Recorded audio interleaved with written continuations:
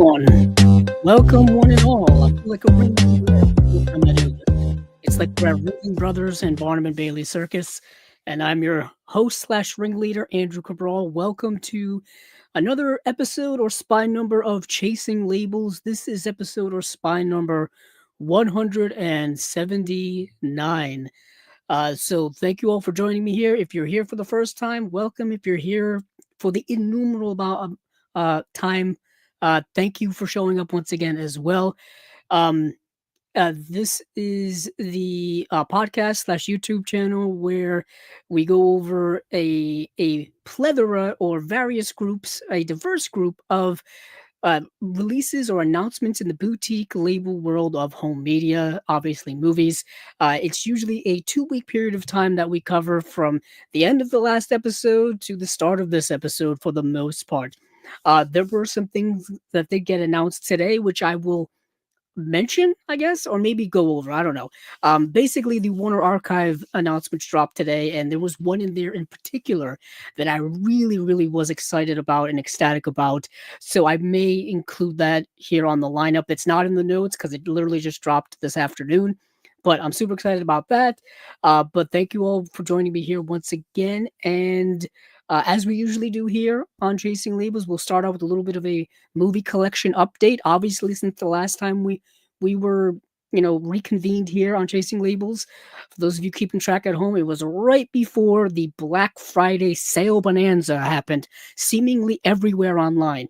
Vinegar Syndrome had their usual annual sale. Severin films usually had their usual annual sale. The Criterion sale was still going on at Barnes & Noble at the time, 50% off sale. And I got it in order right before it ended once again. For those of you interested, check out a video I did about me going to my local store. I do that every single time I go to the sale for the first time. It's typically the same style every time. I do a little intro in the car beforehand, go inside, get some footage of how the shelves are looking, and then I subsequently do a little bit of a haul there at the end of the video.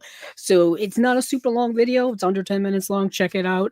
Also, speaking of Criterion, there is a Criterion Blu-ray release review for December that is up here on the channel. We just did that Sunday, and my friend Steven and I, or Steven, who is my former co-host here on Chasing Labels, who is now more of a producer here on Chasing Labels, amongst other things, of course, and a jack of all trades, if you will.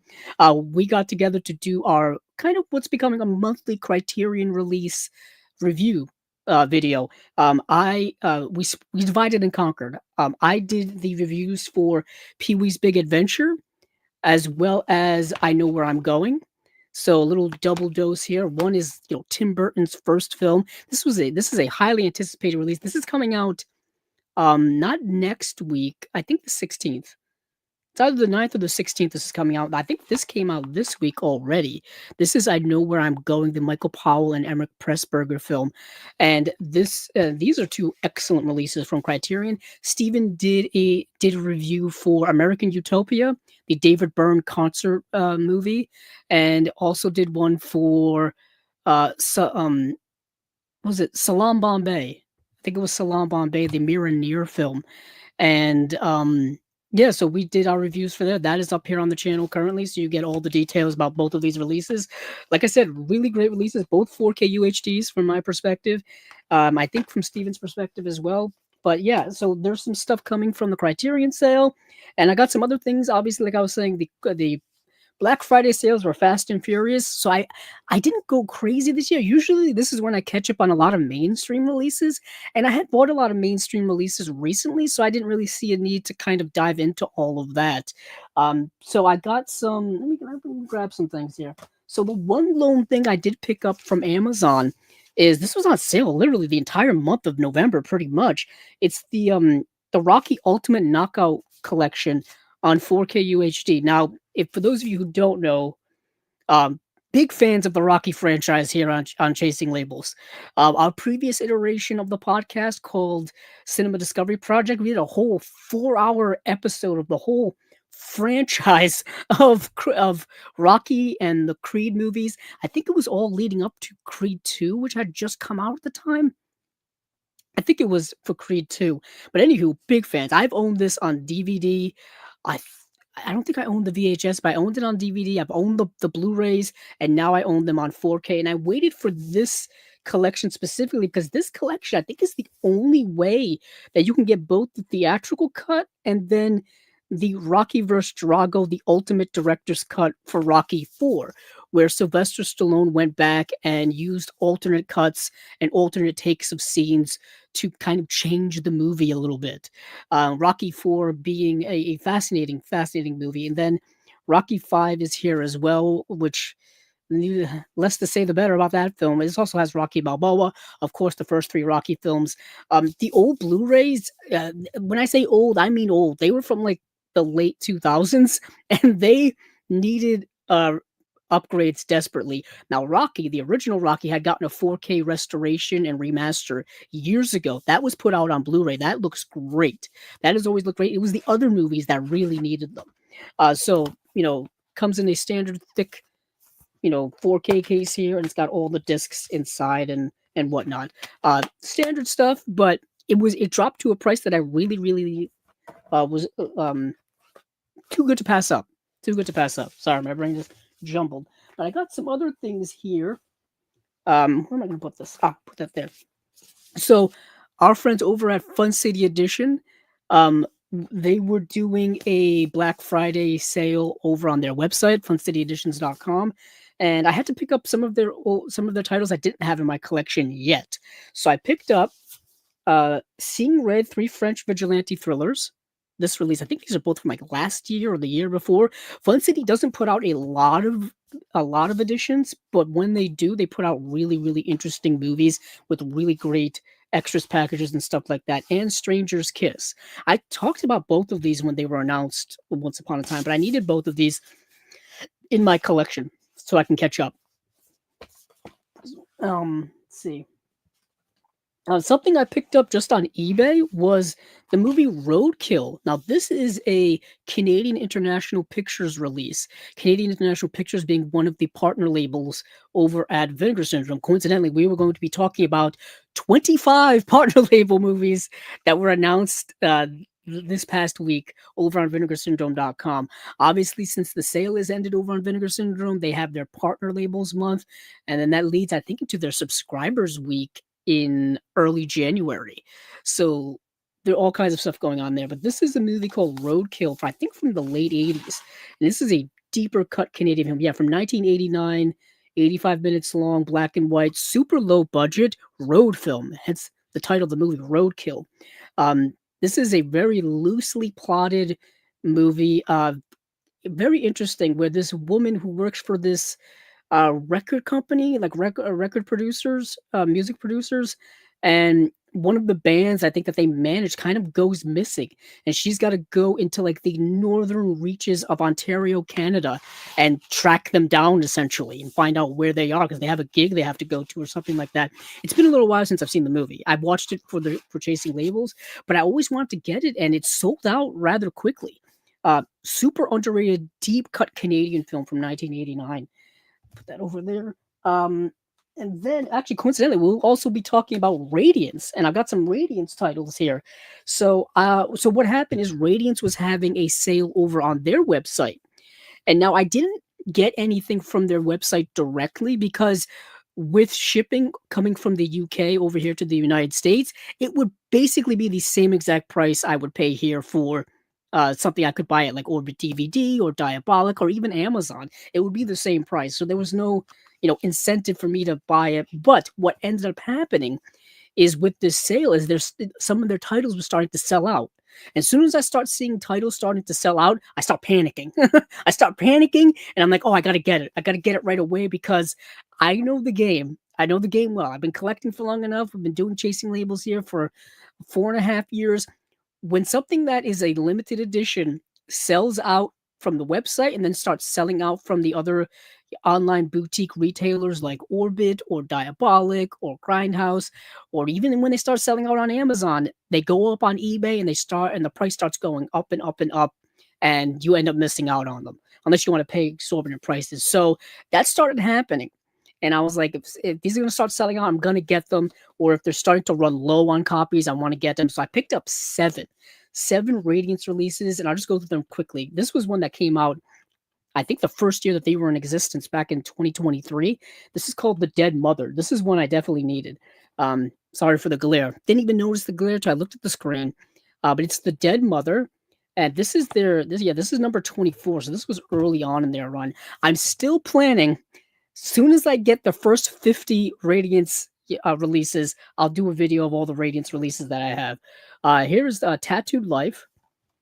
Let me find a good place for these. And I've got Bandits of Orgo Solo, filmed by Vittorio De Seta, not Vittorio De Sica, different guy, different person.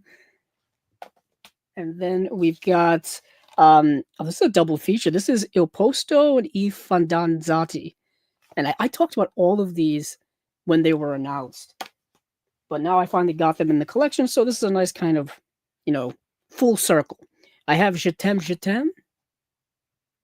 And then I have the Inquisitor and Deadly Circuit. Now, this is a really good double feature. This is an excellent double feature. And I think this is the only one that's, this is the only one that's a 4K, is the Inquisitor and Deadly Circuit. Then I got one box set. Let me move this before they all fall down. That's the one thing when you start stacking things, they start toppling over.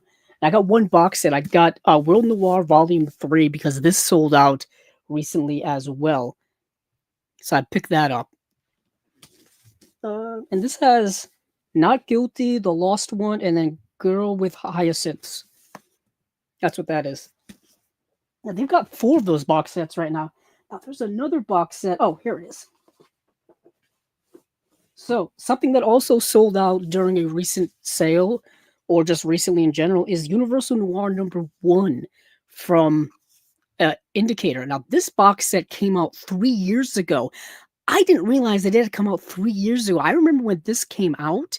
I remember us talking about this. I remember us talking with the CEOs and the owners over at Indicator right after this came out, and them talking about, their Universal box sets or their film noir box sets.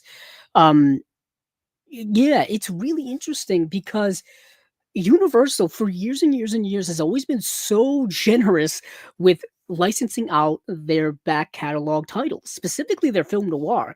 You'll see a lot of the same film noirs pop up from different labels all of the time. And it's always interesting to me which titles just seem to get, passed around the most. And some of these titles in here are one of them, like The Web, Larceny, Kiss the Blood Off My Hands, Abandoned, Deported, and then Naked Alibi are the titles in Universal Noir number 1. And this is a really thick set. It's got the thin packs in there, but I don't mind thin packs, really. To be honest, it saves a lot of shelf space. Typically, Indicator's early box sets all had individual Blu-ray cases. So you can imagine, 1, 2, 3, 4, 5, is that six movies in here? Yeah, 6 movies, 6 cases. This would have been a massive set. This would have been a massive set. Yeah, but so I picked that up. Obviously, it went along with Noirvember, if you will. And then, let's see, I think this is the last of it here, and then we can get into the main bulk of the show. I didn't realize how much stuff I got in the last 2 weeks. Honestly, I didn't think I got anything. and then you start adding it all up. You start looking at all of it all. But this is my most anticipated release of the year.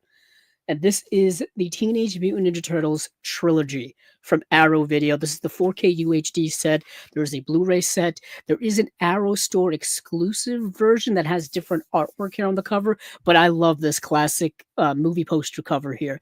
This is so near and dear to my heart. It's really hard to explain. I talked about it, obviously, when it was announced. Also, our good friend who's been on the show many times, Scott Saslow, he worked on this set. He worked on some of the little goodies you get inside with it, and also some of the design layouts and stuff like that. And just quickly here, because I want to do a full review of the set. I've already watched the first 2 movies, rewatched them actually, and then I want to, rewatch the third one, go through all the special features, and then I want to do kind of a full-on, more in-depth review. But here's the 3 cases that come inside. There's the side spine. On the back here, you have the broken canister of ooze. That's very significant to the turtles. And yeah, this is a really nice box set. It's honestly, like I said, it's my most anticipated release of the year, and it didn't disappoint. You've got a nice reversible poster here. Then you've got the three cases.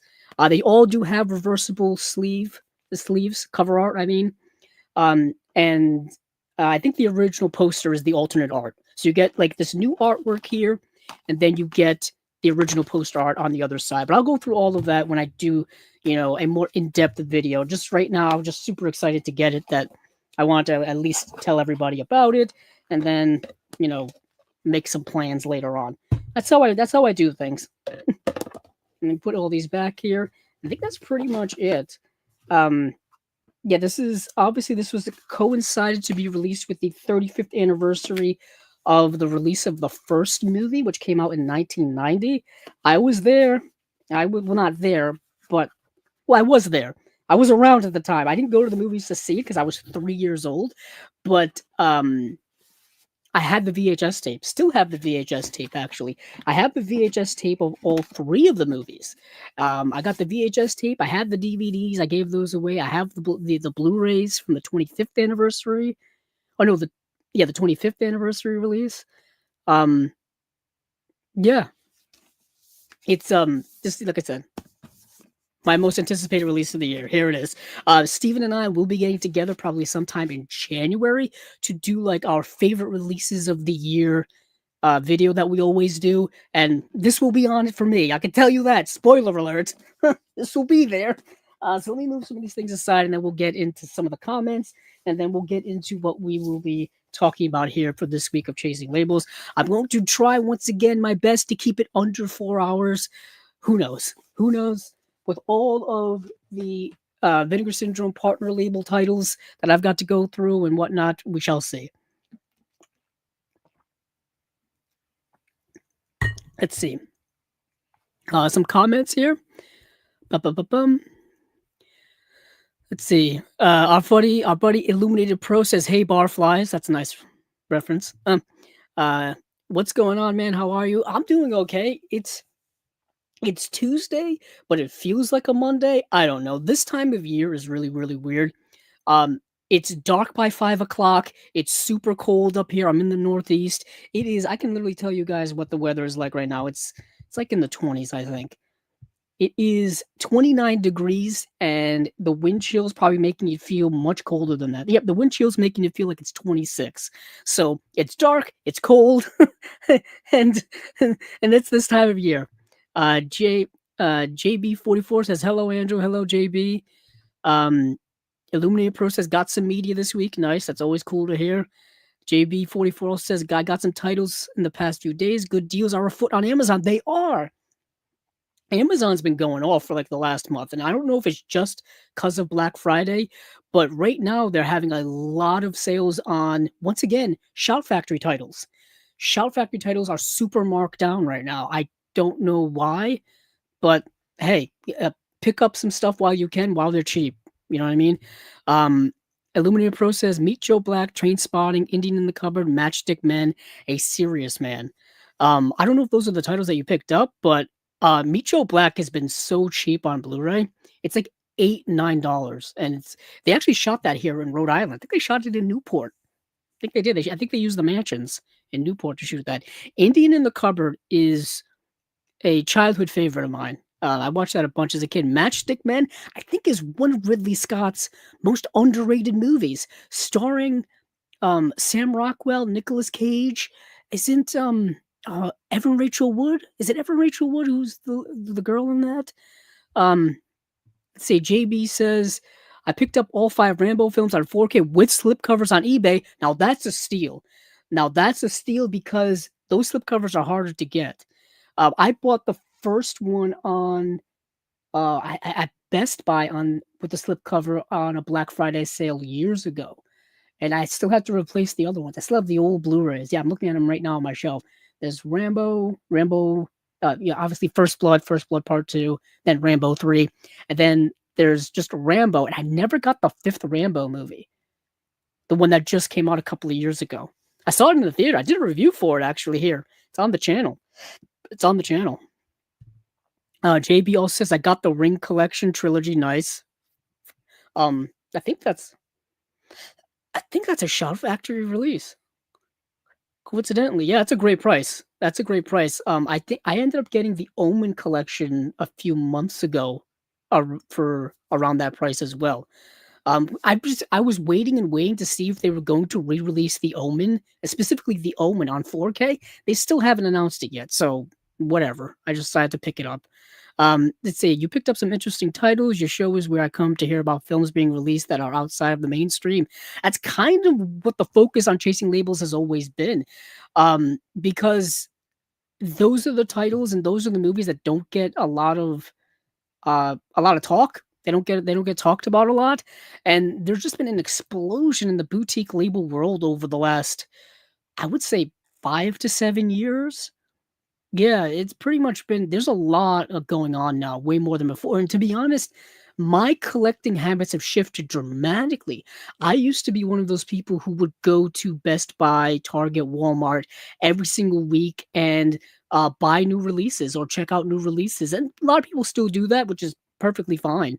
But as those sections have shrunk down to kind of nothing, and as prices have actually gone up as well, I've done that less and less, and I've shifted my focus to the boutique label world because honestly, those are really the movies that I tend to gravitate towards the most in my personal taste, and those are really where the releases are the best. Mainstream releases now are not that great anymore. They used to be pretty cool. They used to have nice special features. They used to have audio commentaries. Those vanished years ago from mainstream release. I got a lot of mainstream stuff next to me. Like I've got Superman, and luckily enough, this has over 90 minutes of bonus features. This is kind of an outlier. Typically, they don't. Um, I've got Sinners here as well, and Sinners has some nice features on it. Obviously, these are outliers because these are from, film directors who are film fans first, and film collectors first. I know, James Gunn's a big film fan. Obviously, Ryan Coogler, big film fan. I mean, you even have 28 years later is Danny Boyle. This has a little bit of special features on it, but not as much as a boutique label release. You know what I mean? I got some other ones around. Actually, I've got a whole bunch of them around, like the Downton Abbey movie. These are stuff I typically don't really show off here because we typically stay in the boutique label realm. Here's the newest Jurassic Park movie. F1 with Brad Pitt. I'm actually surprised this has as many special features as it does because it is mostly an Apple release, Apple TV Plus, and I think it's a Warner Brothers and Apple like co-release. But I'm still surprised there's as many features on here as there are. And then Weapons, of course. This is another Warner Brothers release. Warner Brothers has been nonstop in the news lately. Nonstop in the news, which is interesting to me. Because I did want to bring this up here on the show now that I reminded myself. So with the recent news in Warner Brothers being sold thing and Warner Brothers being bought by Netflix, or that deal may not happen. They may get bought by Paramount. I mean, it's been in the works for a little while, and of course we got bigger and more well-known more information recently, obviously with an agreement between Netflix and Warner Brothers.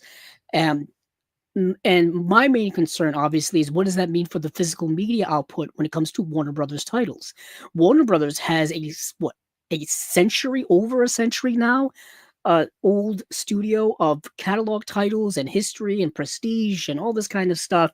They're very much embanked in cinema history. So what does that mean for all of that? Honestly, don't really know.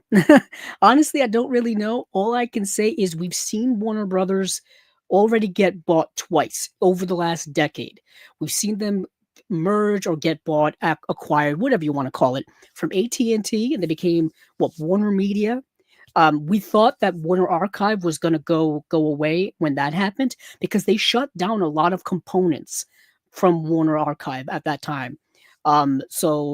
But the releases kept coming out. Um, and then, of course, they were bought or acquired by Discovery recently, or last couple of years or so. And we kind of also thought perhaps Warner Archive was going to go away then, and it did not.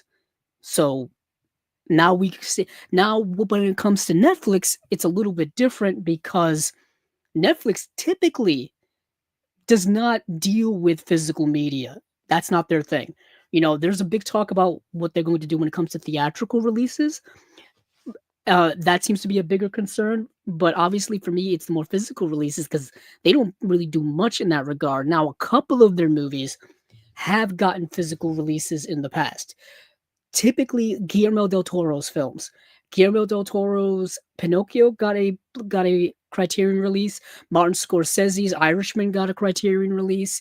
Roma, the Alfonso Cuarón, got a Criterion release, and Frankenstein, the new Guillermo del Toro movie, is going to get a physical media release. Whether it's through Criterion, I'm not sure, but I put some money on it.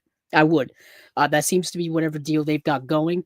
But when it comes to a lot of their other movies, unless it was something they acquired the license to and not produced themselves, typically do not get a physical media release.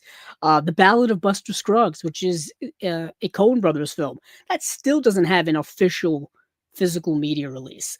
There's a bunch of other movies that still don't have an official physical media release. What is interesting is that Stranger Things had Blu-ray and 4K releases put out for their first two seasons, and then nothing afterward. I've got both of them actually. I've got Blu-ray releases for season 1 and season 2 of Stranger Things, and they never put out anything else after that. Even their Marvel stuff that they had early on, they put out season Blu-ray releases of season 1 of Daredevil, and I think Jessica Jones, and then nothing after that. So that's the big worry for me. So what I would recommend is that if there are Warner Brothers titles, whether they are mainstream releases or whether they are Warner Archive titles specifically, they're deeper cut stuff, I would buy them sooner rather than later. That's kind of going to be my plan.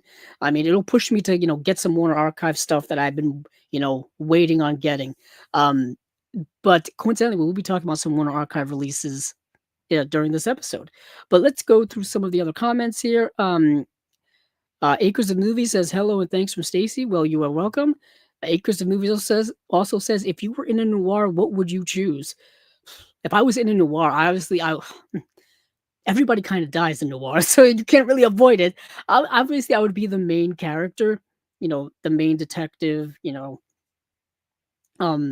I feel like I would be a good private eye. I've always wanted to be like a private eye. I know you could become a private detective in real life, but it's not as cool as it was back in the noir days. I guess you can wear a cool trench coat and have a nice fedora or something like that, but it's still probably nowhere near as cool as it was back in the day. But I would want to be like the main detective, like a Sam Spade or um the main character in The Big Sleep, which I'm completely blanking on. Um, yeah, that's what I would want to be. Do you want Netflix? Do you want a WB Netflix Casablanca prequel program? Goodness, no. Goodness, no. Acres of Movies asked that. That's the one thing. Also, when if they get the hands on the Warner Brothers properties, are they going to do anything with them? Like I said, I don't want a Casablanca prequel. We don't need like a Wizard of Oz prequel. I know we have Wicked, but Wicked's something completely different. Completely different. Wicked is a Wicked is an adaptation of a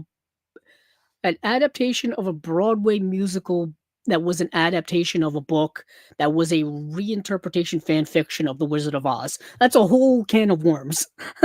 but but yeah, that's a whole can of worms. Let's see. Acres of Movies also asked, can you do a Co- Goldie Hawn Uary for January?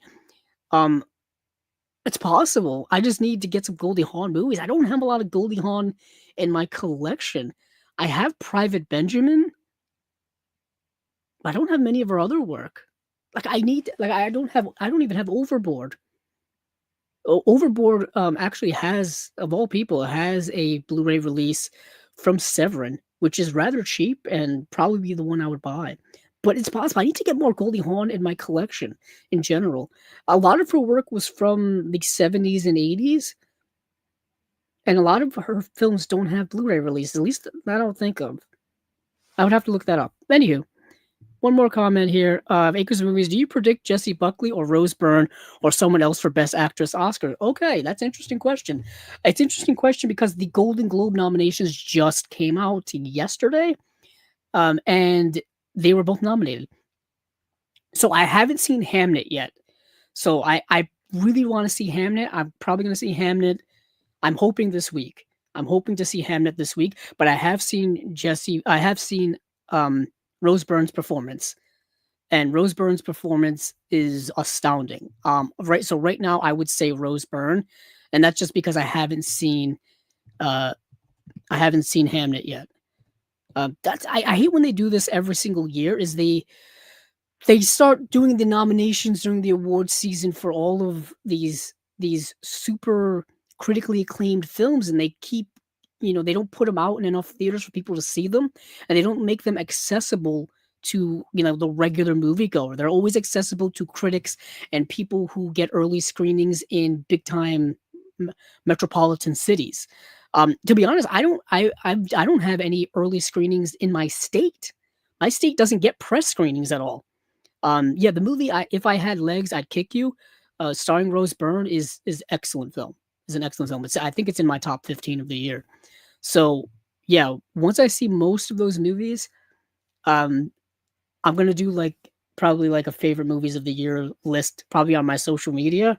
So maybe I'll just link it here as a post at the end of the year on the YouTube channel or something like that, just to get it out there, because we typically don't talk about the more modern mainstream stuff on here, although I do watch them all. I'm a movie fan. I watch 150 new movies a year that come out in that year. So let's get to what we normally get to. So I do want to start off here I'll start off a little bit backwards. Typically I start off with some slates and then we do the individual releases at the end, but there's really only 2 or so individual releases that I want to get to. One is by Flicker Alley, and the other one is by MVD. So the one by Flicker Alley, let me see if I have it, is called Focus on Louise Brooks, and this is coming out January 13th, so right around the corner. And this is part of their Flicker Fusion, sub-label, not sub-label. Yeah, I guess you could call it a sub-label. So I think it's part of their Flicker Fusion sub-label. It's supposed to be kind of like a cheaper edition of their main Flicker Alley titles. It's only, let me see, actually, let me go to their website, because I couldn't remember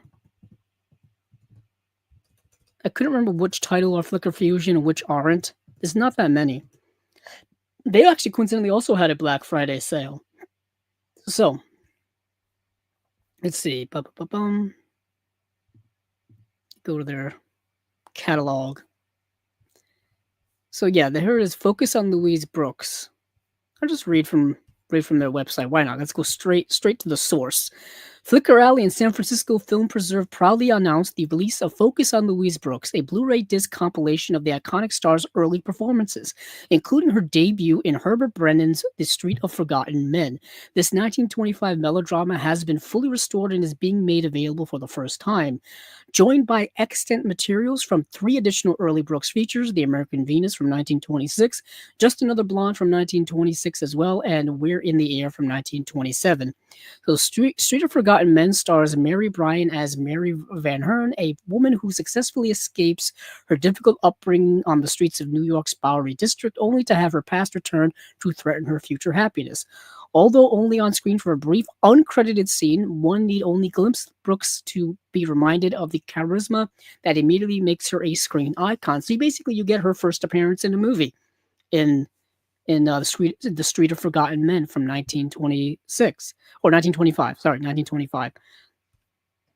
Let's see. Restored from a 35mm nitrate negative preserved at the Library of Congress, the film's missing second reel has been reconstructed using film stills as well as text and dialogue based on the copy of the original script preserved by the New York Public Library.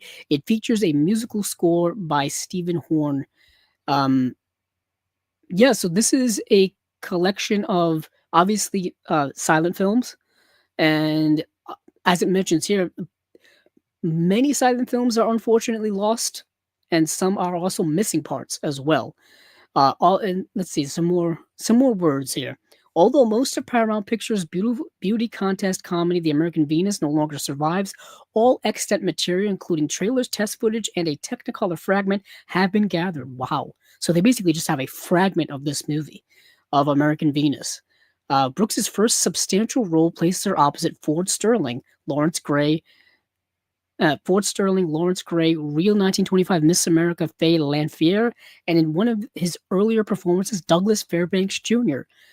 Brooks plays against type in director Alfred Santelli's Coney Island rom-com Just Another Blonde, starring as bookish Diana O'Sullivan opposite Dorothy McHale in the title role. The surviving footage includes segments from the 5 of the original 6 reels, as well as the film's original trailer. Wow.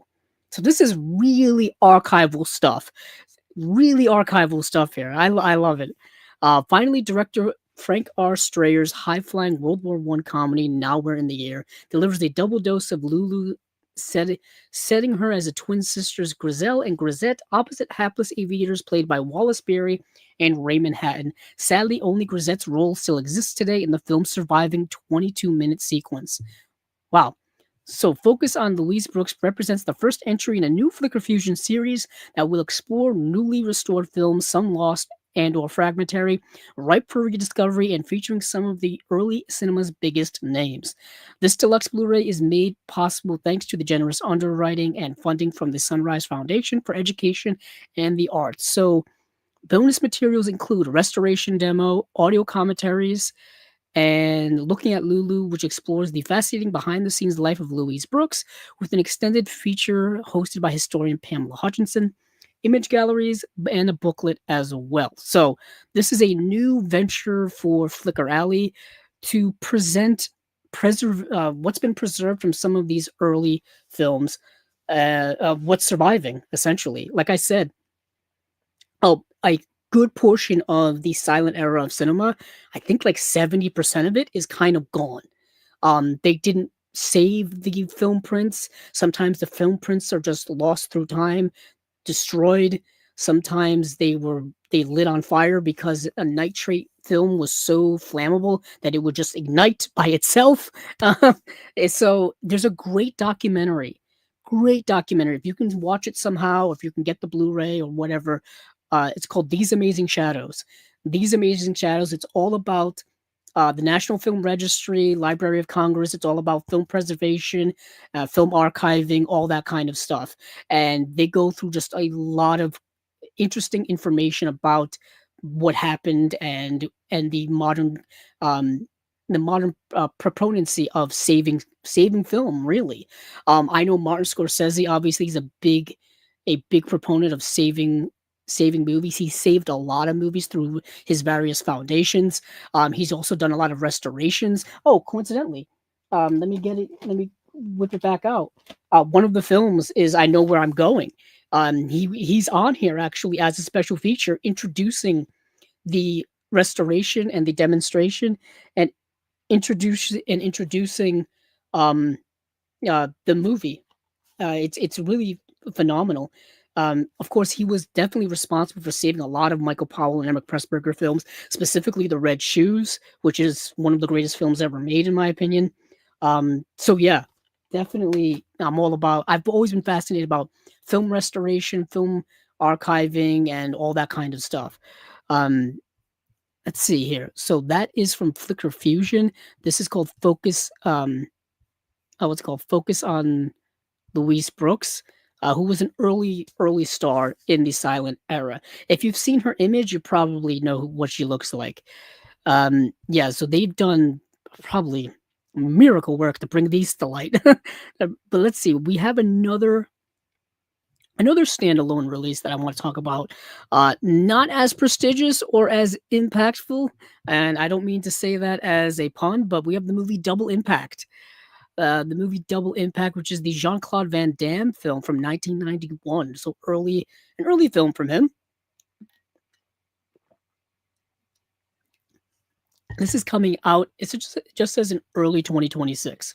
So Who knows really when? But if you've never seen Double Impact, um, it's it's a fun, entertaining actioner. Let me see. Let me get the right one up. Hold on, I gotta go back to getting the right article up about it. Oh, here it is. Yeah, MVD Rewind Collection will celebrate the 35th anniversary of Sheldon Letitia's Double Impact with a brand new collector's edition 4K Blu-ray, which is scheduled to arrive on the market on February 17th. Sorry. So the one I was just talking about was 88 Films is putting out Double Impact as well. So 88 Films will be putting it out, I believe, in the UK. MVD will be putting it out here in the United States. So MVD's release here in the US, Region A, will be on February 17th. So, two brothers torn apart by violence on a mission of revenge. One packs a punch, one packs a piece. Together they deliver Double Impact. Alex and Chad, twins separated at the death of their parents. Chad is raised by a family retainer in Paris. Alex becomes a petty crook in Hong Kong. Seeing a picture of Alex, Chad rejoins him and convinces him that his rival in Hong Kong is also the man who killed their parents. Alex is suspicious of Chad, especially when it comes to his girlfriend. So you've got Jean-Claude Van Damme playing a pair of twin brothers, separated when they were infants, because their parents were killed in I believe a organized crime hit. That's what it was. That's how the movie opens. And they get separated and they reunite as adults, and now they want to get revenge for the death of their parents. But of course, they've got, sibling rivalry and brotherhood animosity going on and whatnot. That plays into the movie as well. So there's a new 4K 16-bit restoration from the camera negative approved by director Sheldon Lettich. On the second disc is where you get all the special features. You get the movie as well as that's interesting. So you get the older Blu-ray that was released in 2019 as the second disc, and then you get a Making of Double Impact Part 1 and Part 2. Both of them are about 50 minutes long, so that's like a 2-hour making of documentary. You have Double Impact deleted and extended scenes. That's 54 minutes long. Wow, that's a lot of deleted scenes. Then you have Double Impact Anatomy of a Scene. So that's the director breaking down a scene. And then you have 1991 behind the scenes featurette. And then you have B-roll selections. You have film clips. You have cast and crew interview clips. That's only about 6 minutes or so long. And then you have a promo and then theatrical trailer. This does come with a mini poster and versatile cover art. And I think it's probably a slipcover as well. So it's going to be one of these. So it's part of their Rewind collection. Coincidentally, I have this next to me. Don't ask me how. I have the Swamp Thing MVD Rewind collection right next to me. So I'm showing that on the screen now. For those of you who are listening on the audio, really doesn't help. So you don't understand the design, if you will. So you've got that is kind of blurry. Anywho, that is the design of what these MVD Rewind collections look like. They look like old CD, not CDR. Forgot what they were called.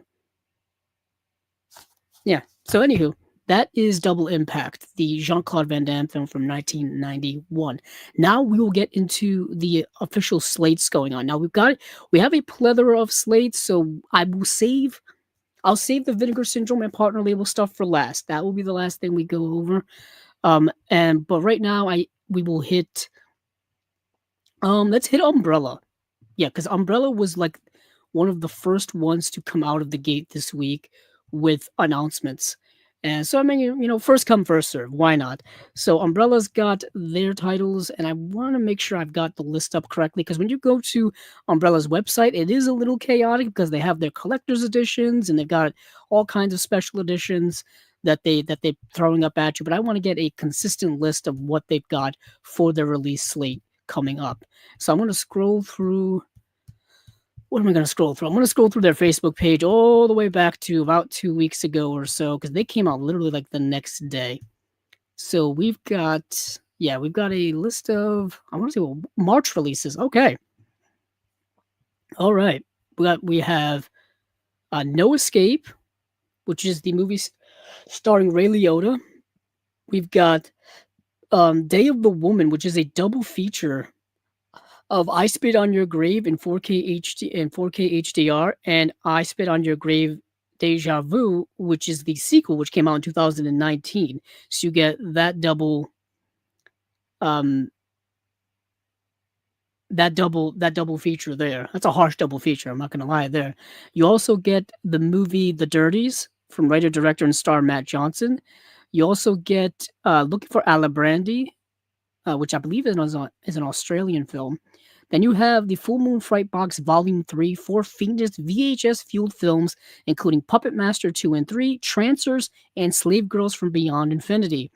And then you have Embrace the Weirdness with Ebony and Ivory from director Jim Hosking, who directed The Greasy Strangler. That movie is insane. And this movie's kind of weird and crazy as well. This movie is actually executively produced by Elijah Wood. And there's an interview with him on this release. So let me go over to Umbrella's website to kind of get a little more in depth on these things. Let's start off with The Dirties. So The Dirties is a super low budget, like handheld film from 2013, I believe. And this movie is fascinating, absolutely fascinating. It's a movie I didn't know anything about going into it. I kind of went into it blind, and it's a movie that I really ended up being captivated by. So let's see.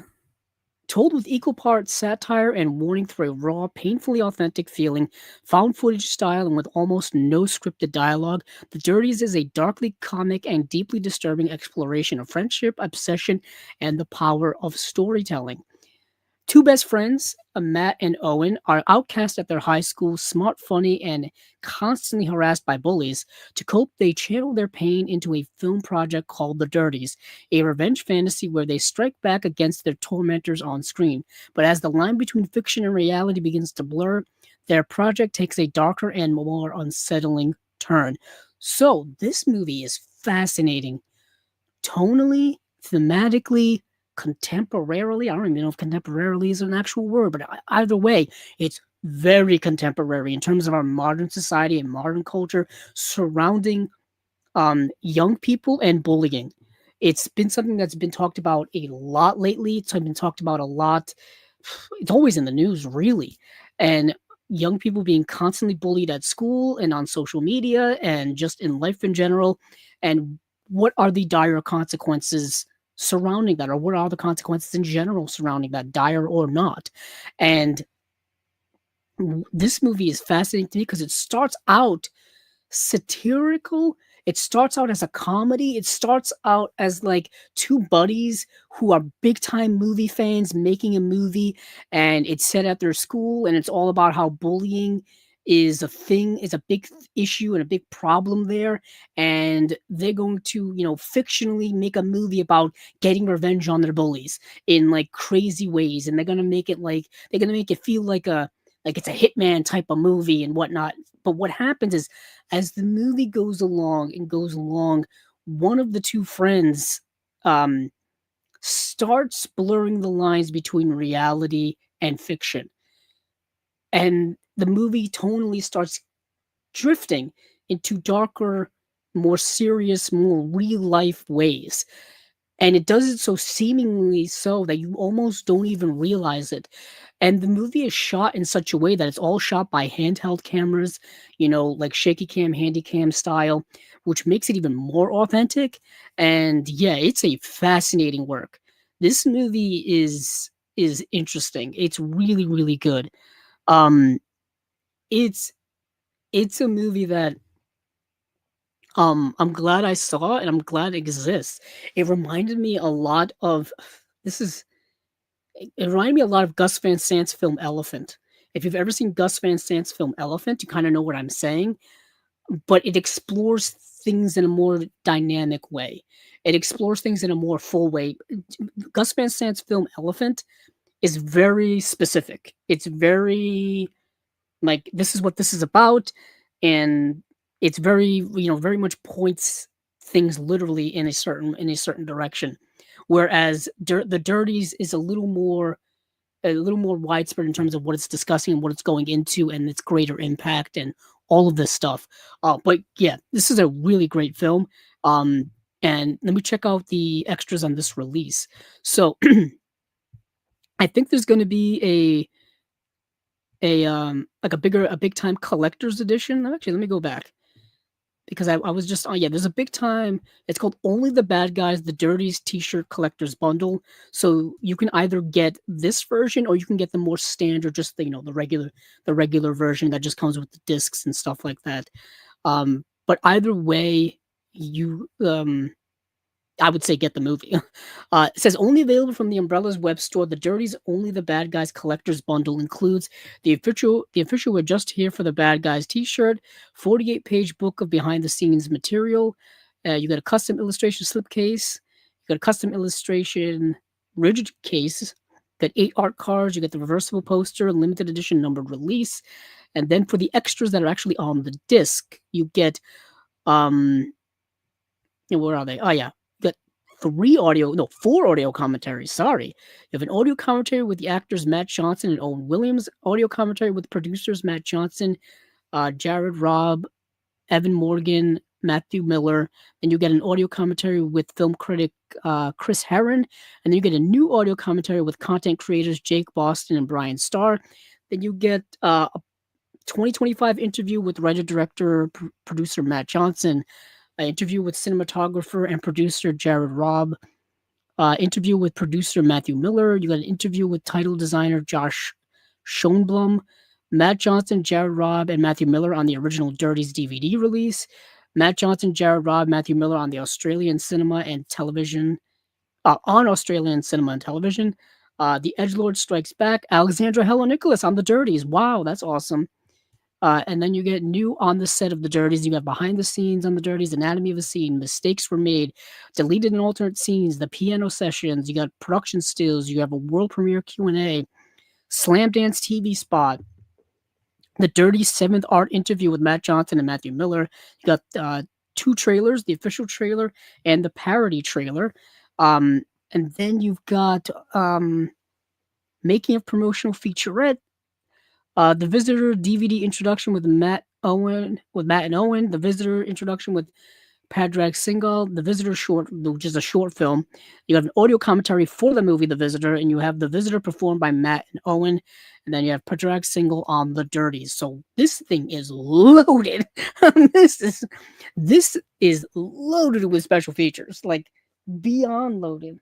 Damn, that's a hell of a release. This is already looking like a big time release for next year. Yeah, so this is The Dirties. And what's interesting is you can actually watch this movie on YouTube right now. That's where I watched it, and it is the full movie. It's it's not edited down or anything like that. And yeah, that's where I watched it, but I definitely want this release. Maybe not with the t-shirts and stuff because that's a little expensive, but the regular collector's edition release seems well worth it. Yeah, because there's a collector's edition that comes with posters and stuff, and that you can pre-order. There's a regular edition you can pre-order. Umbrella does really kind of makes it easier for you to get whichever edition is best for you. If you want all the bells and whistles, or if you want none of the bells and whistles, if you just want the discs, you can just get the discs. But The Dirties, definitely one of the better movies I had to watch for Chasing Labels for this week. Let's see. Let me look at No Escape. So No Escape is, let me go to the collector's edition. Yeah, because No Escape is also getting a big time collector's edition. Now, No Escape got a Blu-ray release here in the US pretty recently. Yeah, No Escape. Let me take a gander. Got released in 2022. Yeah, got released in 2022 by Unearthed Films. So it's 3 years later, and actually, it'll be almost 4 years later. Stepping into a gripping high adrenaline world with the underrated 90s classic starring Ray Liotta, No Escape drops you into a remote island where the most dangerous criminals are left to govern themselves. No guards, no rules, and no way out. Featuring practical effects, intense action sequences, and atmospheric world building, No Escape delivers the best of what defined 90s sci-fi thrillers. Okay, that's a little overselling it. It's a little overselling it. Not a lot of sci-fi-ness really going on in the movie. I will say that. Um, since the movie takes place on an island, not a lot of technology going on. Um, but let's see. A remote jungle island where prisoners are abandoned and left to die. For most, Absalom means no escape, no hope, and virtually no chance of survival. Marine Captain John Robbins, Ray Liotta, has been sentenced and banished to the remote prison island for assassinating his commanding officer. So, what happens is,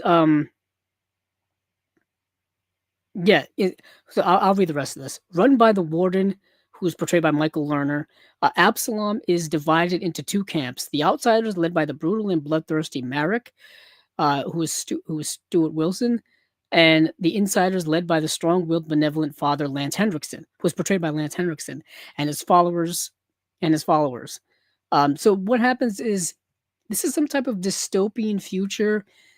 Think of like Escape from New York level of dystopian future, where all the all of the criminals, basically, when they're put in the highest security prison and they still have issues with them, they take them and they dump them on an island called Absalom in the middle of nowhere, in the middle of the ocean, and they basically just leave them to fend for themselves for the most part.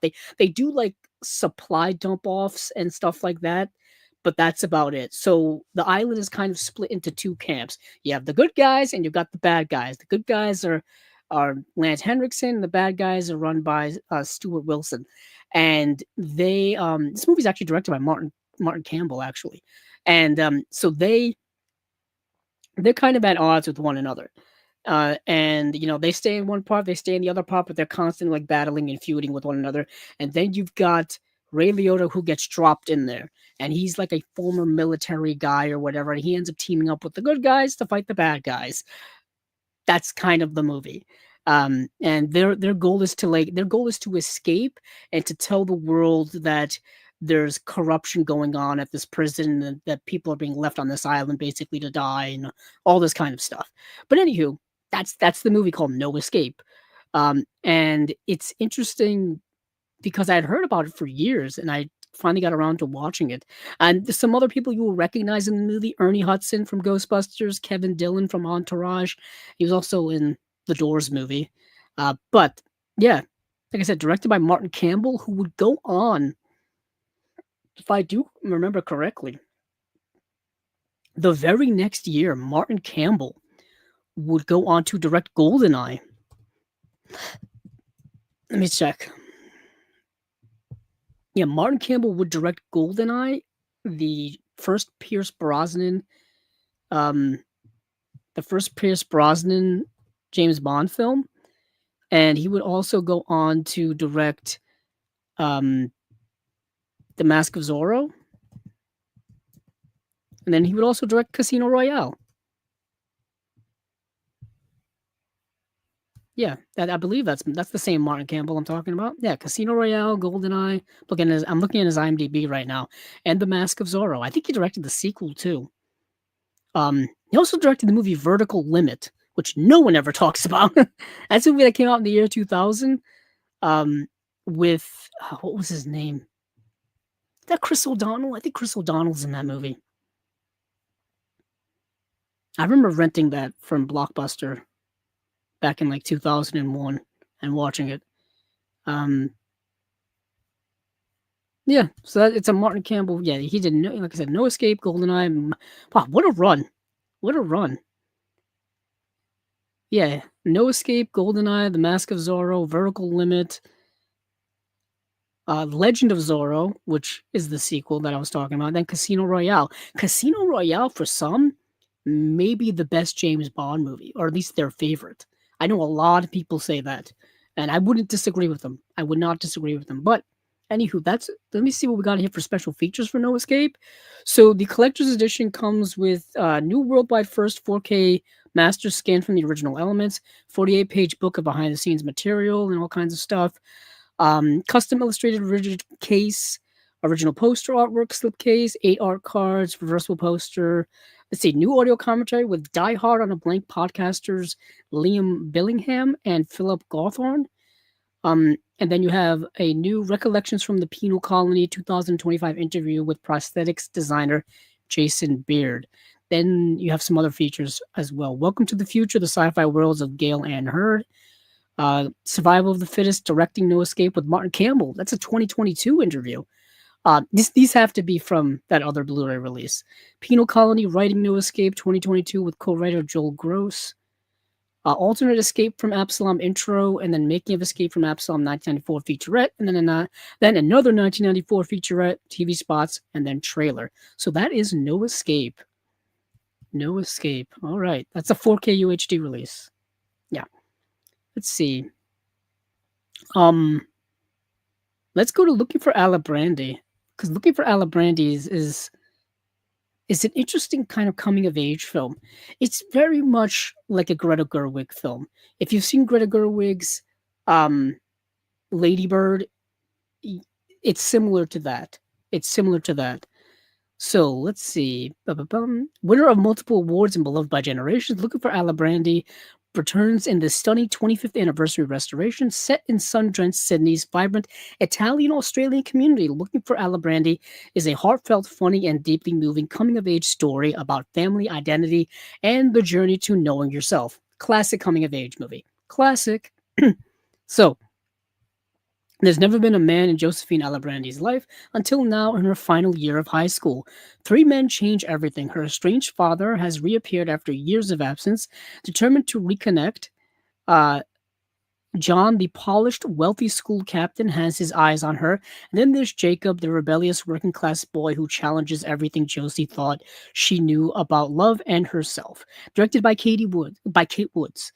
Starring Anthony LaPaglia, who I think is maybe the only recognizable name on it. I think he was in The Sopranos. Either way, this is a really interesting, like I said, coming of age film. I rather enjoyed watching it. Yet again, I really do like coming of age movies. That's kind of my thing as well. For the extras, we have, of course, there's a collector's edition with some extra goods. That's only available at Umbrella's website. 48-page book of behind-the-scenes stuff, custom illustration slipcase and rigid slipcase, 8 art cards, reversible poster. Then we have an audio commentary with the writer Melina Marchetta, director Kate Woods, and producer Robin Kershaw. New commentary with critic Alexia Talopoulos and writer Brody Lancaster. I didn't think I would be able to pronounce that. New roundtable with author/screenwriter Melina Marchetta and director Kate Woods. A new interview with actor Kik Gurry. New interview with Killing Heidi's Ella Hopper on the Alibrandi soundtrack. New interview with musician Hamish Cohen on With or Without You. Deleted scenes with optional audio commentary. There's an original EPK with interviews with cast and director Kate Woods. New restored Holy Card animation excerpts and animatics by Lee Whitmore. New MIFF post-screening Q&A with actors Pia Miranda and Kik Gurry, and of course the theatrical trailer. Like I said, if you're a fan of coming of age films, specifically films by Greta Gerwig and the like, Greta Gerwig, I would also say Sofia Coppola, and movies like that. This movie's definitely up your alley. I really enjoyed it quite a lot. This is also a really nice package of extra features. Let's see, where are we going from here? Let's go to. See, we talked about No Escape. Let's do Day of the Woman, the I Spit on Your Grave, and I Spit on Your Grave Deja Vu double feature. It's a 4K and Blu-ray collector's edition. Now, I Spit on Your Grave is one of the most notorious movies ever made. It's a movie famously reviled by the late great movie critic in Roger Ebert, who thinks it's one of the worst movies ever made, or maybe even like his least favorite movie of all time. He famously railed against it, as a lot of critics did at the time in which it came out. This movie is obviously, it's notorious for being incredibly graphic, incredibly violent, really no holds barred in that area. It's tough to watch, and I will say, from a modern perspective, it's tough to watch.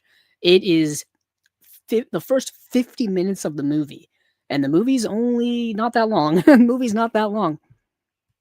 Um, it's it's tough. It's really, really tough to watch. Let's see. Yeah, the theatrical. Well, I think it's only the theatrical cut, but the length of the movie is 101 minutes long, and for the first 50 minutes, it is brutal. It is continuous brutality, and it's not pleasant to watch in the slightest. The next part of the movie is the revenge part. This is a rape revenge film. This is part of that subgenre of horror films, that subgenre of dramatic films and whatnot, and that part is what people really kind of grasp onto in terms of the positives of the movie. What is also fascinating about this movie, came out in 1978, is that in modern times there have been many, many people who have they've done documentaries, they've written extensively about it, as the film is actually a feminist film is in its elements, which I find fascinating as well. And I would love to read some that take from someone. I would love to kind of see what their rationale, what their thoughts are behind it, and what their what their I guess you could say argument is behind that type of thematic thinking. Because I don't disagree with it at all. I mean, there are elements in the movie for certainly that second part of the film, certainly there. But like I said, this movie is one of the harshest films you could ever make, and I think being having it being set in the 70s also adds to that. There's something unique about filmmaking in the 70s that is it's hard to describe without people actually watching movies from the 70s. They're darker, they're gritty, they're nihilistic, they're cold, they're misogynistic, they're patriarchal in many of their ways. They're rather brutal and ugly looking films in many of their regards. Just aesthetically, you know what I mean? That 70s film grain look. You know what I mean? So if you've seen movies like um Death Wish, if you've seen movies like Straw Dogs, if you've seen other movies of the 70s and like early 80s that are, Texas Chainsaw Massacre would be another one. Uh, this I Spit on Your Grave is very much in that genre, in that area of movies. I've never seen its sequel. I know its sequel came out in 2019. Um, I've also not seen. There was a whole series of remakes that they did. They did it in the 2010s, where they got the rights and they made remakes of the movies. I think there were three of those films. Um, Coincidentally, the movie The Last House on the Left is also part of that genre. I want to mention that. And there was a remake in the 2000s, 2010s of that movie as well. Um, so you understand this kind of extreme horror graphic nature of this type of movie. So I just wanted to, fully, tell people about that and whatnot. But because um, there's a lot of fans of that type of genre and whatnot. Not fans, but I guess enthusiasts. I don't know. But let's see what we have here for extras. I don't know. Are there any extras on here? Let me go back some because I'm looking at the collector's edition, and the collector's edition has all of the like extra goodies and whatnot. Let's see. I think it's. Let me check. So the extras edition has 48-page book of behind the scenes material, custom illustration slipcase by Sister Hyde. Okay, custom illustration rigid case by Sister Hyde as well. So Sister Hyde, um, is she was a guest here on Chasing Labels once upon a time in their early days, and they've done work on all kinds of stuff, Criterion releases, and obviously work here and all kinds of stuff. So there's also 8 art cards. There's a reversible poster, but I want to see. Oh, they're the actual extras. Okay, I thought I meant no. Yeah, this is a 3 disc set. Yeah, it's a 3. There's a lot of special features. Hold on. So disc 1, which has I Spit on Your Grave 4K UHD disc, it's got the movie, audio commentary with writer, director, co-producer, and editor Mir Zarchi, new commentary with film critic BJ Colangelo, audio commentary with film critic Joe Bob Briggs, and then disc 2 is the movie on Blu-ray. It's got the movie, it's got that same audio commentaries. Yeah, the same 3 audio commentaries, plus it has New special features in Blood Survival Legacy, an interview with actor Camille Keaton, the main actress in the film. Witness to a Legacy, an interview with filmmaker Terry Zarchi. Value of Vengeance, Mir Zarchi remembers I Spit on Your Grave. Jennifer's Journey, the locations of I Spit on Your Grave. Alternative opening day of the woman, and the new video essay with Alexandra Heller Nicholas. So Alexandra Heller Nicholas, that's a name that's popped up on here many a times. She's been a guest here on Chasing Labels. She wrote a whole, I believe, book about the rape revenge subgenre of movies. It's a book I've always wanted to get. So the third disc is I Spit on Your Grave Deja Vu and Growing Up with I Spit on Your Grave documentary. Those are both on just a Blu-ray disc. So you got both of those on the disc, plus there's an audio commentary with critic Joe Bob Briggs, making of I Spit on Your Grave Deja Vu, behind the scenes footage, and then you got new features here with Vengeance Reborn, an interview with actor Camille Keaton, new from the beginning, an interview with filmmaker Terry Zarchi, archival cast interviews, video essay by Miranda Corcoran, and another video essay with Annie Rose Malame.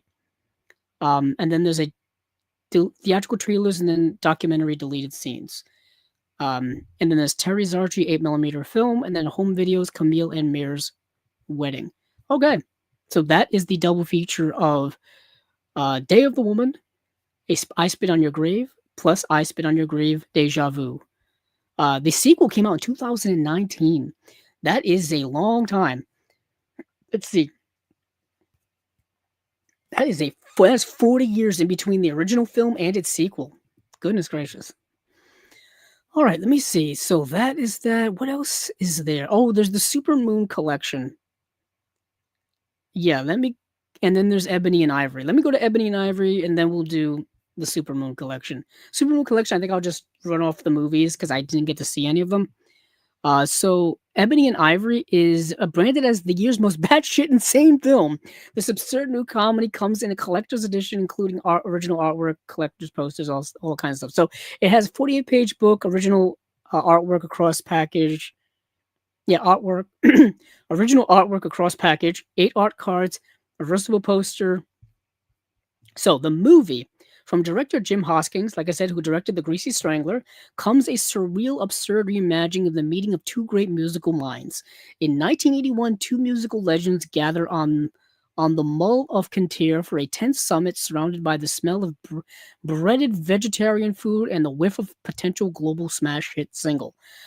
Ensconced in his Scottish cottage, Paul McCartney, invites a perpetually enraged Stevie for a meeting.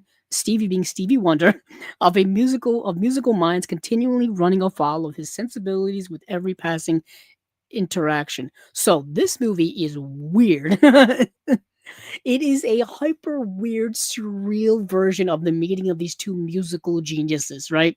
Of course, this was before they came out with that song Ebony and Ivory, which is a big old hit even to this day on a cultural level, music level, all kinds of stuff, right? And this is a fictionalized, crazy version of them meeting, and they're just two weird, eccentric guys having weird, eccentric conversations about complete and utter nonsense. This movie is so nonsensical, so dumb, and yet it's still unique in that regard. Yeah, I would say you gotta be really in tune with this type of tone, this type of comedy, to even be able to stand like 20 minutes of the movie, because it's just there's no plot. There's no plot whatsoever. It's just them like sitting around having weird, dumb conversations. It's absurd stupidity. It really is. Yeah. So special features. Let's see. Like I said, it's got all that extra stuff. Plus, it's got a new audio commentary with director Jim Hosking and composer Andrew Hung. New on the set of Ebony and Ivory, and then it's got outtakes. It's got an interview with executive producer Elijah Wood. Like I said, Elijah Wood, and it's got a trailer as well. That's Ebony and Ivory. Now let's go to the Full Moon box set, and then we'll move on to something else because we've spent so much time here on Umbrella. But like I said, they've always got so much detail and so much stuff going on. So Full Moon Fright Box Volume 3. a Blu-ray collector's edition. It comes with a 48-page book with behind-the-scenes stuff. 48 seems to be their magic number. Custom rigid slipcase. Each title comes with a slipcase with custom illustrations. 4 poster stand-up counter displays. It has reversible posters as well. Uh, let's see. Let's see. This round of Full Moon Madness digs even deeper into Charles Band's cosmic toy chest. From the time-hopping grit of Trancers, where future cops and synth smoke rule the neon underbelly, to Slave Girls from Beyond Infinity, a pulpy space romp brimming with ray guns, jungle planets, and unapologetic B-movie energy. If you thought the Puppet Master saga couldn't get any wilder, Puppet Master 2 and 3, Toulon's Revenge, crank up the chaos, turning the tiny terrors into icons of VHS horror era. Let's see, for special features, we've got on the Puppet Master 2, there's an audio commentary with executive producer Charles Band, new audio commentary with Full Moon historian Nat Bremer. Behind the scenes, the making of Puppet Master 2, you have Devil Dolls puppeteer Chris Endicott on Puppet Master 2, new Toulon is Risen, writer David Pavlon on Puppet Master 2, 97 Puppet Master action figure commercial, then Killer Puppet Master montage. Puppet Master 3, Toulon's Revenge, you got an audio commentary with director David DeCoto and writer C. Courtney Joyner. There's a new audio commentary with Full Moon historian Nat Bremer. Behind the scenes, the making of Puppet Master 3, introduction by executive producer Charles Band. Bloody Bow, it says artist and actor Mike Deek on Puppet Master 3. The War with the Drawers, C. Courtney Joyner on Puppet Master 3. Pull the Strings, lead puppeteer and second unit director Chris Endicott on Puppet Master 3. You got a 97 Puppet Master action figure commercial, then Killer Puppet Master montage. For Trancers, you got an audio commentary with actor Tim Thomerson and producer Charles Band. There's another audio commentary with film historian Nat Bremer. Death Proof, special makeup effects artist Howard Berger on Trancers. Small Wonders, miniature model maker John Nolan on Trancers. Cybercrime, the making of Trancers, 1984 interview with actors Tim Thomerson, Megan Ward, and Helen Hunt. Trancers, City of Lost Angels, 1984 short film, Stills Gallery, and the trailer. And then Slave Girls from Beyond Infinity. You have a new audio commentary with actor Brink Stevens and cinematographer Tom Calloway. New audio commentary with Full Moon historian Nat Bremer. Thrill of the Hunt, actor Elizabeth Caton on Slave Girls from Beyond Infinity. News Land of Zed, actor Don Scribner on Slave Girls from Beyond Infinity. A tribute to Elizabeth, and then a tribute to Elizabeth Catan. So that is it for Full Moon Fright Box Volume 3.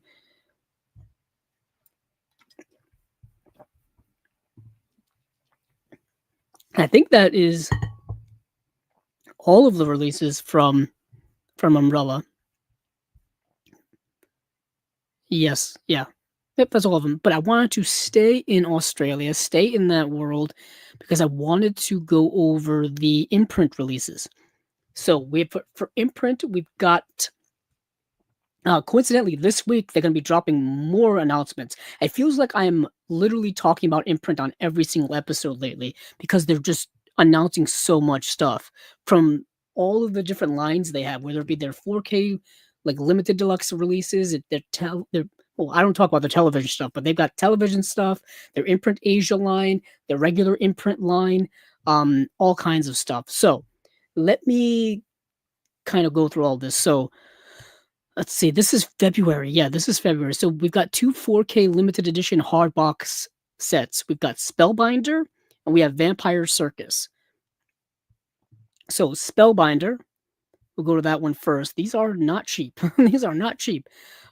So a chance encounter, a dream come true, a man would do anything for a girl like Miranda.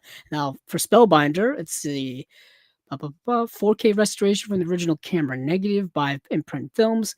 From the writer of Fire in the Sky, Spellbinder stars Tim Daly, Kelly Preston, and Rick Rossovich, and directed by Janet Greek, newly interviewed for this release. LA attorney Jeff Mills rescues a woman he has never met before, not knowing she is the woman of his dreams or that she will soon embroil him in a web of intrigue.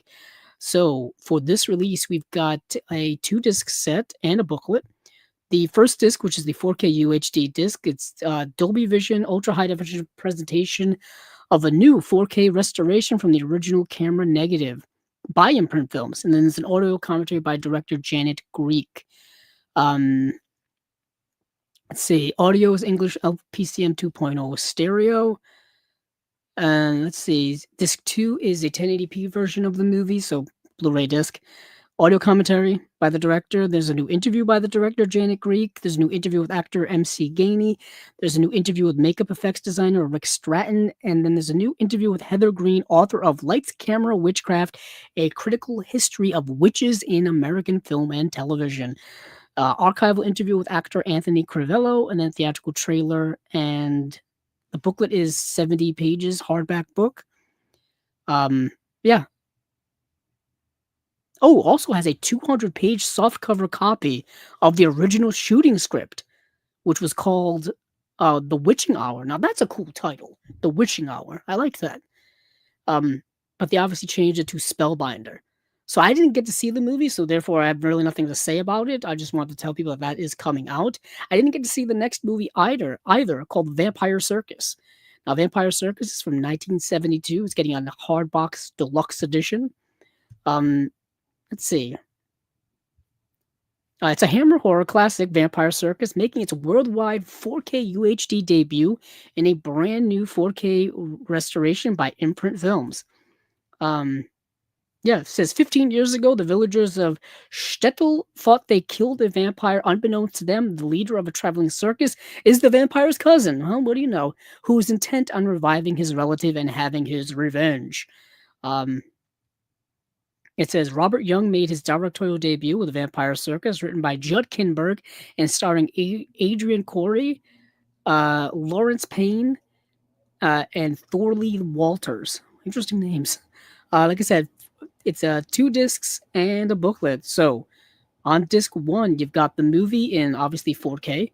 It's from a 4K restoration from the original 35mm negative by Imprint Films. There's an audio commentary by critics Kim Newman and Stephen Jones. Audio commentary by Hammer historians Jonathan Rigby and Kevin Lyons.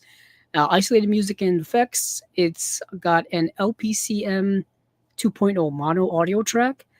And then the second disc, the Blu-ray, has the movie, of course, and then it's got those same 2 audio commentaries. Then we got a couple of special features: the bloodiest show on earth, making Vampire Circus; gallery of grotesqueries, a brief history of circus horrors. That's interesting. Let's see, features with. It's a featurette with British author / film historian Philip Nutman. Visiting the House of Hammer, British legendary horror magazine featurette with British author / film historian Philip Nutman once again. Behind the Mirror, the secret history of Vampire Circus documentary. Blood and Circuses interview with director Robert Young. Vampire Victim interview with actress Sibylla Kay. Cuddling Hammer Horror interview with editor Peter Musgrave. Vampire Circus interactive comic book, theatrical trailer. And that is it. Oh, the booklet. An exclusive 80-page hardcover booklet featuring original production stills. Interesting. So that is Vampire Circus. That's Vampire Circus. That's Spellbinder. And then we move on to their... is that their February slate? Yes, their February slate of releases, where we have Against All Odds, Hard Country, Target, High Road to China, King David, and Cross Creek. Now, some of these, one of these probably sounds familiar to you. And I'll tell you in a second why. I just have to, my eyes are starting to dry out on me. This time of year, if you have chronic dry eyes and you live in a cold climate, your eyes dry out so fast. So, the movie Target, which stars Gene Hackman and Matt Dillon, already has a Blu-ray release. It got a release from Kino. And when did this come? I think this came out, because we talked about it, I think it came out last year. Either way, it's the same movie. But I guess while we're here, we'll go over it together. So we'll go to Target. Obviously starring the late, great Gene Hackman. And this movie, I talked about it when the Kino came out. If you like the movie Taken, you may like this movie. So what happens is Gene Hackman and Matt Dillon play a father and son combo, and the and Gene Hackman's wife, Matt Dillon's mother in the film, gets kidnapped, and Gene Hackman and Matt Dillon go to save her. And it turns out there may be more to the Gene Hackman character than we know of, or that his son knows of, really. And that's the movie. And so they end up having to go to, I think, Europe, and Gene Hackman's past comes back to get him, and they've got to go rescue the mother character. Now, this release here only came with an audio commentary. It's got an audio commentary by entertainment journalists / authors Brian Reisman and Max Every. Now, typically, the commentaries on Kino releases are exclusive. That's usually the main difference between Kino releases and releases of the same movie from other labels. Is usually the audio commentary is it. So that seems to be the case once again. That's exactly the case once again. So for the Target release from Imprint, you get obviously the movie on Blu-ray, and then you get the new audio commentary with film critic Adrian Martin, our friend. Adrian Martin's been on here twice, actually. And then you get archival interviews with actor Gene Hackman, director Arthur Penn, and producers Richard D. Zanuck and David Brown. So those archival interviews are not on this Kino release. Neither is the commentary by Adrian Martin. All you get is the commentary by entertainment journalist and authors Brian Reisman and Max Every. So if you have this release already, you may be fine with not having those other features. It really all depends on how you feel. For me, I don't think the movie's worth owning twice. It's fine. The movie's fine. It's a fun, like I said, it's a fun romp, if you will. Father and son having to rescue a mother. All this kind of stuff. But that's the movie Target. That's the movie Target. So let's go back and see some of these other movies. Oh, Cross Creek is actually another one that Kino put out. And I did not get Cross Creek. I do not have it. Although I saw it when Kino was having a sale at Barnes & Noble earlier this fall. I think it was it September? May have been September. Or October, one of the two. I did see Cross Creek was on sale. But anywho, so Cross Creek, we've already talked about Cross Creek as well. Like I said, it came out from Kino. In the late 1920s, columnist Marjorie moves to rural Florida to write in peace. Despite her husband's eventual departure, the initial suspicion of the locals about her work, and the challenge of finding a worthy subject to devote herself to, she soon discovers the perfect theme for her novel. Based on author Marjorie Kennan Rawlings' memoir, this moving biographical drama stars Oscar-winning actress Mary Steenburgen. Yeah, it's about a famous author and the inspiration for her most famous work, portrayed by Mary Steenburgen. I've always been a fan of Mary Steenburgen, great actress, even to this day.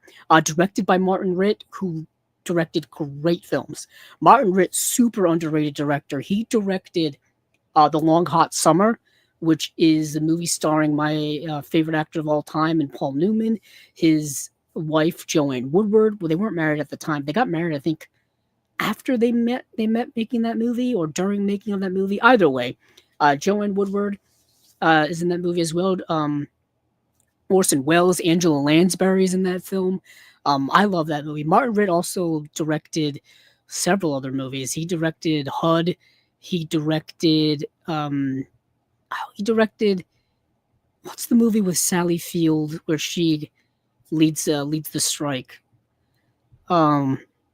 Norma Ray. He directed that movie, Norma Ray. Martin Ritt, super underrated director. Let's see. So, but Cross Creek, let me see. For special features, there's a new audio commentary with film historian Scott Harrison.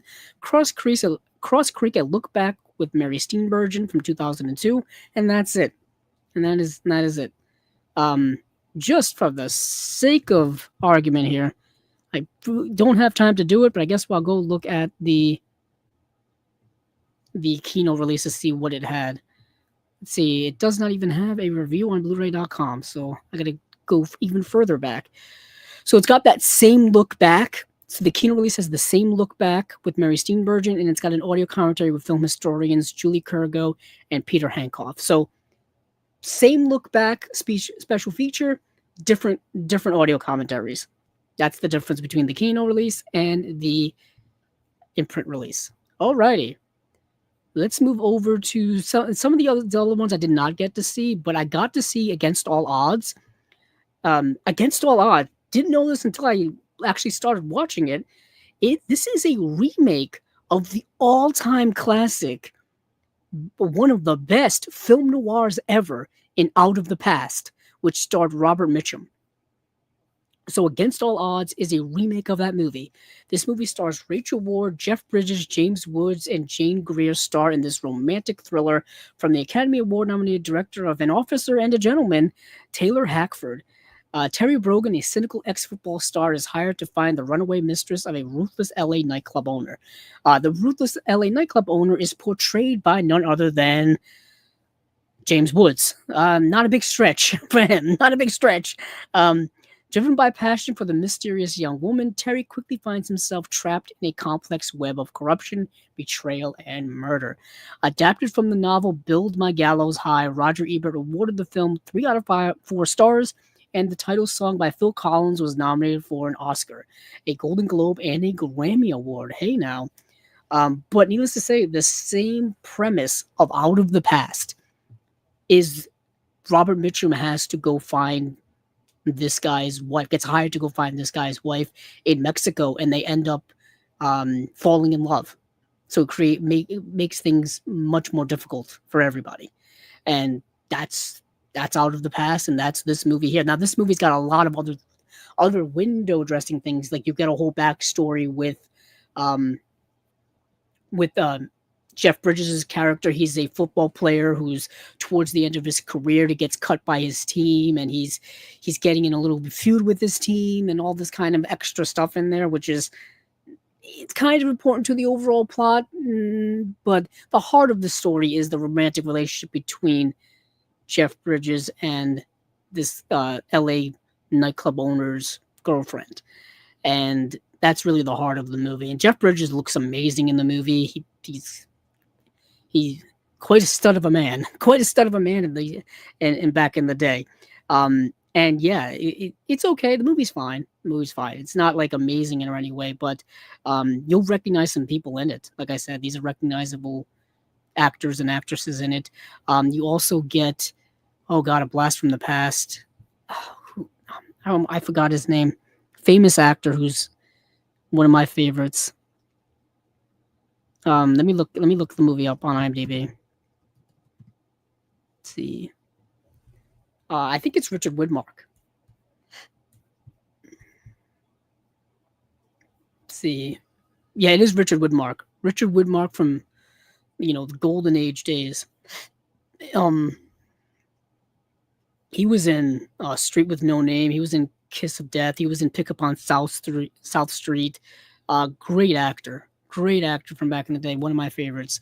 He's in this movie, and he plays, I think he's like the co-owner of the team, or the part owner of the team that Jeff Bridges gets cut from.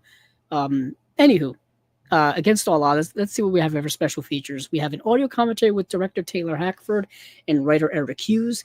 We have an audio commentary with director Taylor Hackford, actor Jeff Bridges, and actor James Woods. Wow, that's seems like a lot of fun. Deleted scenes and optional commentary. DTS HD 5.1 surround sound. And there's also an LPCM 2.0 stereo audio track as well. So that's the movie Against All Odds. Let's move on to Hard Country, because Hard Country I did get to see. I actually watched that yesterday. Now, this is an interesting movie. This is one of Kim Basinger's first films. She was in like a 70-minute film that's technically, I think, came out before this, but I keep saying that this is her first theatrical or first feature film, but I'm not sure. Either way, it's the movie Hard Country from 1981. A gritty portrayal of small-town Texas life, Hard Country is a contemporary Western from director David Green, starring Jan Michael Vincent, Michael Parks, and Oscar winner Kim Basinger in her film debut. They say it's her film debut, sure. I go to IMDb and I see a little different. Who knows? Jodie dreams of the big city, but her boyfriend Kyle is content with factory work, beer, and pranks. As Jodie yearns for the thrill of life beyond their community, she's faced with a difficult choice. Can she chase her dreams without leaving Kyle behind? So, obviously, Jodie is portrayed by Kim Basinger, Kyle is portrayed by Jan Michael Vincent, and they're this, like, I would say, relatively small blue collar town Texas couple that are they're a young couple. I wanna say they look like they're in their, mid to late 20s, something like that, maybe early 30s, probably more like late 20s, but either way, Kim Basinger character kinda wants more out of life than just this small town blue collar life of, like, you know, working 9 to 5 or whatever, going out drinking at the local bar at nights, hanging out with the same old friends you've known since you were younger, and then doing it all the next day. She wants more out of life than just that. And her boyfriend Kyle, Jan Michael Vincent, is doesn't want more out of life than that. Like he's fine doing that. I mean, he's willing to like make certain other type of changes to his life, but nothing as grand as she wants to do. And so the movie's definitely playing on those types of themes of, wanting more out of life, escaping a small town, small life setting, and doing more, and being kind of held down by personal attachments. In this case, obviously, a boyfriend. And we've seen movies like this before. We've seen movies where people are being held back by whether it be family obstacles or personal obstacles, or whatever the case may be. And yeah, this movie explores that. Michael Parks is in the movie in a small role. He plays Jan Michael Vincent's brother. He's like a more successful brother. I think he has like a mobile home selling business in a bigger city. And even that's too small for something like Kim Basinger to want to do to want to move to. But yeah, it's a good movie. It's rather solid. I liked it. Let's see. For special features, all we have here is a new video essay on the work of director David Green by filmmaker Chris O'Neill, another name from Chasing Labels lore. Our buddy Chris O'Neill did a video essay on this movie, and yeah, that's the movie Hard Country. Now, I think the last one we've got left here to talk about. No, we have two more. My bad. Two I did not see. One is High Road to China, starring Tom Selleck. Yes, starring Tom Selleck. Let's see, from 1983, Tom Selleck landed his first major role as an alcoholic pilot in adventure classic High Road to China, directed by Brian G. Hutton, who directed Where Eagles Dare, and also starring Bess Armstrong, Wilford Brimley, Robert Morley, and Brian Blessed. A hard-drinking biplane pilot teams up with a spoiled heiress in 1920s China to find her missing father, only to get caught up in a deadly clash with a ruthless warlord. To be honest, just looking at the poster, it looks like Tom Selleck as Indiana Jones. that's that's what it looks like to me. Ironically, yeah, uh, yeah, that's exactly what it looks like. I was gonna say ironically, but I was going down a different road there. Loosely inspired by the novel by John Clary, High Road to China features an original score by composer John Barry and was nominated for 2 awards at the 1984 Saturn Awards. Let's see. For special features, we've got audio commentary by film historian Steve Mitchell, archival interview with actress Bess Armstrong and actor Jack Weston, and that's it. That's it. All right. That is High Road to China. I didn't get to see it, so I can't really comment on if the movie's good or not. If you're a fan of Tom Selleck, you may want to check it out. King David, I did not get to see either, but I'm familiar with the story. So, as one could guess, or maybe not guess, depending on how biblically inclined you are, Richard Gere stars in this gripping biblical drama from Academy Award nominated Australian director Bruce Beresford, who directed Double Jeopardy, Puberty Blues, and Breaker Morant. Breaker Morant is a Criterion movie, actually. This epic chronicles the life of David, a young shepherd who becomes king of Israel. Begins in the year 1000 BC and follows his rise from a humble warrior to beloved monarch as he faces betrayal, sacrifice, and the weight of destiny. Also stars Edward Woodward, Alice Kriege, Dennis Quilly, and Sherry Lungi. All names I do not know. all names not familiar to me, other than Richard Gere. So there's a new audio commentary by film historian and critic Jim Hemphill, and video essay by writer and podcaster Suzanne Boland. And obviously, this is about the biblical figure of King David. David and Goliath, that story and all that stuff. That's what this is about. But it's Richard Gere portraying him. Yeah, there you go. There you go. So that is it, I think, from all of the imprint releases. That went a lot smoother than Umbrella. Um, yeah. So just a quick recap before we move on. These are all coming out in February. You have two 4K UHD releases in Spellbinder and Vampire Circus.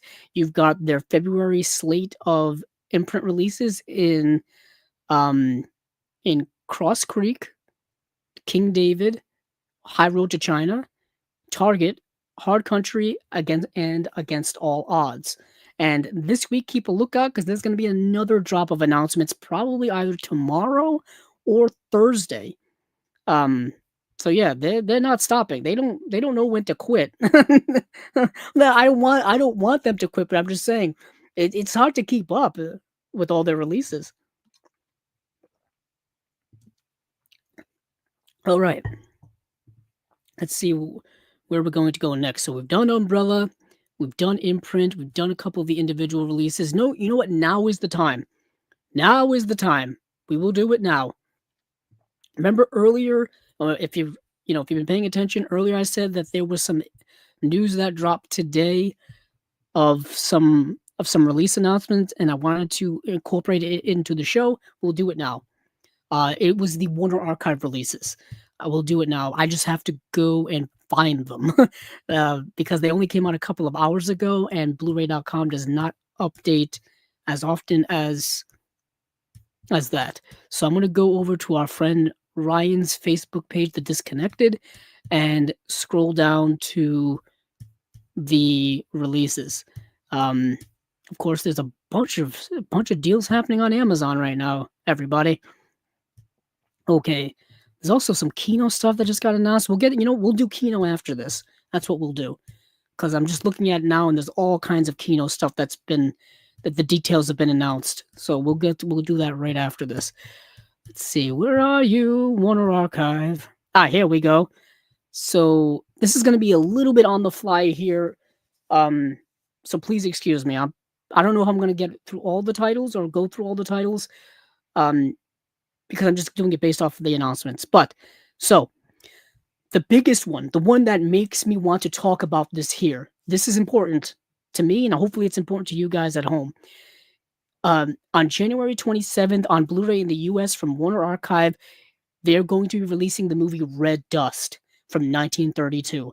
This is a pre-code Hollywood film. Anytime we get a pre-code Hollywood film on Blu-ray, that's cause for celebration. It also stars Clark Gable and Jean Harlow. Anytime we get a Jean Harlow film on Blu-ray, that's cause for celebration as well. So Red Dust was actually later remade into the movie Mogambo in 1953 that was directed by John Ford, which also starred Clark Gable in the same role as he was in this film. And that movie starred Grace Kelly. Let me actually go look up Mogambo. It starred Grace Kelly and I think Ava Gardner as well. That movie, I can't remember if that movie has a Blu-ray release or not. I don't think it does. Mogambo stars Clark Gable, Grace Kelly, Ava Gardner, and yeah, that's Mogambo. But the original film is Red Dust. Came out 1932, like I said, pre-code goodness. So in Red Dust, Clark Gable and Jean Harlow go together like thunder and lightning. As the hard-driving, hard-living overseer of a rubber plantation in Indochina, Gable has never been more than an unwitting prey of wily women, nor more aggressively male. Harlow plays a prostitute on the run from Saigon authorities, is vulnerable yet tough from the first moment she appears on the run from, on the first moment she appears, takes refuge on the plantation run by Clark Gable. He sizes her up as an easy mark for his virile charm.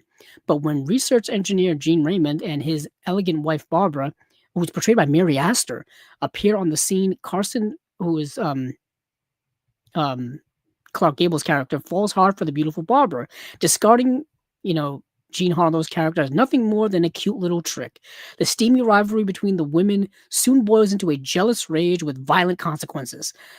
This movie is directed by Victor Fleming, who directed Gone with the Wind.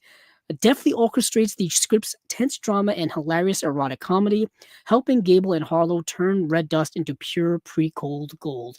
That's what this movie is. It is pre-code gold. I love this movie. It's one of my favorite pre-code films. Let's see. For special features, there's two MGM Technicolor shorts, Over the Counter and Wild People. There's an audio-only Gulf Screen Guild Theater broadcast with Clark Gable and Ann Southern. Original 1932 theatrical trailer containing alternate scenes from the final feature. I think it's this, yeah. And then let's see, it's from a 2026 1080p master from a 4K scan of best preservation elements. I love this movie. I'm so ecstatic. You have no idea. Anytime a classic deep catalog movie from the 30s and 40s gets a Blu-ray release, a good Blu-ray release, because we know by this point we know Warner Archives transfers are masterful. Anytime this occurs, oh, it's the best. It's the best. It's the best feeling in the world. So I had to mention that. Oh, I love it. Let's see what else we've got here. We've got also coming on January 27th from Warner Archive is The Narrow Margin from 1952. I think I've seen this. There are several films called The Narrow Margin, and I don't know if I've seen this one from 1952 or if I've seen an earlier version. Let's see, Narrow Margin. I'm checking my Letterboxd right now. So I have seen this movie. Okay. Let's see. So, Pack Your Bags, one of movie history's greatest trips, a nifty film noir thriller that Time magazine deemed worthy of being bracketed in the select group of train thrillers headed by Alfred Hitchcock's The Lady Vanishes. The tracks run direct from Chicago to LA. Let's see. Yeah. The Oscar-nominated story, directed by Richard Fleischer and directed by his frequent collaborator Earl Felton, zigzags with surprise turns. Film noir favorite Charles McGraw plays a cop guarding a gangster's mall in Mary Windsor as she travels west to testify before a grand jury. Also riding the Pullmans determined hitmen who know the mall is on the train but don't know what she looks like. Okay. That is The Narrow Margin. Let's see. There's an audio commentary by film director William Friedkin, including audio interview excerpts by Richard Fleischer. Classic short subjects, So You Never Tell a Lie. Classic cartoon, The Super Snooper. And then the original theatrical trailer. It has a brand new 2026 1080p HD master from a 4K scan of the original camera negative. So this is a good film noir. If you're a film noir fan, this is a good one to check out. Super short too. The movie's only 72 minutes long. And that's The Narrow Margin. Now I want to see if this had gotten a Blu-ray release before, because it's so familiar. Let's see.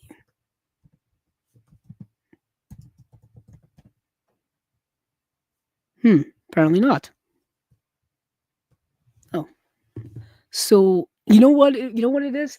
So there's The Narrow Margin, the 1990 film that I believe is a remake of this 1952 version. That's why the title sounds so familiar to me. The Narrow Margin from 1990 just got a just got a 4K release, actually. That's the Peter Hyams film starring Gene Hackman and Ann Archer. I have that here somewhere. It's either here or I may have put it on the shelf. Let's see.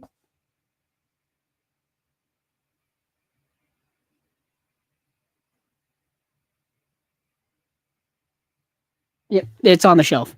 Sorry, I had to take a few seconds there to crank my head behind me to look up there where the ends are. You can't see it; it's cut off up by the camera. But up behind me on the shelf, upward is where the ends are in the drama section, and Narrow Margin is right there at the beginning.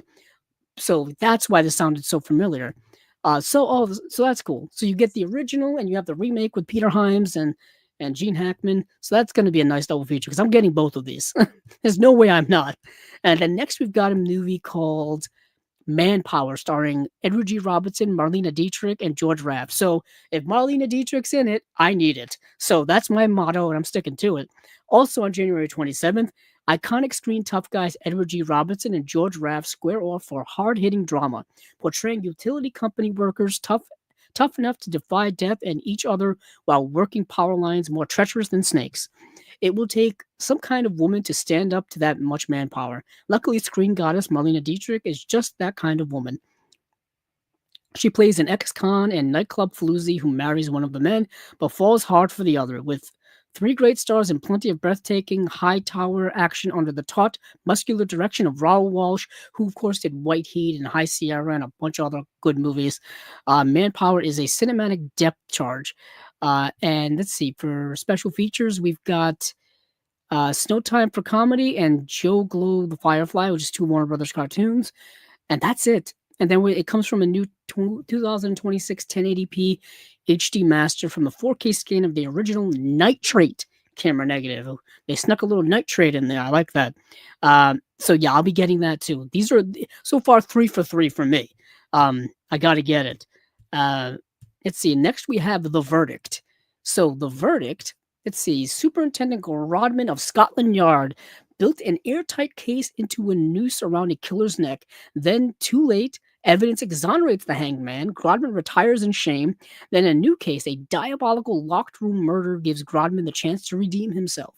Sidney Greenstreet and Peter Lorre, whose charismatic screen teamings began with The Maltese Falcon and continued through many beloved films during the 1940s, play Grodman and his effete artist comrade hunting for clues in the fog-bound, gaslit streets of 1890 London. Memorable for its stars, chilling atmosphere, and unexpected turns, The Verdict also marked the feature film debut of noted director Don Siegel, who directed, oh goodness, Dirty Harry and plenty of other films. Two classic WB cartoons, Hair Raising Hair and Birth of a Notion. Radio program with Peter Lorre, Inner Sanctum, Black Sea Gulf from 1943, Suspense Till Death Do Us Part from 1942, and New Adventures of Nero Wolfe, Stamped for Murder from 1950 with Sidney Greenstreet. And this is a 1080p HD master from a 4K scan of the original camera negative. New, of course. This is another one that I'm very interested in. You got two great character actors of their time in Sidney Greenstreet as well as Peter Lorre. You got 1946. I need it. I need all of these. There's so many great Warner Archive releases that I still needed to get. Literally, the Tom and Jerry set just came out. The big Tom and Jerry set just came out that I've got to get my hands on too. Now that's a Christmas gift to myself. I have to make happen sooner rather than later. I still have to get High Society, the High Society 4K that came out recently. I've got to get that. There's so much good stuff from Warner Archive. That's why I'm saying with the whole selling of Warner Brothers and stuff like that, I hope these Warner Archive releases don't go away because they're a joy really for movie collectors like myself and movie lovers like myself. So the next up we have By the Light of the Silvery Moon from 1953. In an age when sequels were not the norm, Warner Brothers 1951 Technicolor musical On Moonlight Bay was a huge success with audiences and critics alike. 2 years later, the cast was brought together for this equally successful follow-up, focusing on the Winfield family. Excuse me. Doris Day and Gordon McCrae reprised their starring roles in this moonlit Technicolor confection, which picks up soon after the first film ended. All right. It's a Doris Day musical. There you go. That can't sell it any harder than that. You really can't. For special features, we have classic WB cartoon from A to Z, classic WB comedy shorts, So You Want a Television Set, So You Want to Learn to Dance, and then the original theatrical trailer, new 2026 1080p HD master from a 4K scan of the original Technicolor negatives. The mere fact that they still have the original Technicolor negatives is a miracle. That's an absolute miracle. Yeah. Just for the sake of argument, I do want to check if On Moonlight Bay has a Blu-ray release already. Because Yeah, it does. All right. Came out 2021 because I was going to say if you're going to put out the sequel, you might as well have the a Blu-ray of the first one already out. So you can get yourself a nice Doris Day musical double feature of On Moonlight Bay and By the Light of the Silvery Moon from Warner Archive. That sounds like a double feature I really want, actually. Next, we've got what's this movie called? For the First Time from 1959. The brilliance of one of the world's most beloved tenors and the exciting world of opera highlights this delightful romantic adventure in the most beautiful cities of Europe. Tonio Costa, Mario Lanza, the temperamental darling of the opera world, is forever missing performances because of impromptu street concerns and endless parties. But Tonio's but Tonio's carefree ways change when he falls in love with Krista, a beautiful deaf girl. Krista refuses to marry him until she can hear his sublime voice. So they embark upon a whirlwind concert tour of Europe where Krista consults with specialists while Tonio sings his heart out. Their love grows stronger and they realize that as long as they are together, they can face whatever the future holds. Lush, exotic locations, fabulous operatic performances, and the magic of Mario Lanza give this sparkling love story the look and sound of enchantment. Filmed in spectacular technorama, a format taking full advantage of the lush European location photography, combined with the great Lanza's vocal brilliance, and what would be his final performance, made for the first time, an entertainment experience to treasure. Special features are a classic Bugs Bunny cartoon, long-haired hair, and that's it. New 2026 1080p HD master from the 6K scan of the original Technorama negative. It's interesting, I've been saying this all along, but it says 2026 on it. They must be doing I don't think they've done these yet then, perhaps. Or they could just be lying to us and they've already done all these masters and they're just saying that they're since it's coming out in 2026, it's a 2026 master. But anywho, and then last but certainly not least, if you've been following me here long enough, you know that I love classic animation on Blu-ray. Give me all of it. I just talked about Tom and Jerry. I need that Tom and Jerry set that just came out from Warner Archive. I need the Looney Tune Vault Collection Volume 1. I still need to get that. There's some other animation I've got to get too. But here's another one to add to the list. Here's another one. I might as well just talk about it here. It's not movie related, but screw it. It's my show. I can do what I want, I guess. This is the new Fred and Barney show, obviously from a spin-off of the Flintstones. Almost 20 years after its television debut, Hanna-Barbera brought the Flintstones back to network television in 1979 with an all-new series entitled The New Fred and Barney Show. Originally broadcast on Saturday mornings on NBC, this collection contains all 17 episodes of the quote-unquote revival series, which captured the essence of what made the original series such an endearing fan favorite, featuring the voice characterizations of Henry Corden as Fred, Mel Blanc as Barney, Jean Vanderpeel as Wilma, and Gay Otterson as Betty. The new Fred and Barney show is cleverly written and is making its official home video debut with this all new Blu-ray collection. Yeah, I don't ever remember seeing this even on DVD.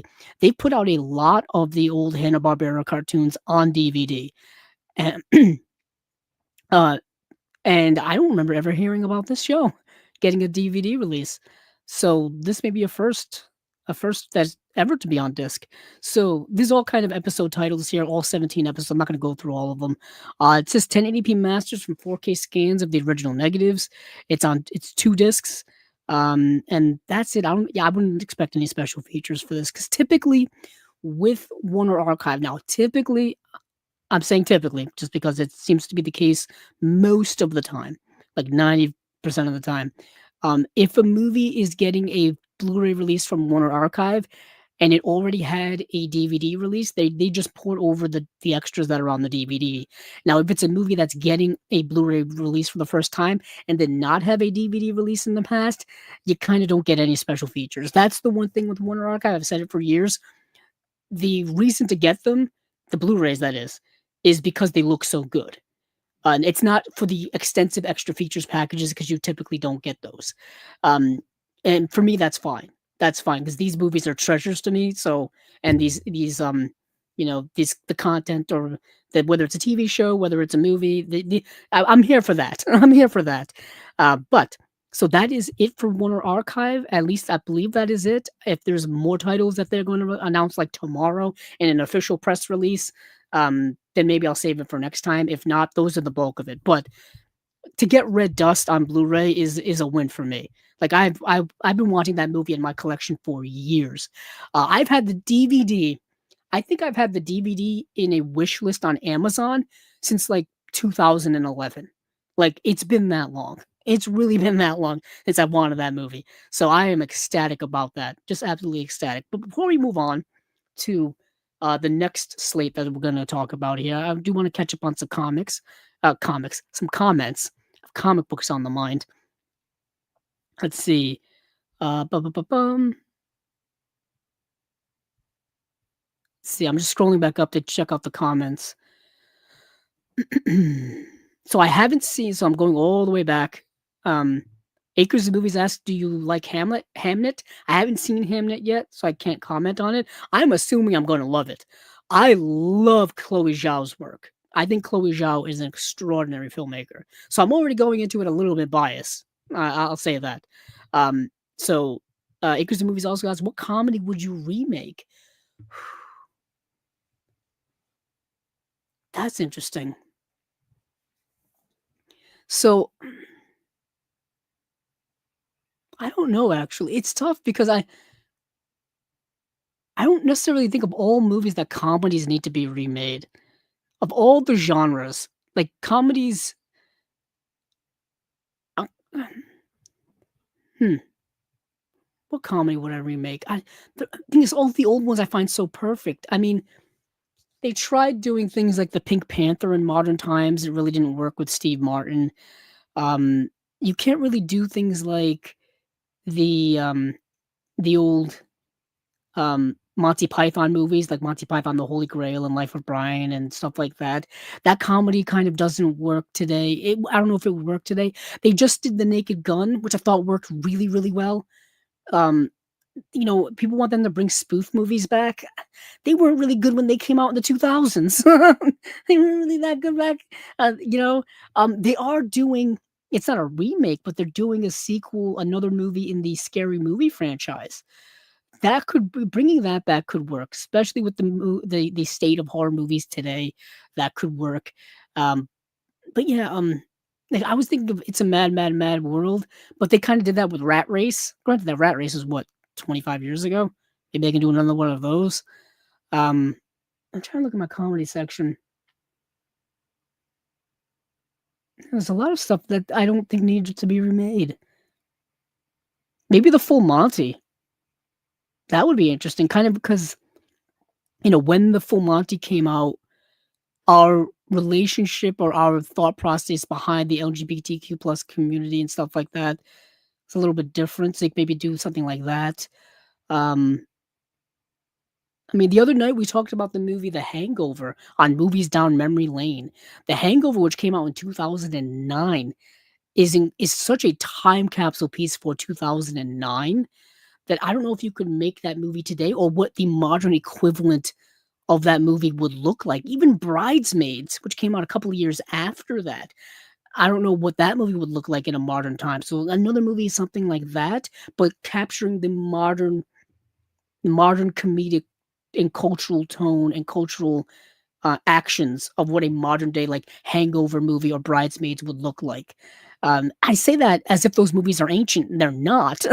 But a lot has happened since the early 2010s and the late 2000s. That's interesting. So, Acres of Movie asks, have you seen Dead Man's Wire? I have not.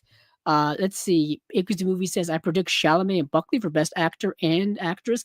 I still have to see Marty Supreme as well. So Marty Supreme is one of those movies that doesn't come out, I think, wide until like Christmas Day. Gee, they're taking forever to put that out. Would you rather do a commentary with De Palma for Body Double or Casualties of War? Body Double. Body Double, because Body Double is so Hitchcock, and I love Hitchcock. Let's see. Acres of Movies also says best 3 movies for costume design that you like most.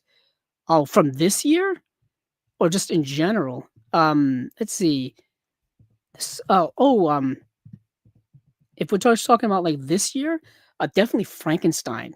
Frankenstein has that 19th century Gothic look that that the movie era is set in, and that's definitely one. What's some other stuff that came out this year that was period set pieces, which I know are you know it's kind of cheating. Let's see. Checking out. I'm actually. Let me see. So I gotta check out some movies that look good. I don't know. Wicked had some good costumes in it, but that's because it's based off of a stage play. Um, yeah, I don't know actually, but definitely Frankenstein. Definitely Frankenstein.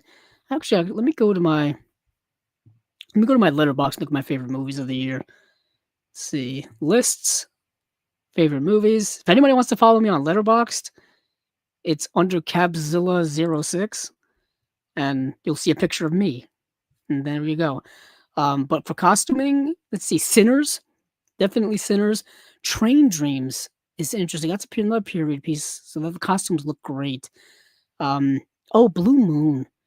Blue Moon had that early 20th century costumes that looked really, really good. Um, yeah, those are really good. Let's see. Anchors Movies asked, "You have a time machine that can go to any movie premiere anywhere, all time. What what's the premiere that you go to?" Um, uh, easy answer is Star Wars because for those of you who don't know, my favorite, like, I guess you could say, franchises of all time would be Lord of the Rings, Star Wars, and then Batman. So I go to the Star Wars premiere. You may be asking, why wouldn't you go to, Fellowship of the Ring premiere? Well, it's because I was alive during that time. I was alive during the time of 2001. I was at the theater in 2001 when Fellowship of the Ring came out. So I know I wasn't at the premiere, but I was around at the time. Same thing with 89's Batman. I was 2, but I was still around. But for Star Wars in 77, I wasn't alive for that. I did go to the movies when the prequels came out, when the sequels came out. I was there when they re-released the Star Wars movies in the theaters for when the special editions came out in the what was it, the mid 90s, late 90s, something around there. But in terms of, like, big old New York or LA premiere, I would for Star Wars. Yeah. Acres of Movies also asked, who do you cast for Larry Bird biopic, and who would you get to direct Larry? Um, let's go with, what would have been, he would have been decent. I don't know how tall he is though. The thing is, the Larry's 6'9". It's I know you can do camera tricks. Um, let's see. They actually just did. They just cast Larry in that Lakers series on HBO. I was kind of thinking of he would have to be younger, and he's not young anymore. Not that he's old in any way, but it would be Jeremy Renner would have been interesting, but he's 5'8". That doesn't really work. That doesn't really work. As for director, I would really like. Actually, I'll bring it out right now.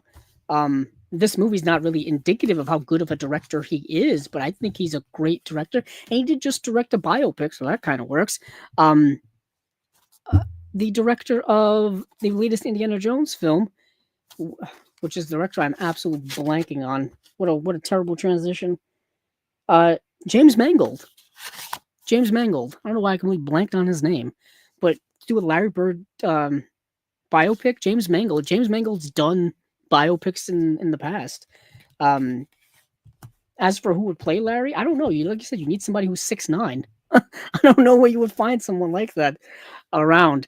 But it'd be interesting. I don't know if they'll ever do a Larry Bird biopic. They don't do a lot of sports biopics. Typically, they do them, but not for singular characters or singular athletes. Like, we haven't gotten a Michael Jordan one.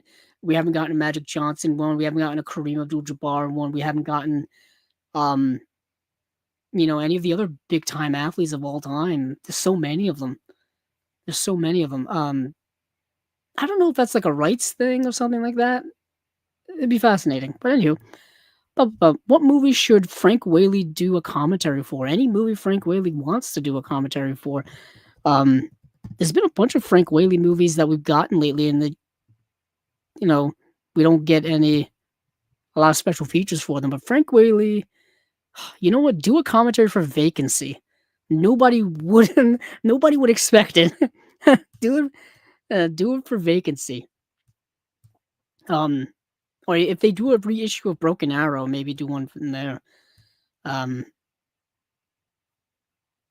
just looking at Frank Whaley's IMDb, and one of the top movies was Vacancy. So I was like, oh, why not do Vacancy? Dude, he's done a lot of TV work. He's done mostly TV work during the back half of his career, like the last 15, 20 years or so.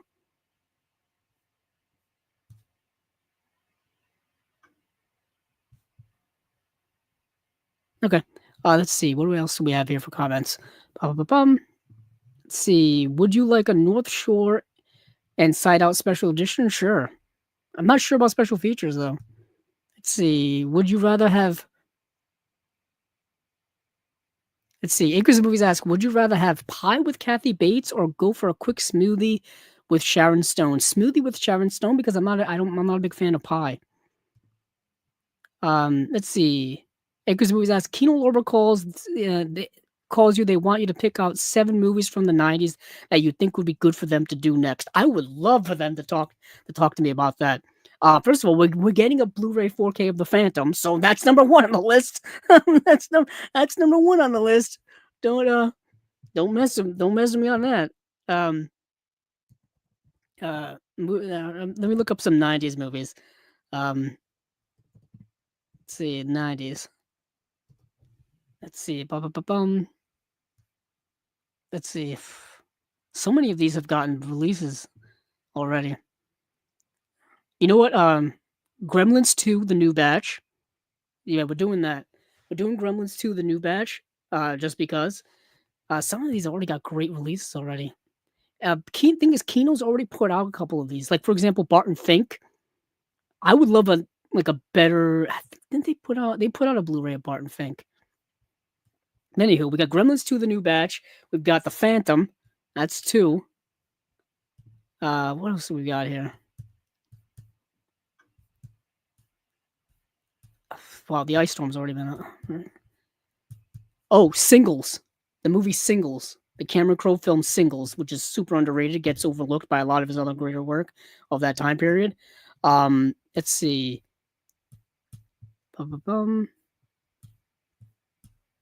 Oh, Velvet Goldmine. Velvet Goldmine, because I'm so pissed at myself, because years ago I could have bought the Blu-ray for Velvet Goldmine for really cheap, and the Blu-ray is like out of print. So we're doing Velvet Goldmine, which is the it's the Todd Haynes film. Yeah, Velvet Goldmine. So that's 4. And you know what? Swingers from '96, the Doug Liman film, that doesn't have a great Blu-ray release. So we're doing Swingers. Let's see. What else we got here?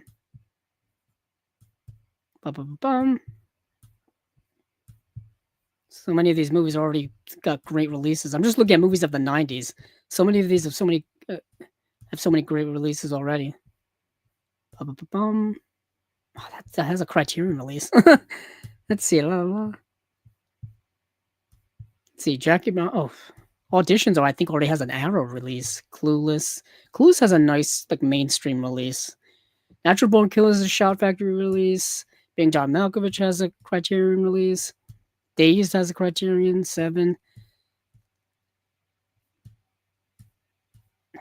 Let's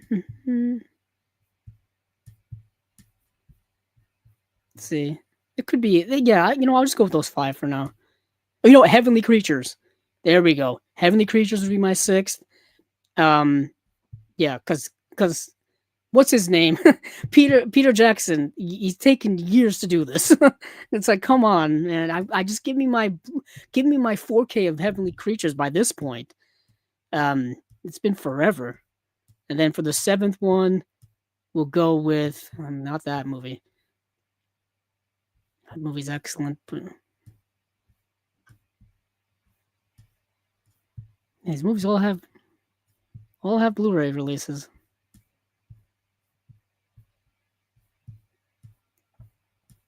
Let's see.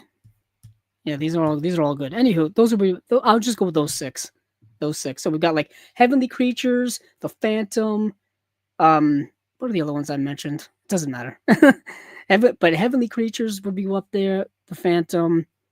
Um, I'm blanking on the other ones now, but yeah, those would be my six. Whatever ones I just said, completely blanking. But anywho, any Oscar predictions so far? Do you think it will be Amy Madigan, Best Supporting Actress? That's from Weapons. It's gonna be tough because the Academy Awards don't like genre films, especially horror. At least not right now. So I don't know if she'll get the nomination, but we shall see. What movie lawyer would you hire for yourself? I don't know, Jimmy Stewart in Anatomy of a Murder. Why not? If you made a new movie studio, what would you call it? Um, Capzilla Productions. Yeah, there it is. What commentary most comforts you? Any commentary with Martin Scorsese.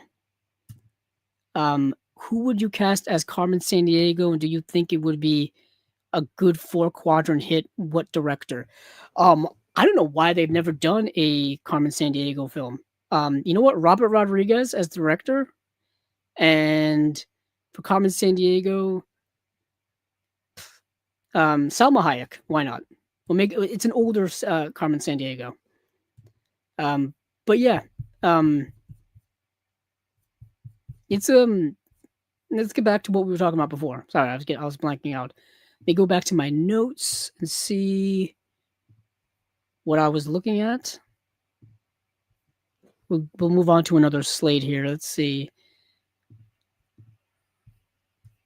You know what? Let's go over to Radiance. We'll do Radiance now.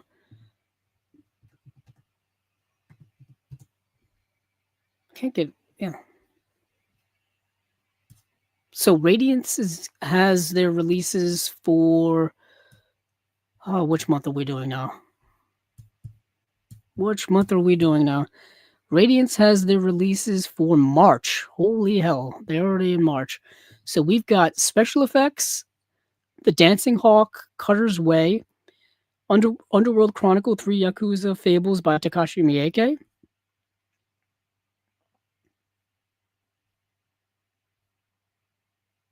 And that's it. Okay. So let's go with the box set first, because this box set is pretty damn cool. So you got three Yakuza Fables by Takashi Miike. Now Takashi Miike is a director that I've always loved. Man, Takashi Miike's done like Audition. He's done what are the other movies he did? Ichi the Killer. He did 13 Assassins. 13 Assassins is so awesome. So awesome. He's directed over 100 films in his career. So he's got a massive amounts of stuff to choose from in terms of different genres and different eras and all kinds of stuff. So let's see. The late 90s and early 2000s saw director Takashi Miike make the transition from his origins in direct-to-video V-cinema to one of the most critically and commercially successful Japanese directors on the international stage. A multi-talented director who would come to work in almost every established genre, it was his often outrageous takes on the gangster genre that first brought him attention outside of Japan. Three of his most notable Yakuza films from this period are collected here in a landmark new box set. So you've got Fudo, The Next Generation, you've got Agitator, and you've got Deadly Outlaw Rekka. So I've only seen Fudo, The New Generation, so I guess I'll talk about that one the most. So Riki Fudo is a high school student juggling academic work with a secret life operating as an underworld boss. As the leader of a group of larger-than-life school-age assassins, Fudo is waging a campaign of violence against the entire criminal underworld as part of a revenge plot against his own father. A high-ranking Yakuza in his own right who was forced to murder Fudo's brother, originally planned for release as a direct-to-video V-cinema title, Fudo was granted a theatrical release after producers viewed the film, leading to it becoming a festival favorite around the world and establishing Miike on the world stage as one of the film's great provocateurs and a key figure in extreme cinema. And this movie is extreme. So, Fudo, the New Generation, is also based on an unfinished manga, and it feels like a manga. It feels like an anime come to life in every sense of the word. Hyper violent, hypersexual, weird, very, very weird, very comic booky, if you will, and all of its style and stuff like that. So it took me a little while to get into the groove of it. But once I realized, oh, it's based on a manga. Manga is notoriously is a format that's been adapted to anime, and then anime to live screen adaptations are a thing, but you can tell there is a style to that, and there is a style that sometimes is not for everyone. This movie is very much not for everyone.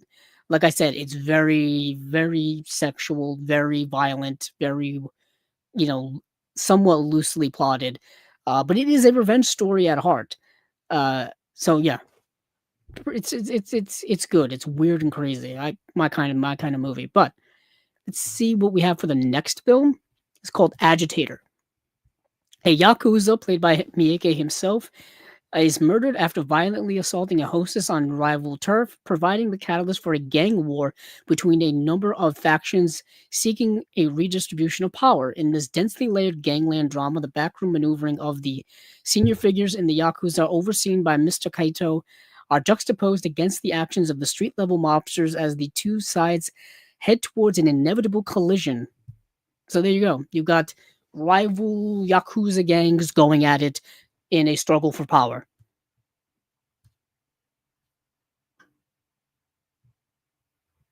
The original theatrical version of the movie was 200 minutes long.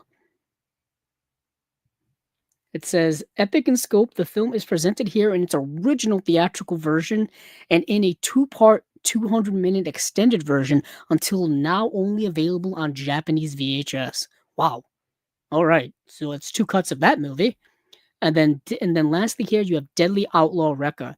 Kunisada has his world turned upside down after learning of the death of his mentor Saneda. Let's see. Pairing up with his friends, pairing up with his friend Shimatani on a raging road trip to avenge his fallen father figure, leaving a trail of bullets, blood spatters, and bazooka fire in his wake. A typically bizarre and extreme take on the Yakuza genre, Deadly Outlaw Rekka is Miike at his most deliriously entertaining. Oh, there you have another revenge film. All right then. For special features, high definition digital transfers of each film on 3 discs on Blu ray for the first time in the UK. Multi-format 4K UHD and Blu-ray presentation of Fudo, the New Generation. Standard definition transfer of 200-minute extended version of Agitator, presented in its original two-part form for the first time outside of Japan. So that's only a standard definition version of the 200-minute cut of Agitator. Uncompressed mono PCM audio, newly filmed interview with Takashi Miike on Agitator and Deadly Outlaw Rekka, audio commentaries on Agitator and Deadly Outlaw Rekka by Tom Mess, audio commentary on Fudo, the New Generation with Takashi Miike and Shosuke Tanihara, Electric Yakuza Go to Hell documentary on Miike featuring interviews with Kenji Fukasaku, Takeshi Kitano, Shinya Tsukamoto, and others. That's from 2009, and that's an hour long. Archival interview with Shosuke Tanahara, archival interview with Yoshinori Chiba. You have trailers, and you got subtitles, of course. Reversible sleeve featuring original and newly commissioned artwork. Limited edition 80-page bound book featuring new writing by Tom Mess, Colin Geddes, and archival writing from Tony Raines. Limited up to 5,000 copies. All right. Let's see. And this is Region B. Okay, so this is Region B locked. Well, other than the 4K is obviously region free. So this is coming out in March.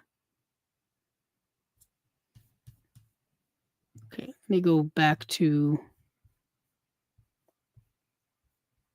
Let's see, Josh. I got a comment here from Josh4011. Have you seen Chan is Missing? That's a slept on title from Criterion. I have seen Chan is Missing. It's interesting you mentioned that, Josh, because I just mentioned Sister Hyde, and Sister Hyde, I believe, did the cover art for Chan is Missing. Chan is Missing is a great film, super underrated. It's a movie that I think more people need to be aware of. I just think they need to be aware of. 1960, 1982? Yeah, 1982 by Wayne Wong. It's 82 minutes long. Yeah, new cover by Drusilla Adeline or Sister Hyde.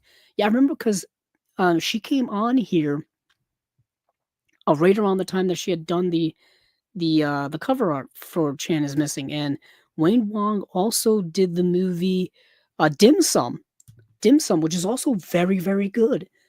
So yeah, Chan is Missing and Dim Sum is a nice double feature. A nice double feature. Um, where was that? Oh yeah, Radiance. Let me get rid of some of these tabs here so I keep track of what I'm doing. So that was the Takashi Miike box set, Underworld Chronicles, 3 Yakuza Fables by Takashi Miike. Cutter's Way. So I have Cutter's Way on Blu-ray already from Fun City. Cutter's Way is an excellent film. Watch the movie any way you can. Now this is a 4K of Cutter's Way, this is new, a new format actually. Because Cutter's Way has not been on 4K before. So if you've never seen Cutter's Way, highly recommended. And this is what the movie's about. The laid-back Californian gigolo Richard Bone, Jeff Bridges, finds himself suspected of murder when he happens to see the wrong thing at the wrong time. The body of a young girl being dumped into a garbage can in a quiet Santa Monica neighborhood. Bone's friend, the capricious and paranoid Vietnam veteran Cutter, portrayed by John Hurd, begins to suspect a conspiracy behind the killing with a local oil tycoon who is local oil tycoon J.J. Cord, Stephen Elliott, at its center. He persuades a reluctant Bone to try and take Cord down, leading to a sinister escalation of events that will change their lives forever. Yeah, the movie's excellent. This movie's excellent. Like I said, I've got the it's the Fun City. Yeah, I think it's. Let me go check. Hold on. I don't check my Fun City shelf.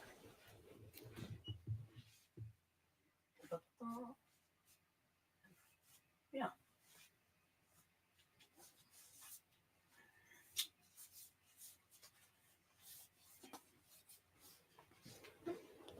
And also gave me an excuse to stretch my legs a little bit. I don't know if you guys have ever sat in the same place for 4 hours in the same position, but it stiffens the legs a little bit. So here is my copy of Cutter's Way by Fun City Editions. Now, Fun City Editions has a partnership with Radiance where they put this exact edition out in the UK.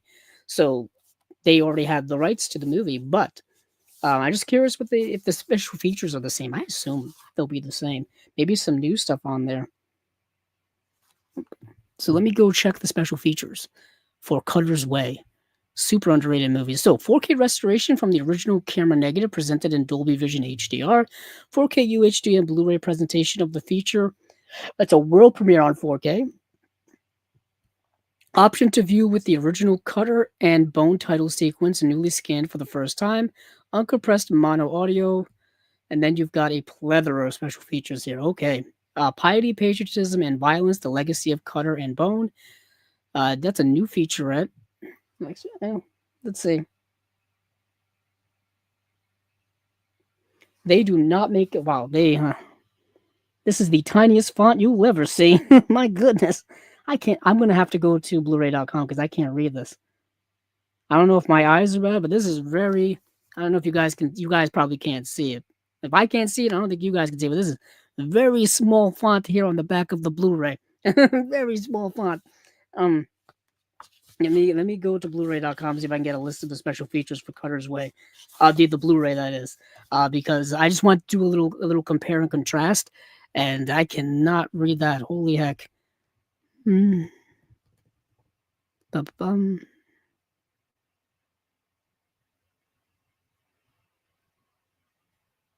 There you are. Okay, here we go. There's the list. All right. Like I said, that is a loaded edition. Okay, so Piety, Patriotism, and Violence: The Legacy of Cutter and Bone. New featurette on the legacy of Cutter's Way with contributions from writers Megan Abbott, Jordan Harper, and George Pelicanos. Archival audio commentary by novelist Matthew Spector. Archival audio commentary by film historians Julie Kurgo and Nick Redman. That's from the old Twilight Time release. Holy heck. Archival video interview with actor Lisa Eichhorn, UA Classics exec Ivor Deutschman, director Ivan Passer, Jeffrey Allen Fiskin, and producer Paul Gurian. Archival video featurette on composer Jack Nietzsche. Archival audio introduction by star Jeff Bridges. Wow, that's cool. Archival video introduction by director Bertram Tavernier, and theatrical trailers. Limited edition 80-page book. All right, now let me go over to. Yeah, I don't. Okay. It's got all the. Okay. So it's got two. So this old Blu-ray has more features, actually. Actually, maybe not. They may have the same. Let me go line these up next to each other so I can do a little compare and contrast.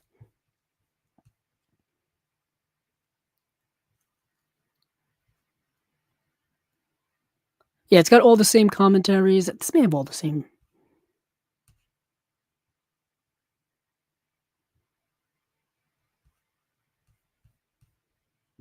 They just lay it out a little bit differently. I think it's got all the same special features as this release. Yeah. They just describe them differently because this would be all those archival stuff that I just mentioned, like archival interview with actor, an archival interview with, the composer, an archival interview with this person, that person. That's all on this release. It's listed differently, and on Blu-ray.com, it gives you like the time and gives you like an in-depth review of like each one and what they are.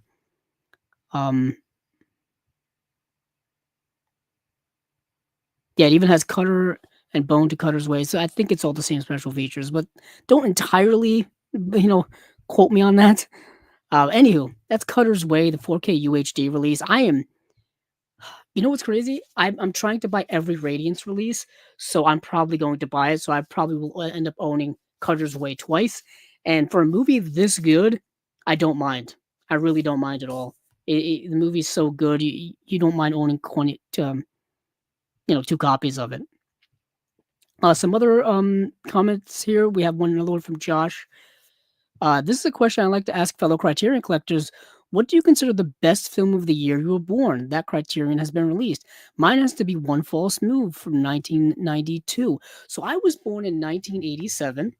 So I would have to go to criterion.com and look at the Criterions that came out, that were put out from 1997.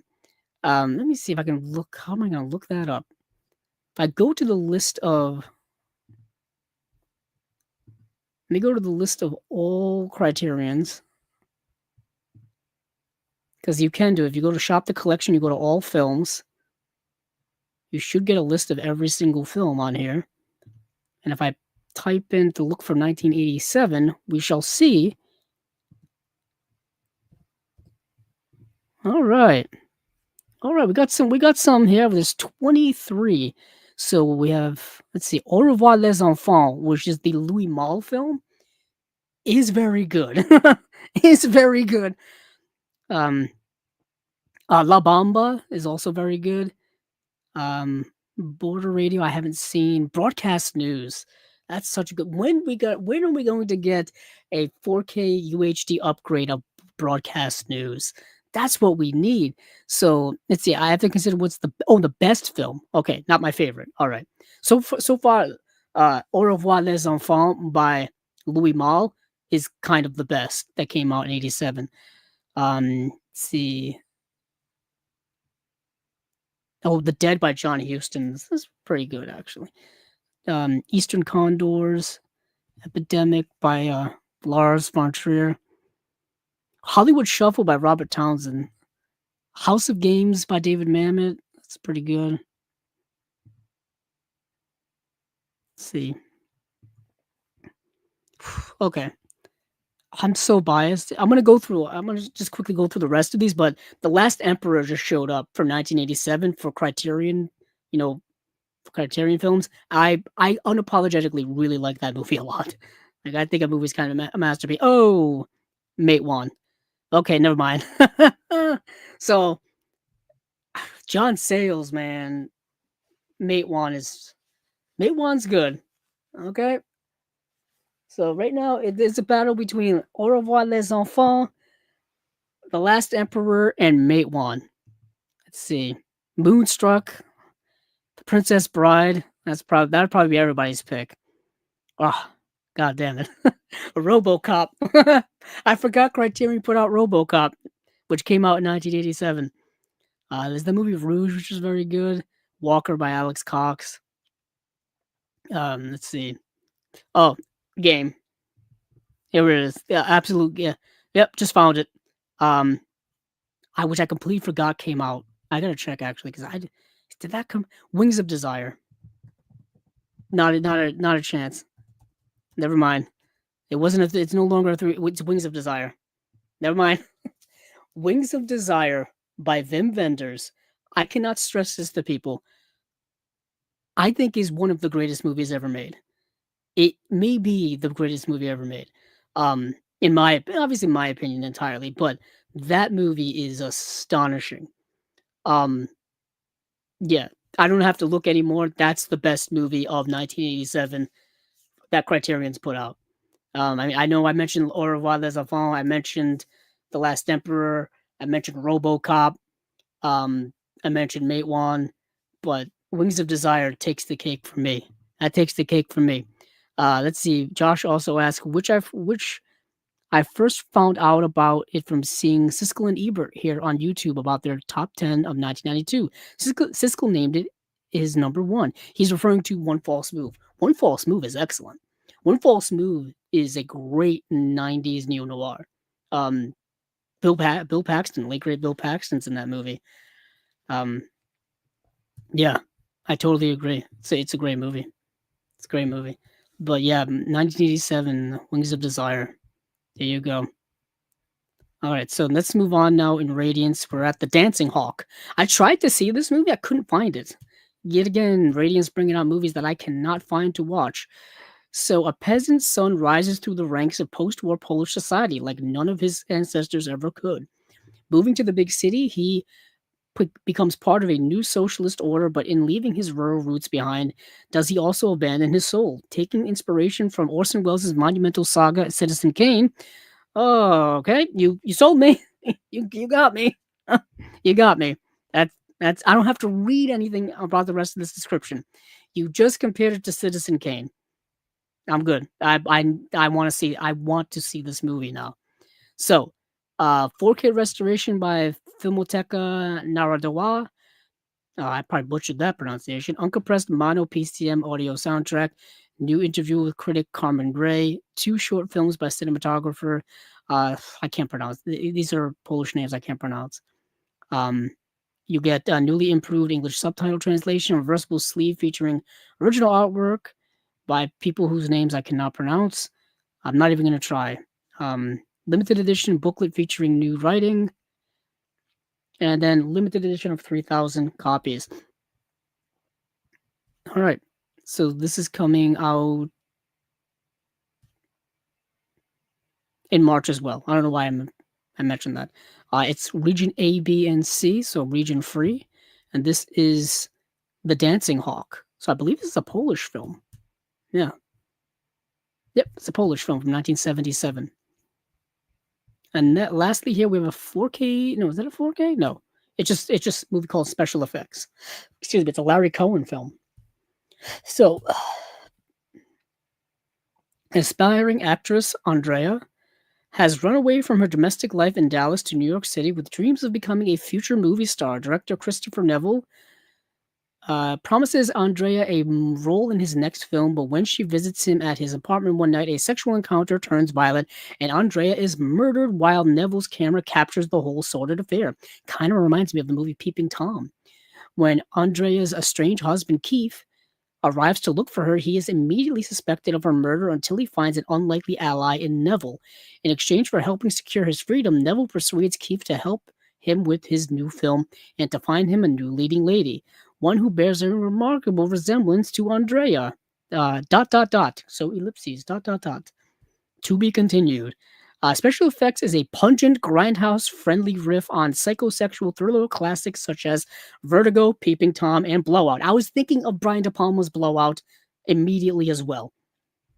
So, from the king of low-budget New York genre cinema, Larry Cohen, who did The Stuff. If you've never seen the movie The Stuff, it's bonkers. He also did the movie The Winged Serpent. So this is a UK Blu-ray premiere, high-definition digital transfer, newly recorded interview with star Eric Bogosian, new audio commentary with director of King Cohen, Steve Mitchell, Cohen on Cohen feature-length interview with Larry Cohen himself from 2017, archival director's commentary with Larry Cohen, moderated by Steve Mitchell, new interview with critic Christina Newland on Zoe Tamerlis Lund. She plays the Andrea character. And Eric Bogosian plays the director character. So this has optional English subtitles, includes O-card featuring original and newly commissioned artwork, limited edition booklet featuring new writing by Juan Barkin, limited edition of 3,000 copies, and this is Region B locked. Okay. All right. Movie came out in 1984. Kind of want to see it. I really want to see it, actually. I plan on getting all of Radiance's films at one point. They're all their releases, so I'll be seeing it eventually. Yeah, we have another comment here from our buddy JB. I picked up that High Society 4K tonight a couple of hours ago. Nice. What timing? Great coincidence of timing. I've mentioned it earlier. It's one of my most anticipated releases of the year because I love Grace Kelly, and that was her last movie. That's the last movie she did before she left Hollywood. So it's got a historical significance for that. It's also I think an adaptation of the play High Society, which had also been done in The Philadelphia Story, the movie starring Katharine Hepburn and Jimmy Stewart and Cary Grant. So in this movie, of course, High Society stars, like I said, Grace Kelly, Bing Crosby, and Frank Sinatra. And the Warner Archive 4Ks, from what I've seen so far, look really, really good. I only have the Searchers, and the Searchers looked pretty amazing to me. It looked kind of astonishing, considering the old Blu-ray of the Searchers from Warner Brothers was from 2006, I think. It was somewhere around there. So that movie needed any type of remastered upgrade like you wouldn't believe. It really needed it. It needed it so much. So it looked revelatory. And High Society's never gotten a Blu-ray release until now. And I just want to check that to make sure that I'm not losing my mind. High Society never got a Blu-ray release, at least not in the US. So it got one in Germany, it got one in Spain, but that's about it. So nothing in the Region A area, I would say. And I remember seeing that DVD so many times and so many bargain bins for cheap. And I was like, I'll wait for the Blu-ray. And 2025, here I am. It finally comes out.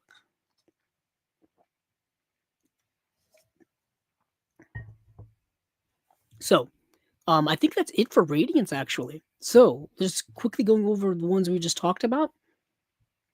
We've got Underworld Chronicles, 3 Yakuza Fables by Takashi Miike. I think they're releasing Agitator from that set by itself. So I think they're doing that. We also got Cutter's Way, of 4K UHD of that film. That's a re-release. And also kind of a new release.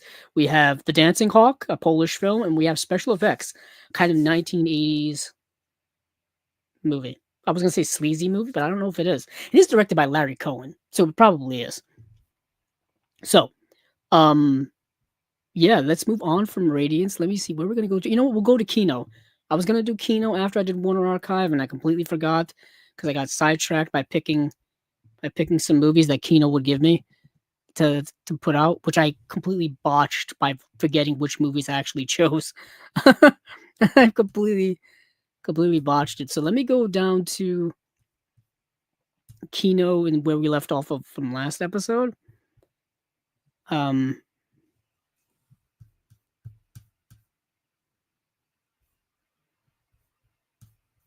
let me see. Am I in the right Kino?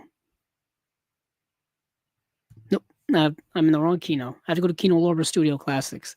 I was like, so Kino Lorber has two Facebook pages. They have Kino Lorber and they have Kino Lorber Studio Classics. And what we do here for Chasing Labels is typically the Studio Classic stuff. So there's a couple of ones that I've already talked about, so I'm going to skip over those just for the sense of time. And there's some that I'm more interested in terms of finer detail of certain titles. So let's see. I don't even know what I put in my notes. I probably should check. Okay. Now, where did I put in my notes to start from? We still have to do shout stuff too, so I got to make sure to go pull up the shout titles as well. Okay, we started with that. All right. We started with this movie called Diva, which is kind of funny. Oh, here it is, Diva. So Diva's getting a 4K UHD release coming on January 20th. It's a 2-disc set. Let's see, director Jean-Jacques Benet launched the Cinema du Look movement with this stylish cult thriller that remains as innovative today as when it premiered in 1981. Jules, a young postal carrier, illegally tapes a concert of a reclusive opera singer. Jules' attempts to woo the diva are interrupted when Taiwanese bootleggers come after the recording. His problems worsen when a prostitute slips another tape, one that incriminates a police chief, into his bag. Now Jules must escape the police chief, the cops' henchmen, and the bootleggers to keep both of the precious tapes safe and to stay alive. All right, we got a bad scenario here for this poor guy. A really bad scenario. So yeah, he's got to escape the police. He's got to escape bootleggers. He's got to stay one step ahead of everybody here. So this is the movie Diva, and it's a pretty stacked release. So disc 1 is the 4K UHD, which has a brand new HDR Dolby Vision master from 4K scan of the 35mm original camera negative. Got an audio commentary by film critic and author Simon Abrams. Got a scene-specific audio commentary by director Jean-Jacques Benet. Let's see. Disc 2 is the Blu-ray. You got the movie, of course. You have the same audio commentary and the same scene-specific audio commentary. You have an introduction by Professor Phil Powry, author of Jean-Jacques Benet and Eric Grinda. You have Holding Ground interview with director Jean-Jacques Benet. In the cafe interview with director.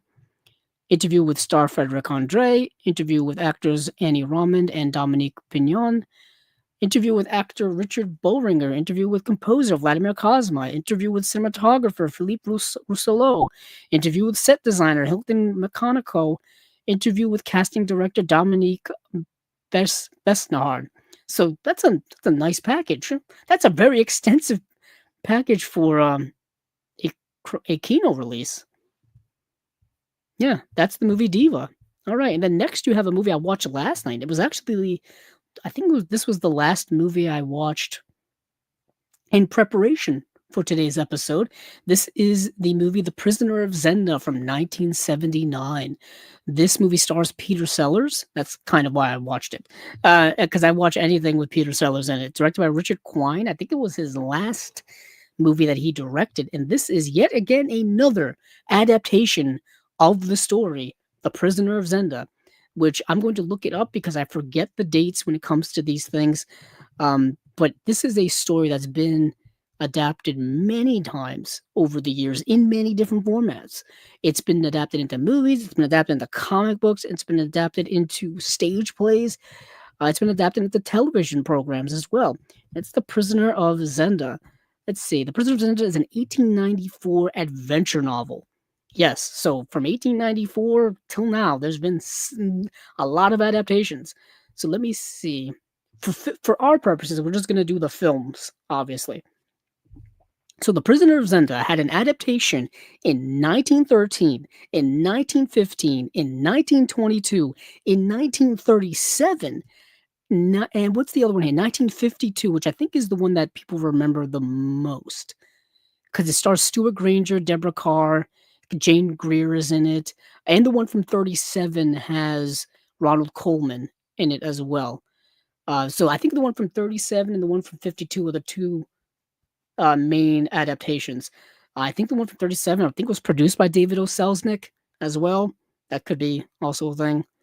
Um, it's also yeah, that these are the two most beloved adaptations. The ones from 1937 and 1952. And then we had 1979's. I mean, there's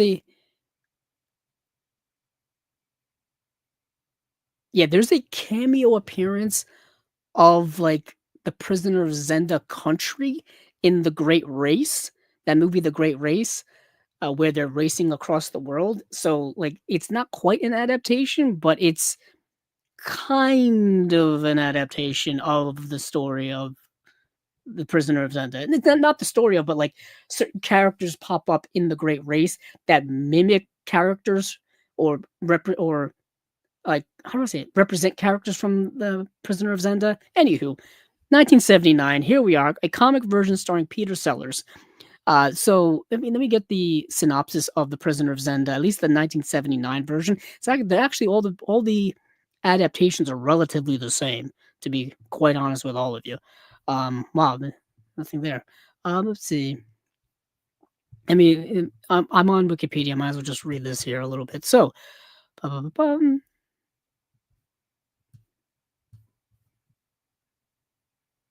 Let me go to IMDb. I was gonna read the Wikipedia one, but not very helpful. Not very helpful. I'll just end up reading the whole plot of the movie, and that's not what we're gonna do here. Prisoner of Zenda. Let's see. Yeah, Peter Sellers. Peter Sellers plays multiple roles in the movie. He plays like 3 roles in this film, which he's been known to do. So, in order to save King Rudolph of Ruritania from assassins and murderous usurpers, the kingdom hires a look-alike London cabbie to impersonate the monarch. So it's a period piece set in like a medieval setting, and there's this king who is about to be coronated, and he's got a jealous half-brother who doesn't want that to happen. So the jealous half-brother decides to steal or capture the person who's about to be crowned king on right before the coronation, right? He's gonna steal him. He's gonna ruin everything, right? So to the point where the kingdom will be forced to crown him king because the other person's not here. That's his grand plan, right? But the people in power, or the people who are kind of running the coronation, the assistants and the other royal people, they decide that they're going to find a lookalike. They're going to get somebody who looks just like the king to replace him until we can figure shit out. And just so happens that the king has a long lost half brother because his father uh, slept with some woman sometime years ago, and they look exactly the same. It's Peter Sellers twice. It's Peter Sellers as the king, as the guy who's going to be crowned king, and Peter Sellers as the lookalike, and he's got to play both of those roles. Early on in the movie, Peter Sellers even plays the father of the prince, who ends up dying in a balloon accident. I don't know. That's how the movie opens. But it's like it's done comedically. I say that as not to be morbid, but it's done comedically. And so Peter Sellers as this lookalike character is gonna take over and pretend to be the king, um, and until whatever happens, essentially. And he doesn't know how to be a king. He doesn't know what to do, and it's all comedic and a lot of physical comedy when it comes to Peter Sellers. If you know Peter Sellers' comedy from like the Pink Panther movies and all that kind of stuff, you know the type of comedy it is. Speaking of which, the Pink Panther movies are the 4Ks are coming out very soon, so keep your eyes out for that because those are definitely something I want to make note of and check out because I love the Pink Panther movies. I talked about them when they were announced, and I want to see how they look on 4K, just because they've only ever been on Blu-ray. So let's see what else we got here. When it comes to Kino releases. Okay, so moving on from the Prisoner of Zenda, and there's no details about the Prisoner of Zenda yet. Just as coming soon on Blu-ray. Next, we've got the movie The Island, or just called Island. It stars Michael Caine. That's Yeah, it's got music by Ennio Morricone. It's from 1980. Directed by Michael Ritchie, who did Prime Cut, and he did the movie Fletch. Um, Let me see if I can get a synopsis of Island. Just see. I type in Island, you'd be surprised how many movies with Island in the title there are.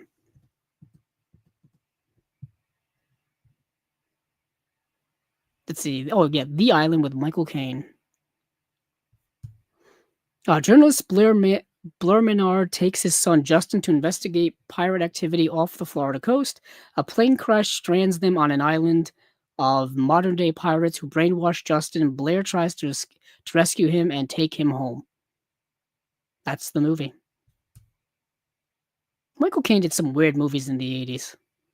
I just thought that's just my take. And this has no details other than it says coming soon on 4K UHD, brand new HDR and Dolby Vision Master. That is it for The Island. Let's see. What else do we have here? See, I think I already talked about that, or did I put that in my notes? Oh, yeah. No, we're going to move on to Somewhere in Time, because this is kind of a release that I'm really interested in. So Somewhere in Time is the Christopher Reeve and Jane Seymour romance film from 1980. This has got to be one of Christopher Reeve's most well-known films that wasn't his Superman films. People always reference Somewhere in Time, and it is good. It is actually very good. If you're into romance films, it's definitely up there. So let's see. Christopher Reeve and Jane Seymour star in this timeless love story of a young writer who sacrifices his life in the present to find happiness in the past. After one of his plays, Richard Collier, Christopher Reeve, is approached by an elderly woman, Jane Seymour, who gives him an antique gold watch and pleads with him to return in time with her. Years later, when Richard sees a photograph of a beautiful young woman at the Grand Hotel, he realizes she is the same woman who had approached him and becomes obsessed with returning to 1912 to find her. Directed by Richard Matheson, written by Richard Matheson, written by Richard Matheson, directed by Jeanette Swark, and co-starring Christopher Plummer and Teresa Wright.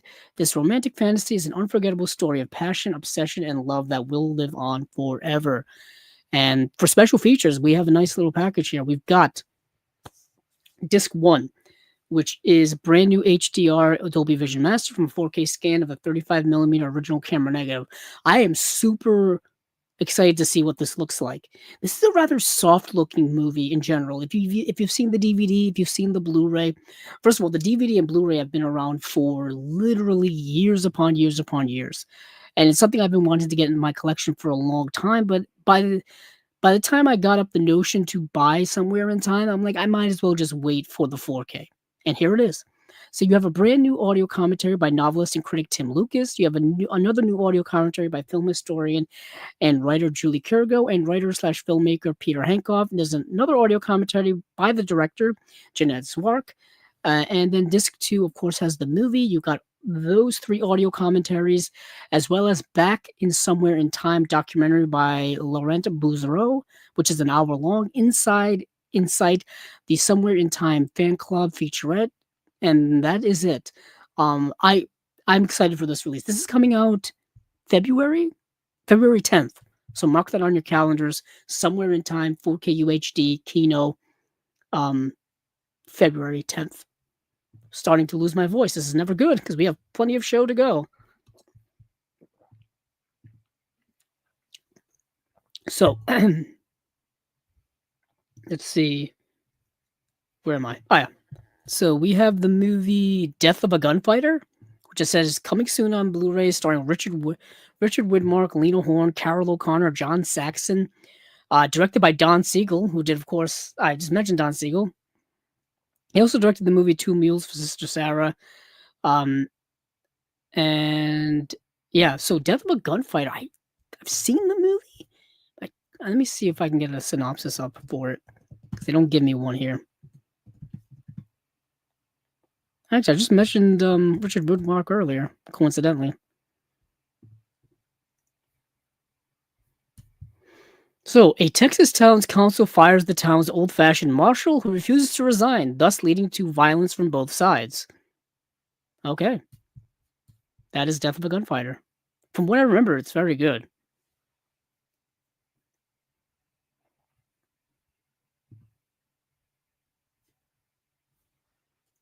Um, let's see, nothing in the way of special features, just says coming soon on Blu-ray. What else do we have here? Let's see. The last thing I Yeah, that's the last thing I put in my notes, but I felt like there were other Kino announcements today. Oh, yeah. Okay, so we got details on Ray. So Ray, of course, is the Jamie Foxx starring biopic of Ray Charles that came out in 2004. Big old critical hit of the time. Jamie Foxx won the Oscar for this performance in that film. Yeah, it's a biopic about Ray Charles and his life and trials of his career and whatnot. So it's a 2-disc set. First disc is a 4K UHD. It's got brand new HDR Dolby Vision Master from 4K scan of 35mm original camera negative. Approved by director Taylor Hackford. New audio commentary by film historian and author Dwayne Epstein. Audio commentary by the director Taylor Hackford. Disc 2 has the same audio commentaries, has the director's introduction, stepping into the part featurette, Ray Remembered featurette, The Woman of Ray featurette, The Filmmaker's Journey featurette, Ray an American Story featurette, A Look Inside Ray featurette, 14 deleted scenes, 9 uncut music performances, and a theatrical trailer. Now, this has been available for years on both Blu-ray and DVD, I believe from Universal. So this it's probably in many of your collections. I think it may be in mine, actually. So this let me see. I think that's it. Yeah, that's it. So that is it for Kino. We have another commentary here, or comment, sorry. Let's see. Let's see. Ah, so Acres of Movie says, here are some 90s and 2000s one I like and recommend. Love and Other Catastrophes, Let Him Have It, After Dark, My Sweet, that's a good one. Enduring Love, The Trigger Effect, um, let's see, Lantana, Night of the Comet. Night of the Comet's great. I really like Night of the Comet. That just got a nice 4K release from, I think, Shout Factory last year. I want to say last year. I really like that movie. Let's see, Acres of Movie says Stuart Wilson villain in No Escape and Lethal Weapon 3. He is. Let's see. Acres Movie says I highly recommend Rosemead from this year. I think Lucy Liu was the best actress. They're so great. Lucy Liu's a great actress. Let's see. Also, Luke. It's probably meant to say Lucy Liu. Also, Lucy Liu is great to both get Independent Spirit and award nomination. Okay. Excited for No Escape new features. Yes, No Escape's getting a bunch of new features. And then Josh says, when it comes to 4K Arrow US releases, which is your personal favorite and which do you think is the best? My personal favorite is Donnie Darko, and the best I'd say is Tremors. Okay. Now, best all time or best off the top of my head? Let me see. So, Arrow's done a lot. Like I said, they literally had my most anticipated release of the year. Josh, I don't know if you were here earlier, but the Teenage Mutant Ninja Turtles trilogy set, their 4K set that just came out. This thing is kind of a dream come true. It's really a dream come true. It's 4K restorations of each of the movies. There's a bunch of special features, but pretty much for the first two. The third movie, not so much. But this is one of my favorites of the year. But for other great Arrow releases, I got so many of them around me. I had a whole stack of Arrow releases. Where are they? Tremors is good. You are right. Tremors is good. Why am I blanking on Arrow? Oh, Outland. Outland just came out. And I really, really I've wanted for years for that movie to get a nice deluxe release, and it finally got one. Now watch me as I scramble for Arrow releases around me, because they're probably all on my shelf. Let's see. Oh, here we go. I got some Arrow releases here. So, Cobra. The 4K UHD of Cobra. I've got their 4K UHD of Dark City. This was nice. This needed an upgrade badly because that old Blu-ray just wasn't cutting it anymore. And then they just put out a 4K UHD release of William Friedkin's Cruising, the Al Pacino film. Now, the Blu-ray was out for years for this, so pretty sure everybody had it in their collection except for me. This Al Pacino's Cruising. These are really nice releases. I just happen to have these around me, and of course, I got these too. Move these back.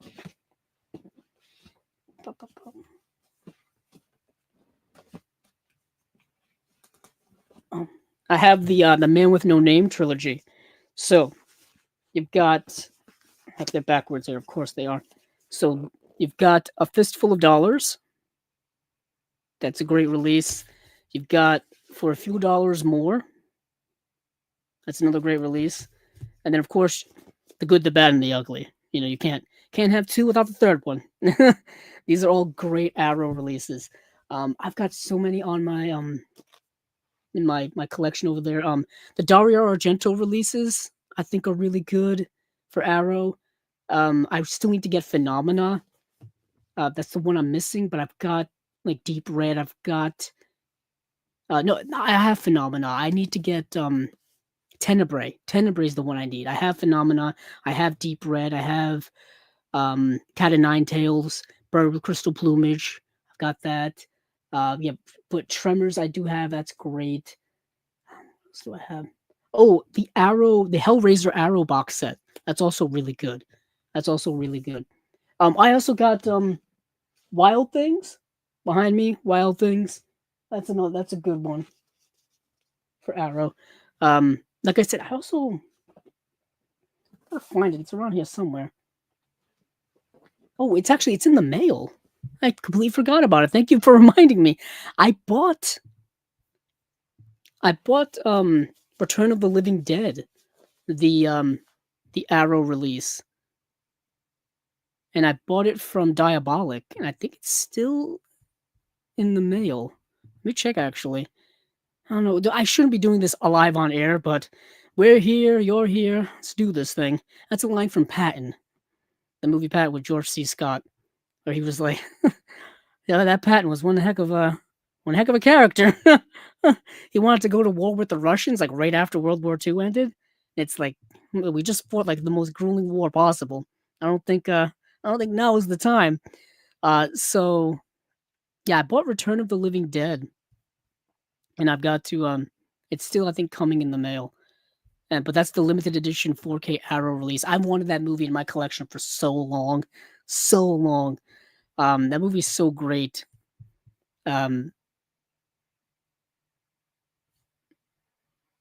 Yeah, so let's move on to I think we're gonna cut. Let me see. Oh, let me go check my notes. You know what? We're gonna do Shout. Yeah, we're doing Shout Factory, Arrow, and then Vinegar Syndrome partner labels. And I think that's it for the game here. Yeah, because I'm looking. Yep, that's it for the game. Okay, so let me go over to Blu-ray.com. Let me get to I must have said shadow releases. No, shout releases. Losing my mind. Let's see. Okay, I'm trying to pull up the shout releases. They are putting out another one of their Hong Kong films, which I am trying to currently get. Speaking of Arrow, I'm trying to get the Arrow releases of the Hong Kong movies. A City on Fire just came out, but Diabolic doesn't have it. Orbit doesn't have it. Well, they're sold out, and I'm trying to get City on Fire. They just coincidentally we're going to talk about Arrow. So yeah, we're going to talk about Arrow, and they're putting out their version of Peking Opera Blues, which Shout Factory's already put out, and I want to get that as well. So yeah, the Mexico trilogy. Thank you, Josh. So Josh says the Mexico trilogy will probably be my favorite had all three movies been redone in 4K, but since only Desperado got a 4K, it missed the boat. Yeah, so that's interesting that you mentioned that because I have that as well. I have that in my Robert Rodriguez section. Actually, it's down near my Robert Rodriguez section. Um, it's yeah, they tried. They really, really tried to make that happen. We had one of the producers of Arrow's work here on Chasing Labels. Is it Michael McKenzie? I can't remember which McKenzie it is. Um, Let me check. And so I know they worked diligently hard to make those releases happen, or to make their releases happen. And um, yeah, I remember when that came out, people were commenting, and he was in. I think they were forthright in saying that they couldn't make that happen. But that would have been a massive set. Imagine all those a 4K set of El Mariachi, Desperado, and Once Upon a Time in Mexico. That would have been a monster set. As it is, it's already a nice set just for special features alone.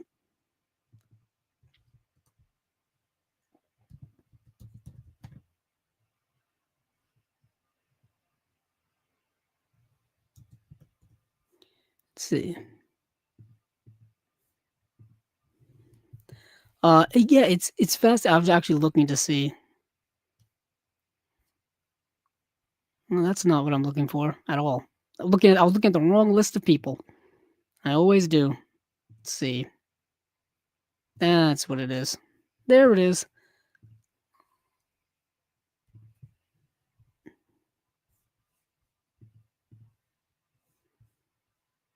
Yeah, it was Michael McKenzie. Michael McKenzie, who um he was a senior producer of Arrow Video at episode number 41. Uh, Before we were doing the video portion here of Chasing Labels, we had him on. And he was responsible for a lot of our releases. I think he worked on that one too. And yeah, they tried to make that happen. But yeah, that would have been a monster set. Like I said, I just wanted to make sure I get the right name and the right credits. when you would, um, that's a nice release too. And they've done a lot of smaller releases as well. Trying to see if I have any around me. Oh heck, I didn't even mention this. So they've actually just this actually just got an upgrade. Um, their release of The Apartment. So Arrow put out this Blu-ray release of The Apartment years ago, and they just put out, I think, the 4K UHD upgrade of this. It's a UK release only, but this is a masterwork of a movie. This is also like the definitive way to own this movie. I gotta look into getting the 4K just to see how good it looks. But this release in and of itself is still so nice. That's the one thing with Arrow's Blu-rays look so good, and their 4Ks look even better. But I don't know what to do with the Blu-rays after I get the 4Ks. It's a tragedy, really. It is. It's a tragedy. Um, yeah, because this already had a 4K restoration. So yeah, so this is one of my favorite Arrow releases of all time. This is The Apartment. I remember there was a mad dash to get this. This sold out everywhere at the time. Really nice release. But let's see, where am I? Oh yeah, Shot Factory. So we've got their February releases. So the demise of Shout Factory was only a rumor, I guess, because they already got stuff for February. So let's see, we have Prisoner on Fire 1 and 2, The Big Heat, Dead Silence, Deathstalker, and Brotherhood of the Wolf. Okay, so Brotherhood of the Wolf is just a 4K Steelbook re-release. It's nothing new.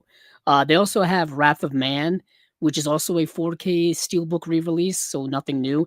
They have Child's Play 2 4K Blu-ray Steelbook re-release. That's also nothing new. It's a Blu-ray. It's a Steelbook version of I believe Blu-rays they've already put out, or 4Ks they've already put out.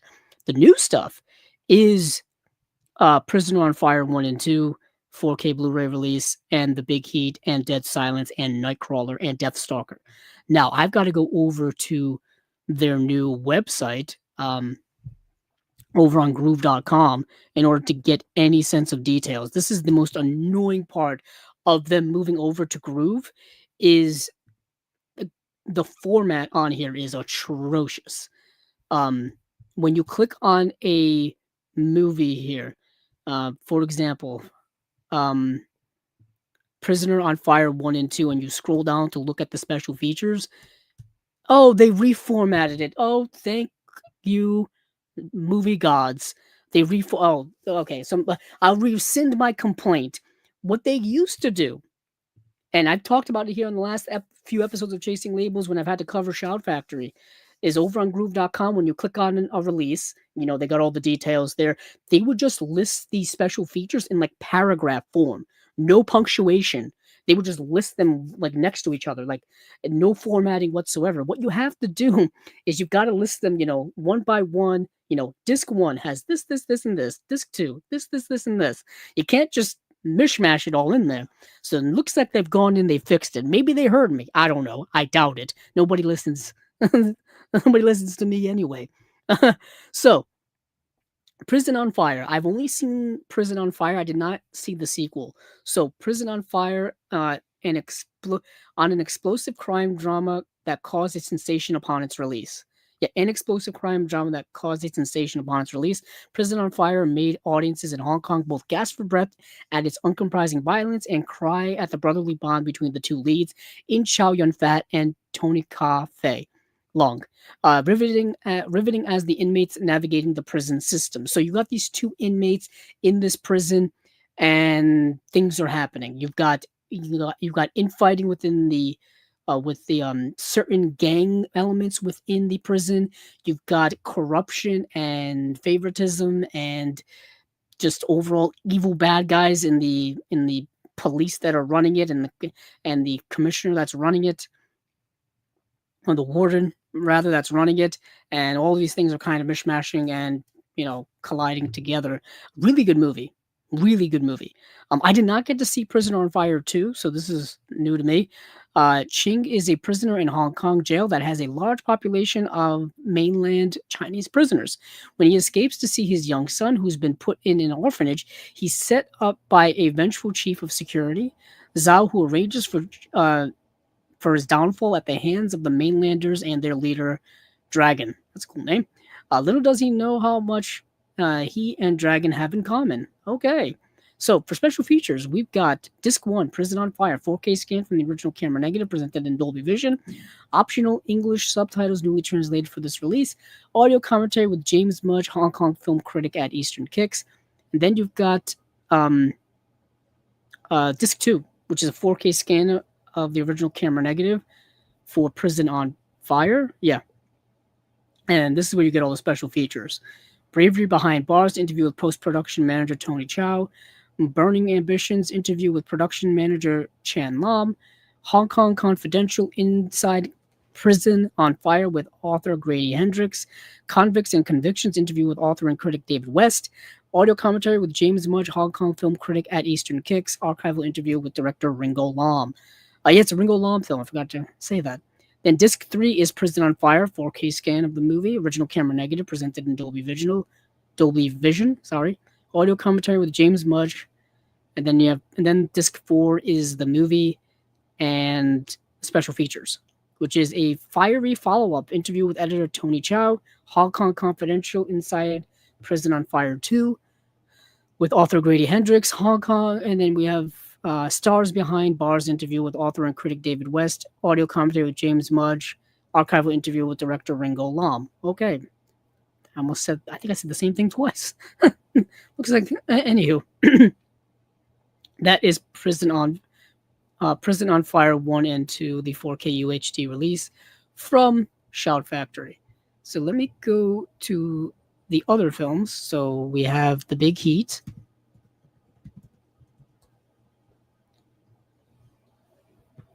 Okay. Inspector Weipong Wang has to put his life and resignation from the Hong Kong Police Department on hold to investigate his former partner's mysterious murder. What he and his crack team of three other cops uncover is a plot far more sinister than they originally anticipated. Special features include 4K scan from the original camera negative, presented in Dolby Vision, optional English subtitles newly translated for this release, audio commentary with author and critic David West, Big Shot interview with actor Wesley Wu Speaks, The Heat is On interview with academic Gilbert Poe, Hot in Hong Kong interview with critic James Mudge, and theatrical trailer. All right. I saw this movie. Pretty good. Yeah, it's pretty good. I don't know what else to say about it. Starting to fade fast now. Have we hit the 3 hour mark? Yes, we did. We hit the 3 hour mark. Let's see what is else is here on the Shout Factory board of excellence. Let's see. We did that. We did that. Dead Silence. We check out Dead Silence.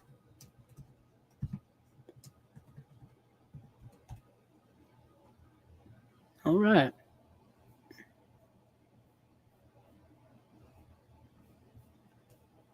So after his wife meets a grisly end, James Ashen returns to their creepy hometown of Ravens Fair to unravel the mystery of her murder. Once there, he discovers the legend of Mary Shaw, a murdered ventriloquist whose eerie presence still looms over the town. As he desperately digs for answers, Jamie encounters the curse that took his wife's life and threatens his own. I've never seen the movie. I've heard about it for years. 4K presented in Dolby Vision. 2023 4K master for theatrical cut, unrated cut of the movie, Masters of Puppets, an interview with director James Wan. And that's why I've heard of the movie. Dead Assignment, an interview with writer Lee Wanell. No Children, Only Dolls, an interview with ventriloquist dummy creator Tim Selberg. Alternate opening, alternate ending, deleted scenes, The Making of Dead Silence featurette, Mary Shaw's Secret featurette, evolution of a visual effect featurette, and then theatrical trailer. Okay. It's a James Wan film. That's why I've heard of it. And then, of course, Nightcrawler. Now, Nightcrawler is one of the best movies of the last 15 years. Nightcrawler is excellent. This is the movie starring Jake Gyllenhaal. Nightcrawler is a pulse-pounding thriller set in the nocturnal underbelly of contemporary Los Angeles. Jake Gyllenhaal stars as Lou Bloom, a driven young man desperate for work who discovers the high-speed world of LA crime. Finding a group of freelance camera crews who film crashes, fires, murder, and other mayhem, Lou muscles into the cutthroat, dangerous realm of nightcrawling, where each police siren wail equals a possible windfall and victims are converted into dollars. So yeah, this is who directed. Yeah, they don't say who directed. It's what's his name? It's not Dan Gilroy. Is it Dan Gilroy? It is Dan Gilroy. Yeah, he wrote and directed the movie. It's Jake Gyllenhaal, Rene Russo, the late great Bill Paxton. This movie is a stunner. Like I said, one of the best movies of the last 15 years. Came out 2014. Jake Gyllenhaal is electric in this movie. He is fantastic. So this movie is all about the people who basically are like ambulance chasers and people who are crime chasers who are looking for like accidents and crimes and whatever going on late at night, and to record it, to be the first on the scene, get all the footage, and then sell that footage to local news programs to make money off of it. And you see this character of Lou Bloom just get viscerally enraptured in that world. And yeah, it's a dark movie. It's great. It's also a lot of themes about modern day sensationalism when it comes to our news broadcasts and what people like to see on the news. If it bleeds, it leads. That's the saying, isn't it? And this movie definitely kind of shows that. It's so good. It's so good. I've had the Blu-ray for years. It may be worth a 4K upgrade if it indeed looks really, really good. And so I want to see if it's because it's getting a steelbook, and hopefully it gets a regular release soon too. I like steelbooks, but they're a little more expensive just for the packaging, really. I think that's it when it comes to Shout Factory, though. So yeah, Deathstalker. Sorry, Deathstalker which is that new movie.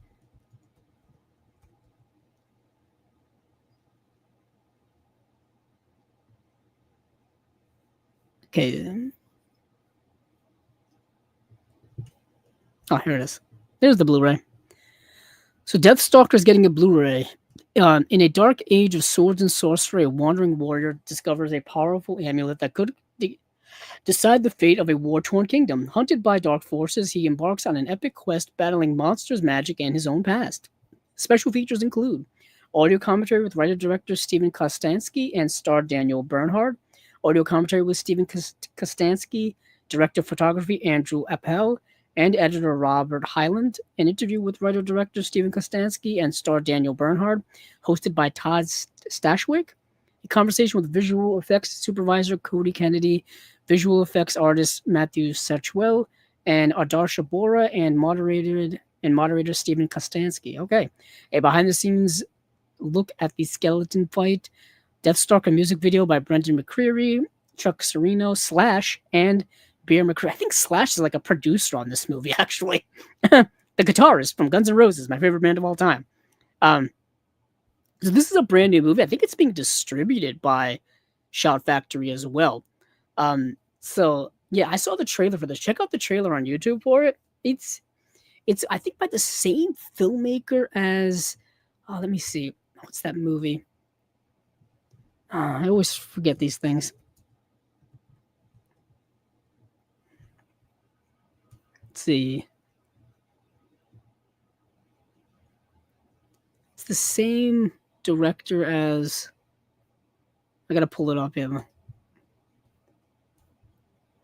Oh, Psycho Gorman. That's what it is. Okay. So if you liked Psycho Gorman, chances are you'll like this movie. All right. So now that's it for Shout Factory and Scream Factory stuff. So we've got Prisoner on Fire 1 and 2 4K Blu-ray. We have The Big Heat 4K Blu-ray. We have Dead Silence 4K, Nightcrawler 4K, Deathstalker Blu-ray. Yeah, those are the main ones. And now we can go to Arrow, and then we will, then we'll move on to Shout Factory. We'll deal with that. Let's see.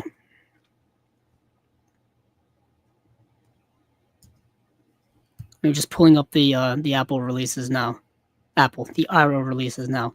So these are the Arrow releases for February, and we've got Excalibur, Westworld, The Visitor, American Yakuza, Save the Green Planet, The Sonic Collection, and Peking Opera Blues. Okay, I am weary. We are 3.5 hours into today's spy number and episode, but I need a rejuvenation here with Excalibur. I need my own Excalibur. I love this movie so damn much.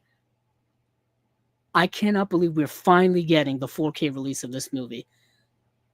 When this was announced, I was so damn happy.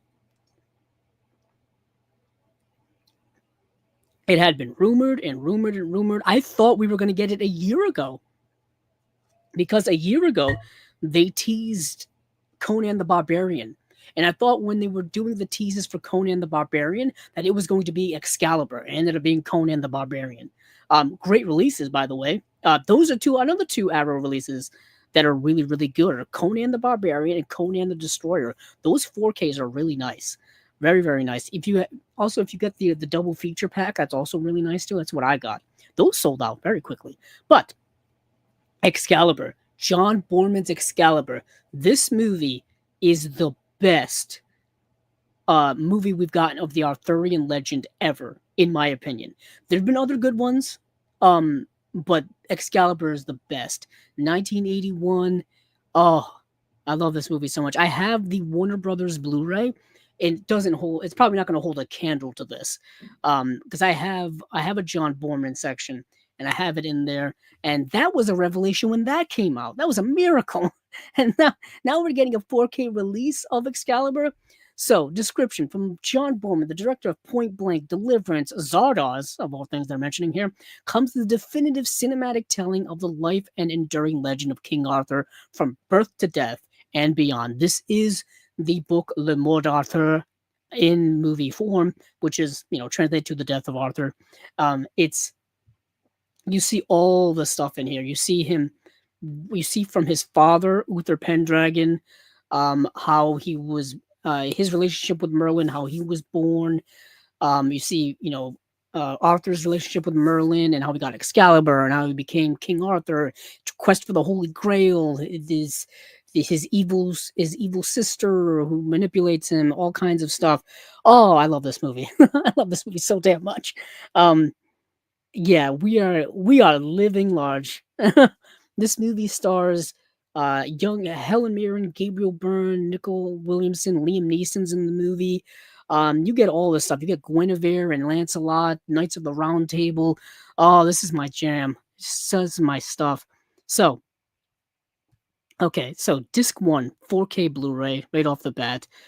Rest 4K presentation of the 141-minute theatrical cut of the movie. It says a new 4K restoration from the original 35 millimeter negative by Arrow Films, presented in its original aspect ratio of 166 to 1 for the first time on home video. Oh, so you got both the 141-minute theatrical cut and the 120-minute TV version of the movie. All right.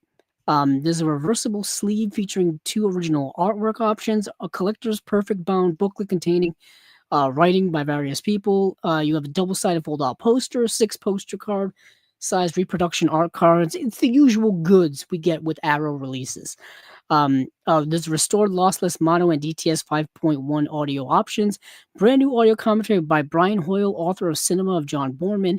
Brand new audio commentary by filmmaker David Kittredge, director of Borman and the Devil.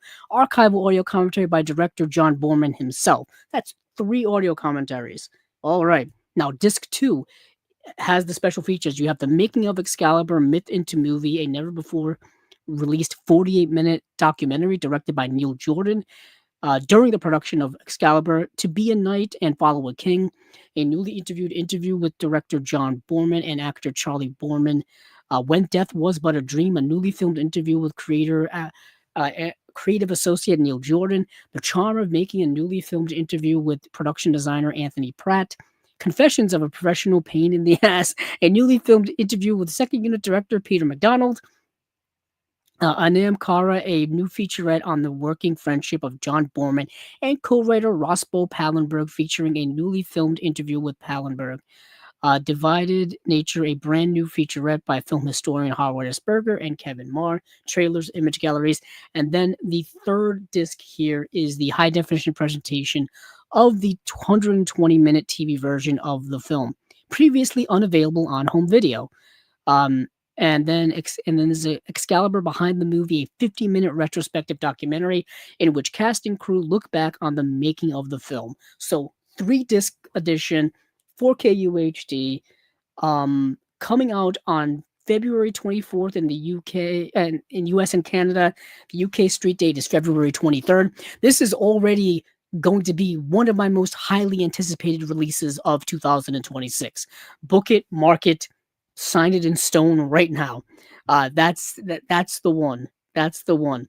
Um, then we have Westworld. So this is another one that's part of the whole Warner Brothers and Arrow Video deal they've got now with distribution. So in 1973, novelist turned filmmaker Michael Crichton made his directorial debut with Westworld, a groundbreaking fusion of science fiction and action thriller that would prove decades ahead of its time, laying the groundwork for his later hit Jurassic Park and changing the face of sci-fi. Yeah, Michael Crichton wrote the Jurassic Park novels.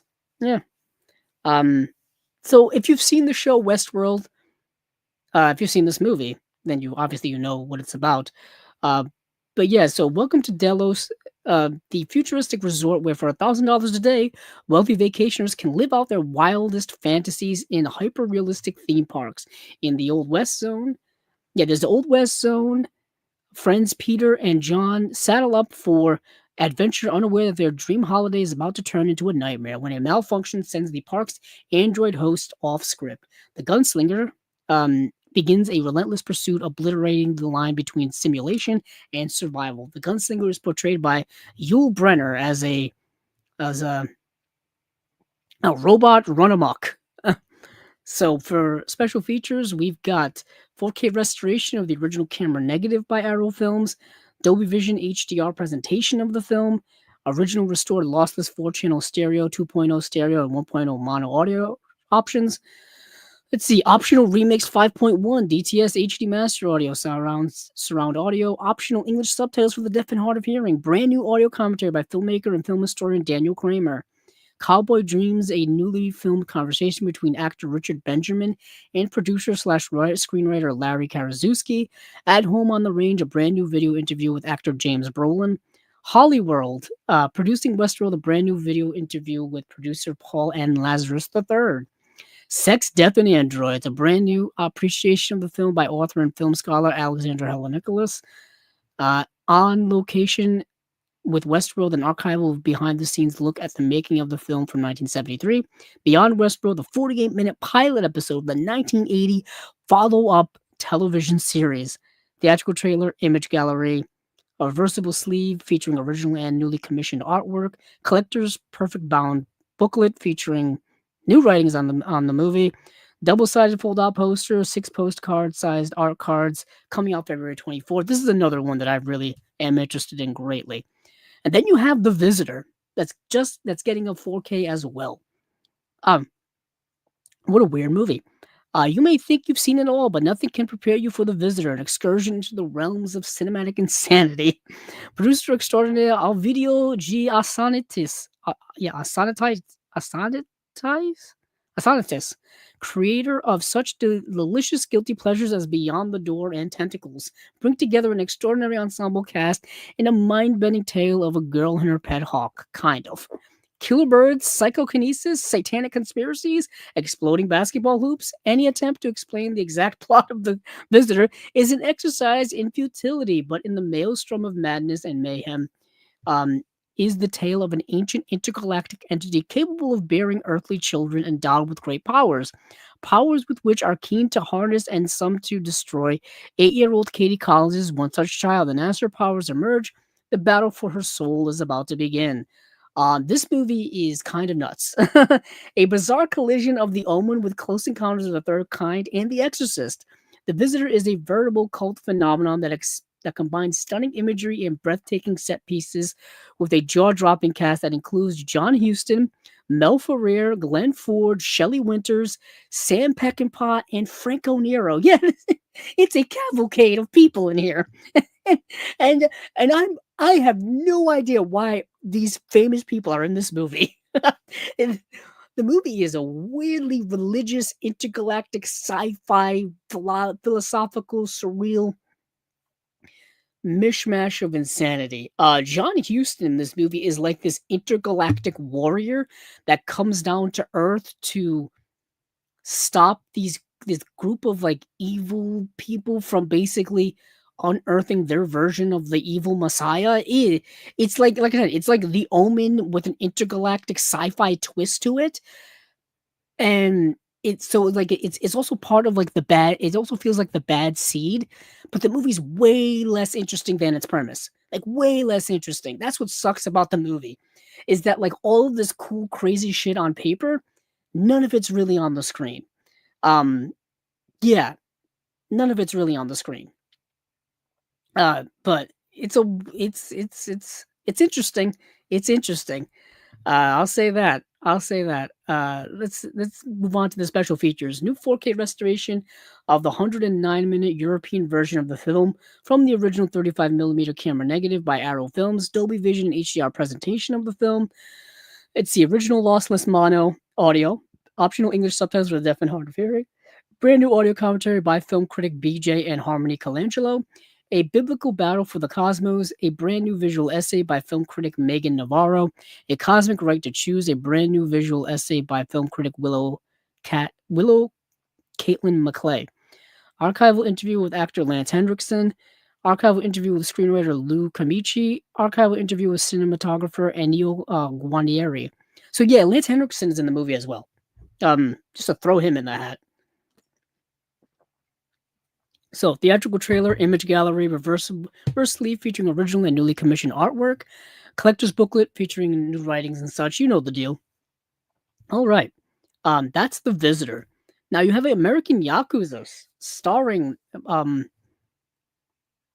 Viggo Mortensen. Description: when Japanese filmmaking powerhouse Toei Pictures decided to expand their iconic V-Cinema line to North America, the first result was the explosively violent American Yakuza, featuring an early lead performance from Viggo Mortensen in the title role. Featuring an outstanding supporting cast, including Michael Nori, Franklin Ajay, Nikki Cat, and Robert Forster, director Frank Capello weaves an exhilarating tale of deception and betrayal in this underseen transcontinental gangster thriller. So, the movie is about Viggo Mortensen, who's an ex-convict who gets out of prison and starts working in this warehouse place. I don't know, but anywho, he's in there one day, and he uh, a a gun battle shootouts happens between two rival Yakuza gangs, and he ends up saving like one of the main big time Yakuza guys. And so now he's in with them. Um there you go. I don't want to say anything else. I don't want to say anything else. Um, so new 2K restoration from the original camera negative by Toei Pictures, original lossless stereo audio, brand new audio commentary with director Frank Capello and actor Anzu Lawson, Yakuza style, a newly filmed interview with interview with director Frank Capello, decoding honor, an archival interview with actor Viggo Mortensen, newly filmed interview with actor Ryo Ishibashi. That is American Yakuza. That's only getting a Blu-ray release. Yeah. Then you have Save the Green Planet. Now, this is fascinating. The reason why it's fascinating is because the new movie by Yorgos Lanthimos, Begonia, is a remake of this movie. So, when you see Begonia by Yorgos Lanthimos, if you do see it, if you have seen it, it's actually coming out in 4K this month already. So, you can see it very, very soon. It's a remake of this movie called Save the Green Planet. And if you've seen Begonia, you'll get the reference here because it's a very similar premise. So let me get my eyes ready to read this gigantic paragraph they put in here. So, in 2003, the same year as Old Boy and Memories of Murder, Korean cinema welcomed its most audacious debut, Jang Joon-hwan's delirious Save the Green Planet. Manic yet focused, outrageous yet grounded, the genre-defying smorgasbord was destined to become South Korea's ultimate cult classic. The world is in grave danger, but no one seems to realize it. Thankfully, Byung-gu is our salvation. To everyone else, Chairman Kang is a pillar of society, but Byung-gu sees him for who he really is, an alien from the Andromedon galaxy. Byung-gu's only course of action is clear: kidnap the chairman and extract the truth via torture. With his tightrope walking girlfriend by his side and city cops on his heels, he must use any means necessary to prove himself to the world and save us before it's too late. Boldly blending sci-fi, horror, comedy, procedural, and social commentary, Save the Green Planet is the gift that keeps on giving. Returning to the home video market after over 2 decades with an electrifying new director-approved 4K transfer, this tale of conspiracy wrestling with reality beams down just when we need it the most. Special features and technical specs. Okay, disc 1 is the 4K Blu-ray.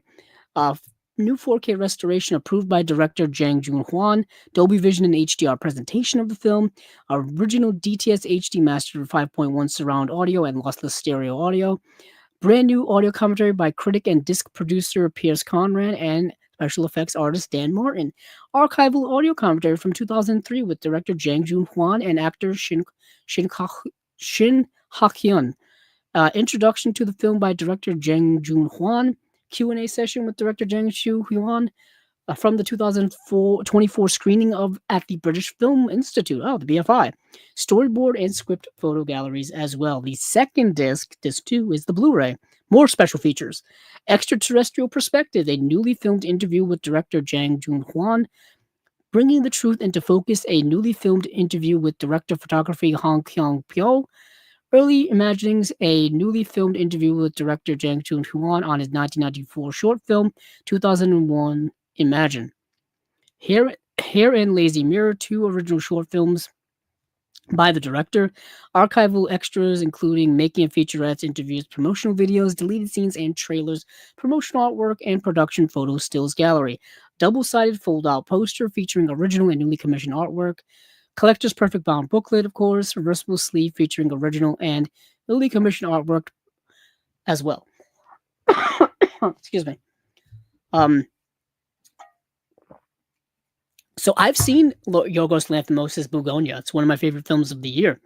And So the main character in this film is portrayed by Jesse Plemons in the Yorgos Lanthimos film Bugonia, and this and the um, corporate executive that is perceived to be an alien in Bugonia and, obviously in this movie too, is portrayed by Emma Stone in Bugonia. Great performances by both in Bugonia. So if you've seen Bugonia and you're interested in, hey, what's this? What is the original movie that this movie is a remake of?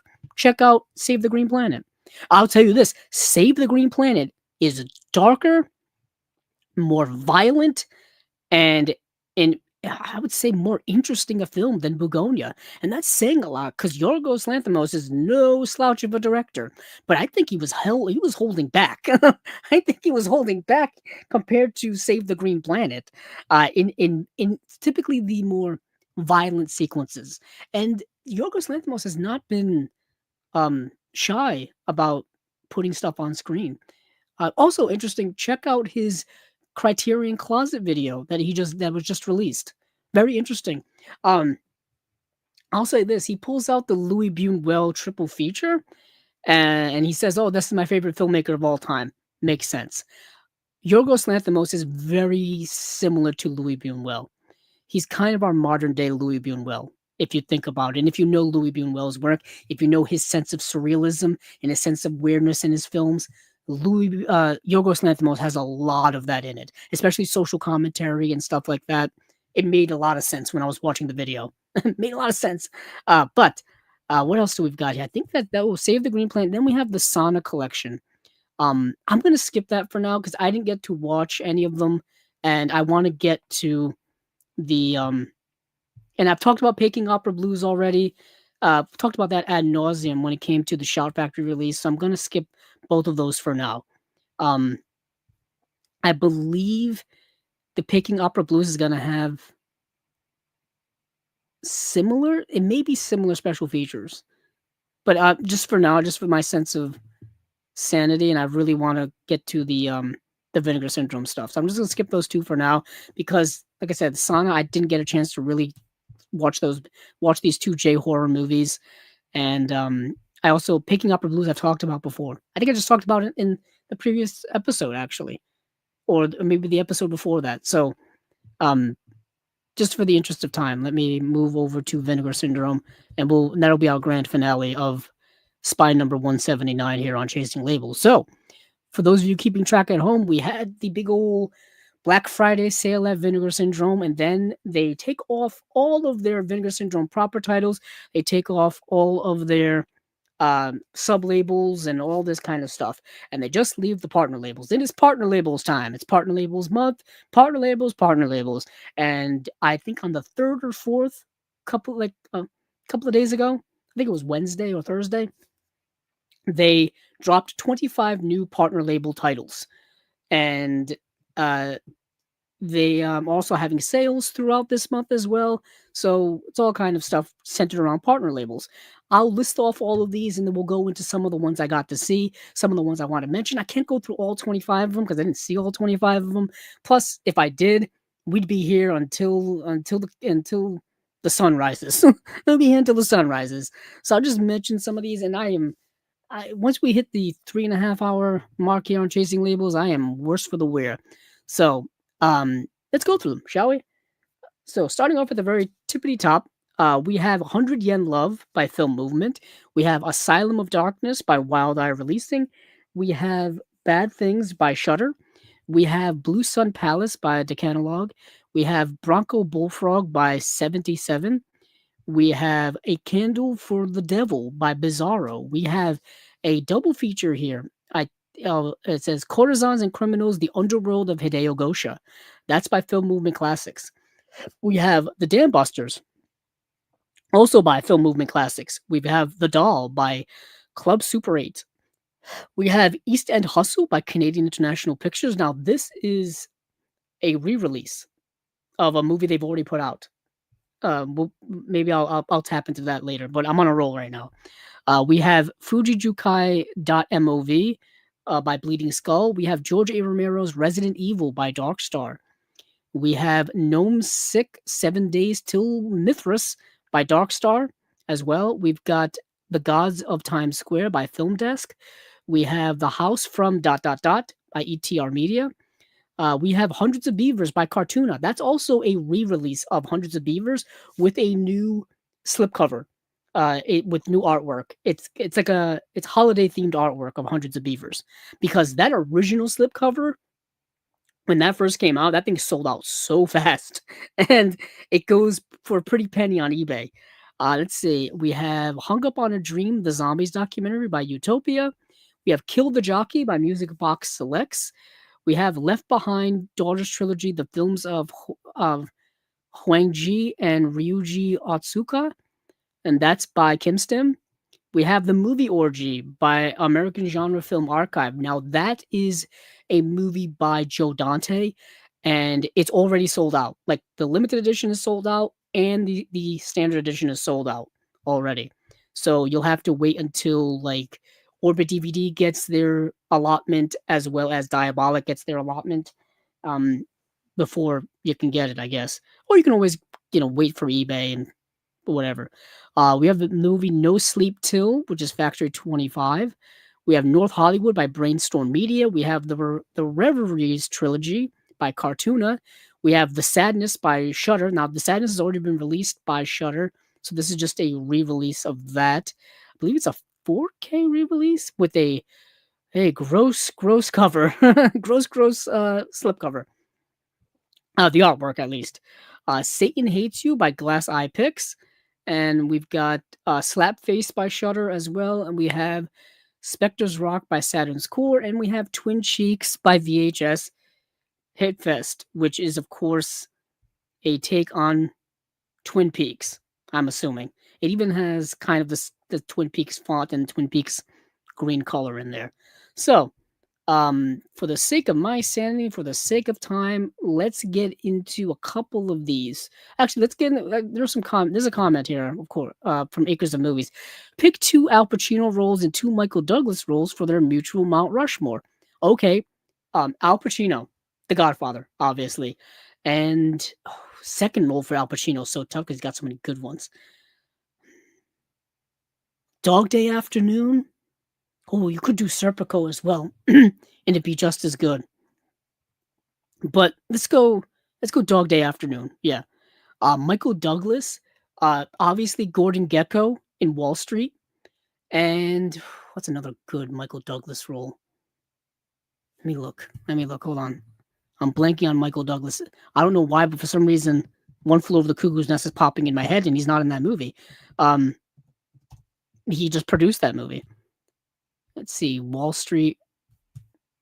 Obviously, Gordon Gekko for Wall Street, and then probably his role in Fatal Attraction. Man, there's so many other ones you could do.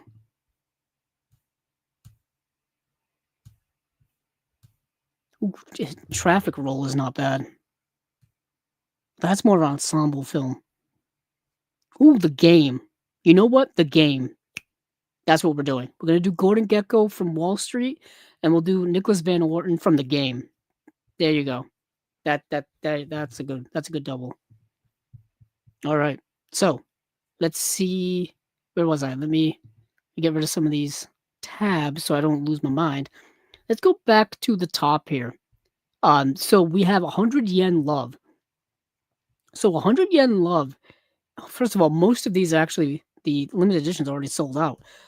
So 100 Yen Love is an interesting movie. So 32-year-old Ichiko lives at home in self-indulgent grunginess with her parents and recently divorced younger sister. One morning after a particularly heated argument, Ichiko decides to leave for good. With few options to support herself, she finds a job at a 100 yen shop, which is like a convenience store. Each day on, like a 7-Eleven, if you will. Each day on her way home from work, Ichiko passes a boxing gym where she watches Yuji Kano silently practice. The two make plans to see each other, and suddenly life starts to change for Ichiko. At last, the bell rings, and this long-time loser's rematch with life begins. Now, this reminds me of a movie I've seen before, because there is a movie similar to this that came out recently. So this movie came out in 2014, and let me see if I can find the I guess you could say remake of it. Excuse me. Um, yeah, it's the movie called YOLO. So there was this movie called YOLO that came out in 2024, so last year, and it's the same premise. It's the same premise, but it takes place in where does it take place? Let's see. It takes place. It's in China. It's a Chinese film. Yeah, so YOLO is a Chinese film. So you've got interesting. That's very interesting. Um, you got a Japanese film, and then it was remade into a Chinese film. But same premise. You have these um, kind of down and out, lethargic, don't really care about their life, don't really care about their appearance, don't really care about anything at all. Person who decides to change their life, decides to change their life, and they turn it around through boxing. That's the movie.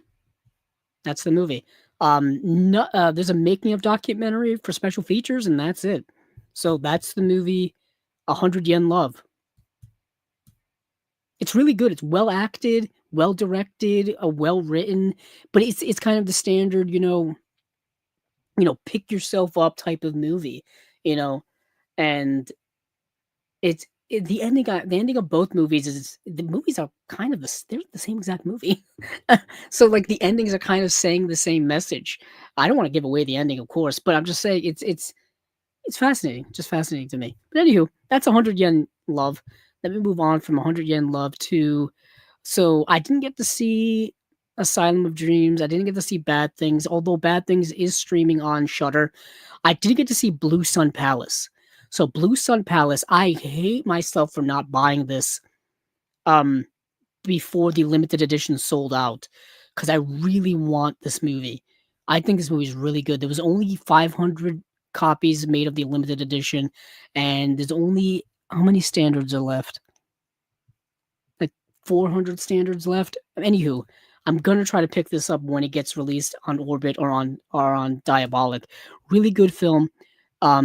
Winner of the French Touch Prize in the Critics Week's lineup of the 2024 Cannes Film Festival. It's a Constance Tsang's intimate, sensitively observed drama stars frequent Tsai Ming Lang collaborator Li Kang Shang alongside Wu Ji and Zhu Jia. Oh boy, I am ripping these into shred.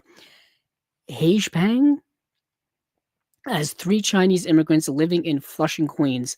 He's a construction worker, they're employees of a massage parlor, and they dream of being able to leave, whose routine whose routine lives and relationships are changed forever following a tragic Lunar New Year incident, a tender study of social isolation and messy emotional entanglement, infused with melancholic atmosphere by the standout work of uh, the, the, the cinematographer Norm Lee, shooting on film. That makes a lot of sense now that I think about the way this movie looks aesthetically. Looks very film-like. This movie's got all kinds of themes that I gravitate towards when it comes to movies. Um, Inner turmoil, inner existentialism, inner depression, inner search for longing, for connection, being isolated, being lonely, trying to reach out and cure those ailments. All stuff that I go through in my own life are very much reflected on screen in this movie, and it all centers around a tragic event. I don't want to give away what the tragic event is because I want people to experience this film for themselves. But this movie is excellent. This movie is really, really good. It's meditative. It's beautifully acted, genuine, heartfelt. I really love this movie a lot. It's really great. The movie is called once again Blue Sun Palace. What we have here for special features. This movie came out in 2024, by the way, so it's a relatively new film. Interview with filmmaker Constance Zhang. Interview with actor Li Kang Shang. Interview with actress Wu Ji. Theatrical trailer. Constance Zhang short film Bo. Booklet essay by film critic Mariah Gates, my friend Mariah Gates, or friend of Chasing Labels, really. She was on one of our episodes when it came to covering um, uh, noir, film noir. She's the I say this all the time, but she is the originator, the creator of the Noirvember hashtag. Mariah Gates. She has a new book that came out this year as well about women in film, and she has an essay here in the booklet for this movie, Blue Sun Palace. So it's probably the best movie I think of all the movies I've watched here for uh the partner labels. So Bronco Bullfrog is the next movie that I watched, and this is an interesting film.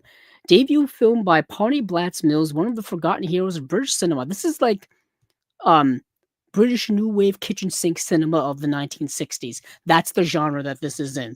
So 17-year-old Dell with no money and nowhere to go breaks into the train cars with his cool, fresh out of Borstal reform school pal Bronco Bullfrog. Then one day he meets the lovely Irene, and after getting an earful from his dad and her mom, the young lovers run away together, but to where? Shot in London's East End in 1969, cast with Dark Marlin wearing suit head locals and set to a dynamic soundtrack by art rock pop band Audience, Bronco Bullfrog has been compared to the work of Mike Lee, Ken Loach, but with punk rock spirit.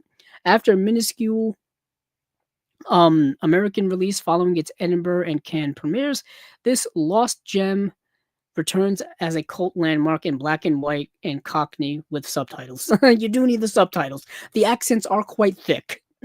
So you got that, like I said, 1969 British new wave British neo-realism cinema here.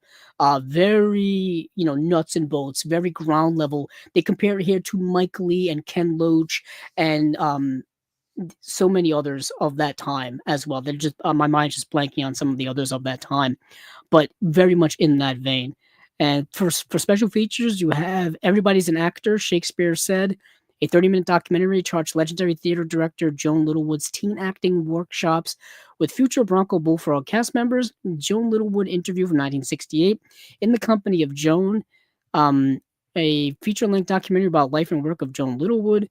Bonnie Platts Mills and actor Roy Haywood in conversation. Never seen Q&A with moderated by critic Jason Solomons, and theatrical re-release trailer and teaser, newly recorded commentary by director of photography Adam Barker Mill. Cinema 60 podcast episode on Bronco Bullfrog, hosted by Bart DeLauro and Jenna Ipcar. Booklet with 2 essays, including a new piece by critic Christina Newland. Yeah, this movie is interesting. Tony Richardson is another director from that time. Just popped into my head. But yeah, that's the movie Bronco Bullfrog. If you like British neo-realism from the 60s, so it's one to check out. I didn't get to see A Candle in the Devil, film movement classics, Courtesans and Criminals, The Underworld of Hideo Gosha. I didn't get to see them, but I do want to mention this release because it looks like something I may want to buy. It's got 2 films, Onimasa, and it's got Tokyo Bordello. One film's from 1982, the other one's from 1987, and they're both by Hideo Gosha, so it's something I'm definitely interested in getting. Let's see. The Dam Busters I did see. So The Dam Busters is, talk about British film. This is a British film from 1955, actually, directed by Michael Anderson, starring Michael Redgrave as well. An epic war story of World War II scientist Dr. Barnes Wallace believes World War II can be shortened by destroying the Ruhr dams, thus paralyzing the enemy's industrial nerve center in spite of the difficulties caused by the critical situation of the time. He works steadily to perfect a special bomb of his own invention for the purpose. Air Ace Wing Commander Guy Gibson is chosen to form, train, and lead the hand-picked squadron flying at treetop level. They cross the Rhine and attack the first dam on the Moan, and the bombers seem unable to maintain the accuracy essential for the success. And suddenly, this spoils the whole goddamn movie. I know it's based on history, so we know what happens, but don't spoil the whole movie in the synopsis here. But what's most significant about this movie, the final attack scene inspired the attack on the Death Star in Star Wars. the Death Star trench run, the infamous Death Star trench run at the end of Star Wars, A New Hope, the first movie, 1977. Um, the final sequence in this movie is an inspiration for that. Honestly, after watching this movie, George Lucas took it directly. He took it directly from this movie. Uh, and yeah, it's part of cinema history now. Now, it's also obviously this is based on a true story. It's mostly based on the development of the bombs that were utilized to destroy these dams to cripple Germany's infrastructure during World War II. Um, yeah, yeah, if you didn't think there were politics in Star Wars, I don't know what to tell people. I don't know what to tell you. It's very obvious. Yeah, it's very obvious who's who. But anywho, uh, yeah, so this movie has that type of reference. It's a good movie. It's really good. I enjoyed it. I enjoyed it from a historical perspective. I'm a big history buff. Got my degree in history, all this kind of stuff. So I really like the movie. It is a British film. British films of the 50s can be a little dry and perhaps not be for everyone. I kind of get it, but I like the movie. I really did. So for special features, first of all, it's a 3-disc set. It's a 4K UHD disc and 2 Blu-rays. You get the making of the Dam Busters, commentary track with film historians Howard S. Berger and Steve Mitchell, widescreen edition of the film, Sir Barnes Wallace documentary. That is I believe that's the doctor who developed these bombs. Yeah, the scientist. The 617 Squadron Remembers. That's the squadron that was assembled to pull off this mission. You have footage of the bomb tests itself. You have the Dam Busters Royal premiere. You have a restoration comparison. This is something I really want. I really do want this release. Film Movement puts out some good stuff. At least the movies are very, very good. But this is actually a big time, like famous British film that was a favorite amongst many people. I know. Um, what's his name from Pink Floyd? Roger Waters. This was like Roger Waters' favorite movie. There's one big thing in the movie that I'm kind of glossing over that I forgot to mention here. There is a typical word used in the movie, a word that is typically attributed to denigrating the black community that's used frequently in this film. And it's also the name of a dog in the movie, and it's also the name of a code word in the movie. It's used very, very frequently to the point that throughout the years, the movie's been heavily censored to remove that word or to put other words over that word to remove it from the film. Um, and the version of the movie that I streamed it on Canopy. It was available to rent on Canopy, and they left the word in. And the first time I heard it, I was taken aback by it because I wasn't expecting it, and it's used repeatedly in the film. And it's not easy to hear. Not easy to hear. I just wanted to warn people about that. If you had gone into the movie like myself and not aware of that, that's in there. Yeah, I'm obviously not going to say it. I'm obviously, but you understand the word I'm talking about. You understand the word I'm talking about. Um, and I'm assuming it's going to be left intact for the version of the movie that they're going to have on this release. That would be my guess. But that aside, the movie's very, very good. But needless to say, I don't know why they use that word specifically, other than the fact that it was probably historically accurate to the actual, um, you know, the actual making of the bomb, the actual squadron, the actual mission, the actual scenario. And they left the movie pretty historically accurate from what I understand, at least from what I've read. But this is the movie The Dam Busters. Let me move on because we're already past the 4-hour mark and I am weary and don't know what I'm going to do after this. Maybe take a nap. I don't know what I'm going to do after this. I may eat something at this point. Getting hungry in the middle of a show. It's no way to be. I've always thought about maybe you can't snack during a podcast. Come on, the audio's got to be relatively nice. Let's be real. It's already a rudimentary audio setup as it is. It's just me and my blue microphone and my C22 Logitech camera that's carrying the show here, and my MacBook Pro from 2018. So it's not a hefty expensive production here. But let's talk about a movie that's also not a big hefty production. We have this movie called The Doll or Vaxdaken, and this is a Swedish film from 1962. a weird Swedish movie from 1962. The odd night watchman Lundgren lives alone in an old building filled with strange tenants. He falls in love with a mannequin in the shop where he works and manages to steal it and bring it home. Lundgren begins to buy clothes and presents, believing that the doll is alive and talking to him. The neighbors become suspicious and react strongly to his sick inclinations. A horror drama directed by the masterful Arn Mattsson and with a screenplay by Lars Forsell, a member of the Swedish Academy. So, just the premise alone of the movie uh, is a little weird and a little odd. It's not something we haven't seen in movies before. I immediately thought of Lars and the Real Girl, but Lars and the Real Girl is done in a very sweet, sensitive, delicate manner. That's more about a delicate soul of a human being than this film. This film is about a tortured, broken soul of a human being. And it's very apparent early on, lonely, tortured, broken man who's just searching desperately for human connection on any level. And that's a theme that's repeated throughout this film. It also reminded me a lot of Alfred Hitchcock's film The Lodger in the sense of atmosphere. It felt very foggy and smoggy and dark and mysterious. And yeah, the movie is very much has that aesthetic to it. It takes place almost entirely indoors and at night. Actually, I think it does take place entirely indoors and at night. There's no real light in this movie at all because it's a darker themed movie. Um, it's interesting. It's almost like a Swedish version of a Twilight Zone episode, or even a more darker, more sinister version of an Alfred Hitchcock Presents episode as well. That's how it comes off to me, because it's got that sense of the macabre. But for special features, we have Geo Petri video essay by Richard Granfers. We have Arn Mattsson intro by Mats Helg Olsen. That's 40 minutes long. Wow.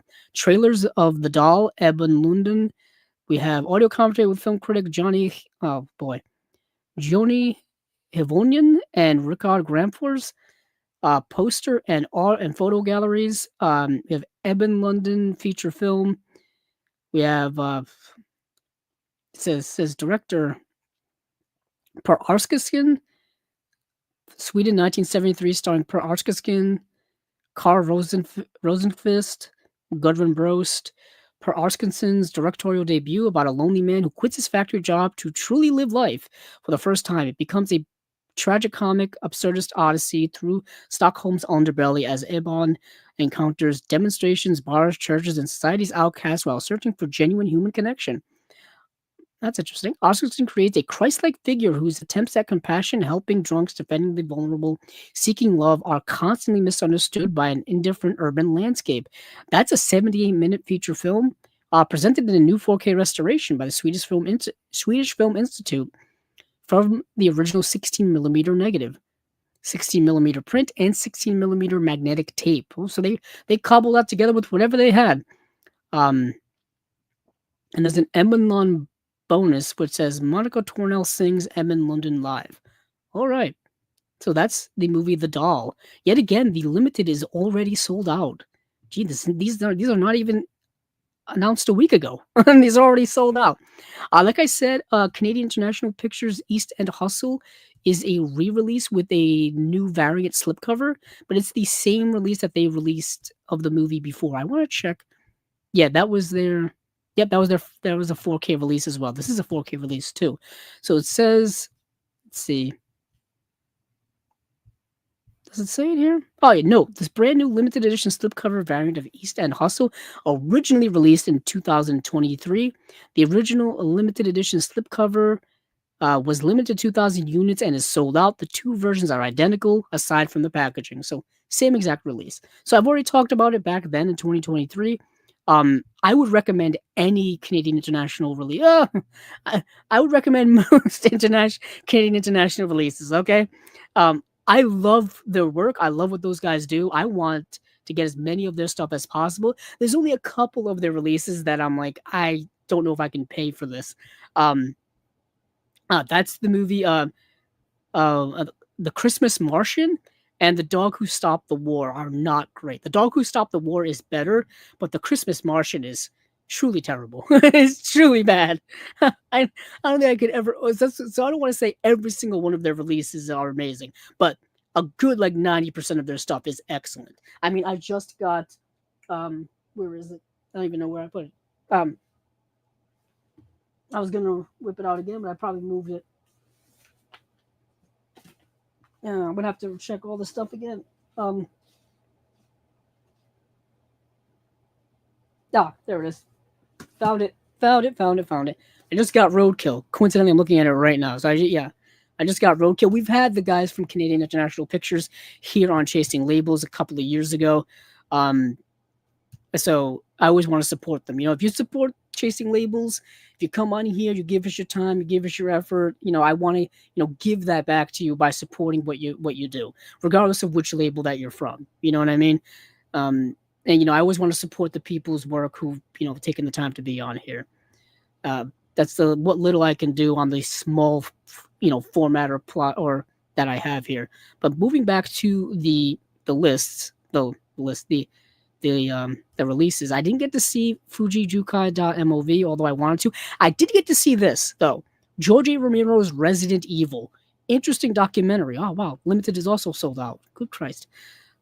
So back in the 90s, the Resident Evil game comes out.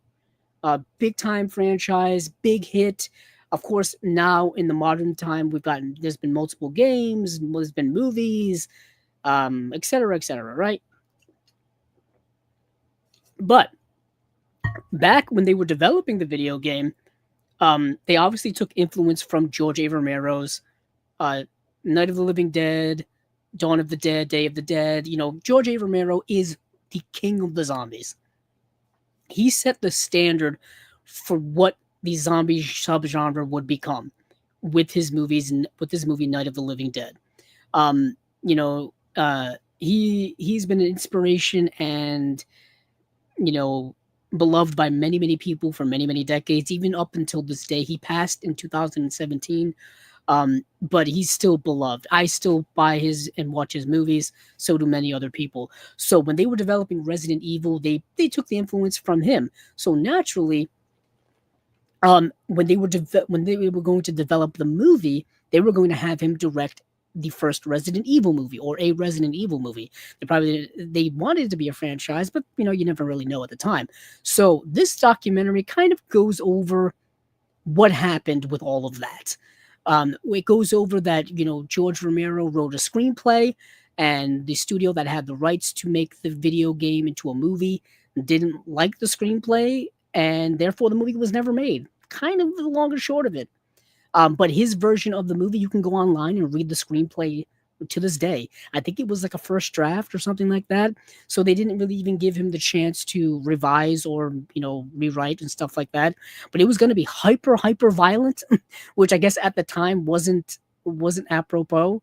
And yeah, so it's kind of about that. But it's also a documentary about, George Romero and his legacy and what he meant to a lot of people and whatnot and things like that.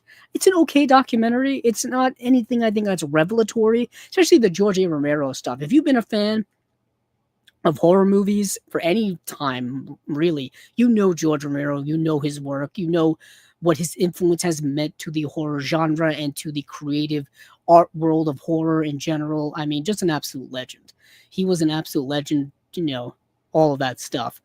But this is an okay documentary. It's an okay documentary about something that never happened. It would have been nice had this movie been made, but of course we ended up getting the Paul W.S. Anderson movies. Paul W.S. Anderson went to make the Resident Evil movies, the first one coming out in 2002, starring Mila Jovovich, and yeah, the rest is history, really. So it's an interesting documentary. What we have here for special features, it's a two-disc release. Film commentary with Brandon Salisbury and Tom Robinault. Roundtable discussion with Brandon, Tom, Matt Blasey, discussing George Romero, the video games, the movies, and the unmade film. Ben Rubin interview, Jim Crut interview, Pat Jankowicz interview. Matt Blasey interview, Michael Felsher interview, sorry, a short interview with Brandon Salisbury about the documentary, a short interview with Tom Robinault about the documentary. Okay. Let's see. I did not get to see Gnome 6 7 Days Till Mithras, but that looked fun. I didn't get to see The Gods of Times Square. That looked fascinating by Film Desk. Oh, The House From. So The House From is a documentary about famous houses in movies. And I think it's famous houses in movies and TV. Let's see. Yeah. It's a documentary that explores the unique experience of living in a famous house from a TV show or movie. Oh, okay. There you go. That's what that's about.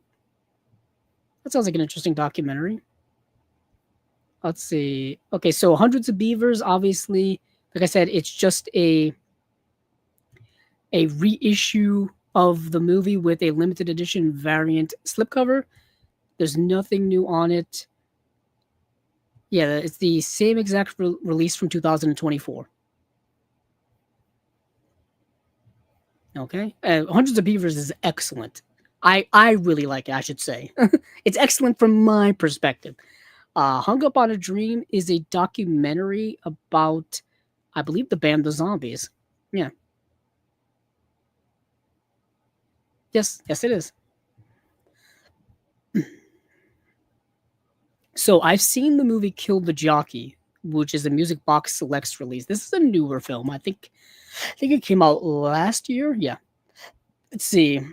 Once renowned jockey Remo Manfredi, he has run out of luck. Perpetually inebriated, hopped up on horse drugs, and in hoc to minor mafioso, Remo seems to have a death wish. His girlfriend and fellow jockey, Abril, is pregnant but more invested in the libidinous equestrian underworld than in their drab domestic existence.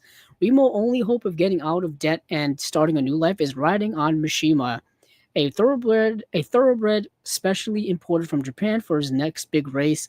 When Mishima leaps over the fence, Remo winds up in the hospital with a life-threatening concussion, hunted by the mob and replaced in Abril's bed by alluring Anna.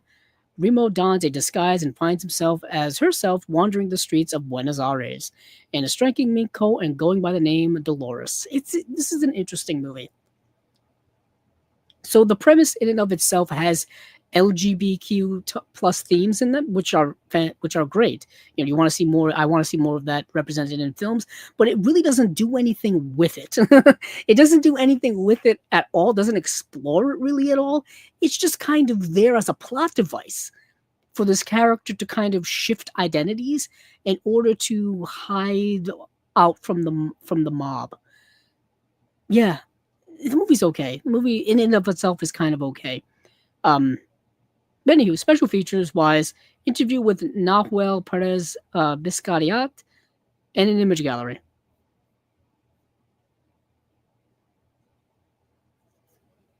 So yeah, the movie's fine. I don't really have much else to say about it. Let's see. So I didn't get to see the Kimston release, but these movies look fascinating. This is a trilogy of films that look to be exploring a portion of one's life in various stages.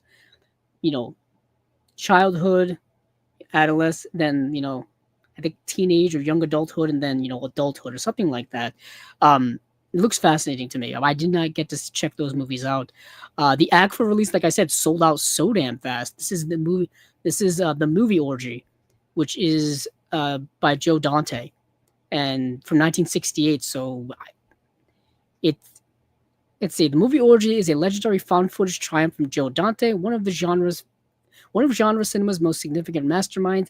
In 1968, the future director of Gremlins took an apartment worth of 16mm prints, and with the help of producer Joe Davidson, meticulously created what is quite possibly the world's first found footage megapix, or megamix, comprised of commercials, newsreels, feature film clips, TV bloopers, and much more. Yeah, this runs like 276 minutes of just random clips and stuff.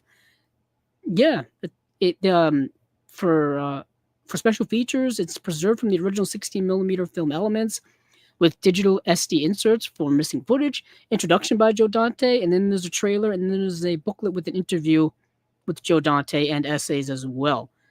Sounds fascinating, but yet again, it's sold out so fast. I've always liked Joe Dante's work. I grew up watching Gremlins. Oh, like I mentioned, if Kino called me, I want them to put out a 4K edition of Gremlins 2, the new batch. So I saw the movie No Sleep Till by Factory 25. Or did I watch this? I watched so many movies, I forget. Oh, yes, I did. This movie's fascinating. I don't even quite know what to make of it. So when the coastal Florida town of Atlantic Beach is threatened by an impending hurricane, locals prepare for a mandatory evacuation. But as the last tourists depart and residents board up their homes, a few wanderers feel strangely compelled to remain. Among them are two longtime friends who embrace willful ignorance in pursuit of their dream gig, a local teenager who bikes alone through the darkening night, and an obsessive storm chaser who recognizes this might be the opportunity of his career.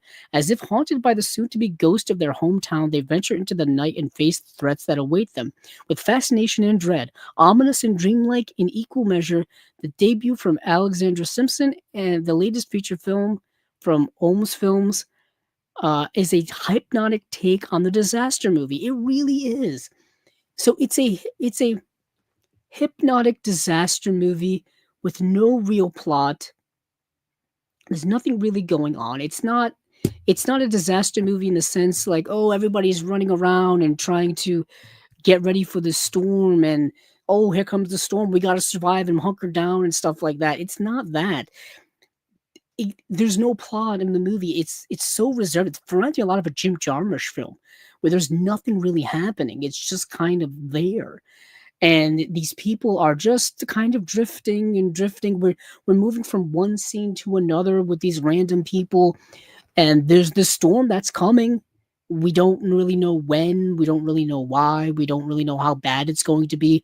All we know is that people are leaving, except for these people.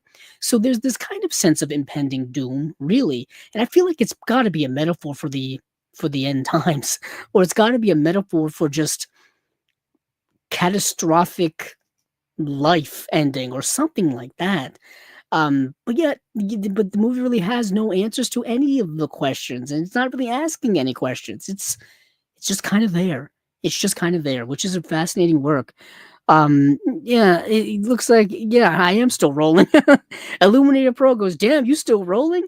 Yeah, we're coming towards the end. We're at 427 right now. Going for the record. I don't even know what the record is. But I'd have to look. But I'm getting close. But we're coming to the end. We're talking about a movie now that is accurately representative of what I'm feeling. Movie is called No Sleep Till, and it's a movie that just feels like a dreamlike state of delirium, um, of a reality out of time, and that's kind of where I am right now. So we've got a behind the scenes shot by Bob Simpson, 32-page booklet including essays, and that is it for this release. It's a movie that came out in 2024, so it's a recent movie. It's a recent movie. Um, let's see, what else do we got? I didn't see anything else. Okay, so I think we actually are done. Yes, because the sadness is just a re-release of the sadness is being put out by everybody apparently. So just to check, yeah, it's the same release that they put out a couple of years ago. It's ironically it's this version's now out of stock as well.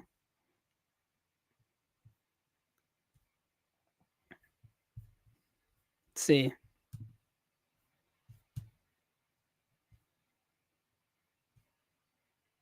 Anywho, so the sadness we've already talked about a couple of times here on Chasing Labels because it's been released. Um, well, let me see where else it's been released. I think didn't it get a release from Arrow? Was it Arrow? So the sadness got a release last year. Got released in 2024 as well. Actually, the Arrow release just came out in October. And then this release got released last July. Well, July of 2024, I should say. And this is just a variant cover re-release of it. That's it. That's it. And then I didn't get to see Satan Hates You. Slapface is another Shutter film, so you can watch that on Shutter. Spectre's Rock I didn't get to see. Twin Cheeks I didn't get to see, which sounds hilarious, by the way. It's like how Sesame Street did Twin Beaks, and it was just a parody uh of Twin Peaks, which is classic. You can go check the YouTube clip of that. But yeah, I think that's gonna be it. um, let's see. Illuminator Pro has some comments here. I finally watched Frankie. Okay, it says, and the Surfer. Uh, of Illuminator Pro says Frankie was emotional and amazing visuals. What? Yeah, I don't think I've seen that. Hold on.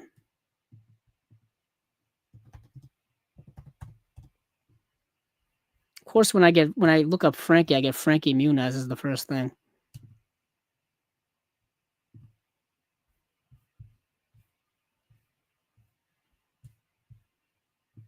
See, you know what? Let me go back to my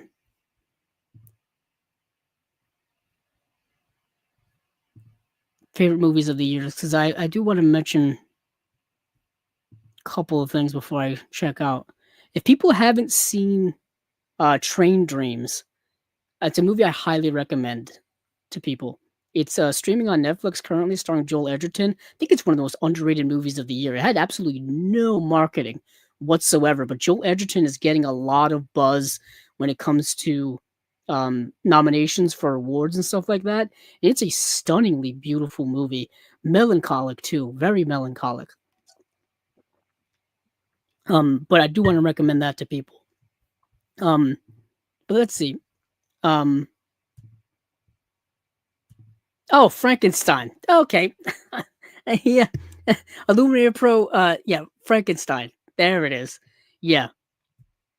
Yeah. So Frankenstein is an emotional story. Visually stunning in my opinion, because no one has an eye quite like Guillermo del Toro, and Guillermo del Toro loves the gothic themes and gothic imagery. He loves that 19th century like stuff. He loves it. He puts that in like Crimson Peak. He put that obviously in Frankenstein. He's put that in so much of his work. He's even talking about perhaps one day he'll do Phantom of the Opera. That would be maybe one of his next um, movies that he would do. I would love that. Um, yeah, that's what happens when shortening titles. Yeah, it does. Yeah, it does. But anywho, let me get out of here because we hit the 4.5 hour mark, and I am dead tired. So that has been it for everything here on Chasing Labels for episode number or spine number 179. Some things that have come up on Chasing Labels recently that I want to make sure to plug here at the end. For those of you who've made it this long, we have the Criterion release reviews for American Utopia, Salam Bombay, and I Know Where I'm Going, as well as Tim Burton's Pee Wee's Big Adventure. Those reviews are up here on the channel now. We also have our recent episode of Movies Down Memory Lane, where we took a look at 2009's The Hangover, which is fascinating because it's not that long ago, yet the movie feels like several lifetimes ago, which is fascinating to me because I remember when that movie came out. So that's up here on the channel now. Of course, my trip to the Criterion sale, that episode is up here as well. Well, not really episode. That video is up here as well. We also have our recent episode of the Unwatched Pile, which we did towards the end of last month. We'll be doing, I think, another one this month as well, maybe. I originally this would have been the last episode of the calendar year, but I think we're gonna be. I think I will be back here in. Because what will be 2 weeks from now? It'll be the 22nd. I'll see, because the 22nd will be literally right before the holiday. So I think I could probably do it. Yeah, I think I could probably do it, but who knows? But if there is going to be another episode before the end of the calendar year, it will be probably on the 22nd of December. We have, yeah, it's just keep tuned to the channel to see what else pops up. Okay, so also we have our merch store on Etsy, where if you look up Chasing Labels, you will see our t-shirts, and you can click on that, click on our store, and you can see what other stuff that's cooking on there as well.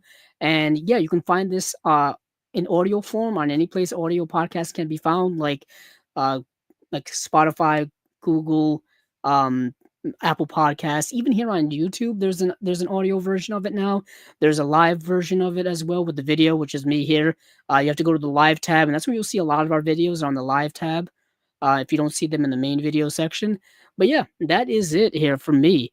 I am I am worn out. So thank you all for watching. Thank you all for listening. Thank you all for supporting us here on Chasing Labels in any way possible. To be honest, every little thing counts. We just finally hit 1,000 subscribers. I've been doing YouTube stuff here on this channel since 2016, and it was always a goal of mine to hit 1,000 subscribers. So it took 9 years, but I finally got there. Um, but thank you all once again. And hey, keep on watching those movies because I know I will.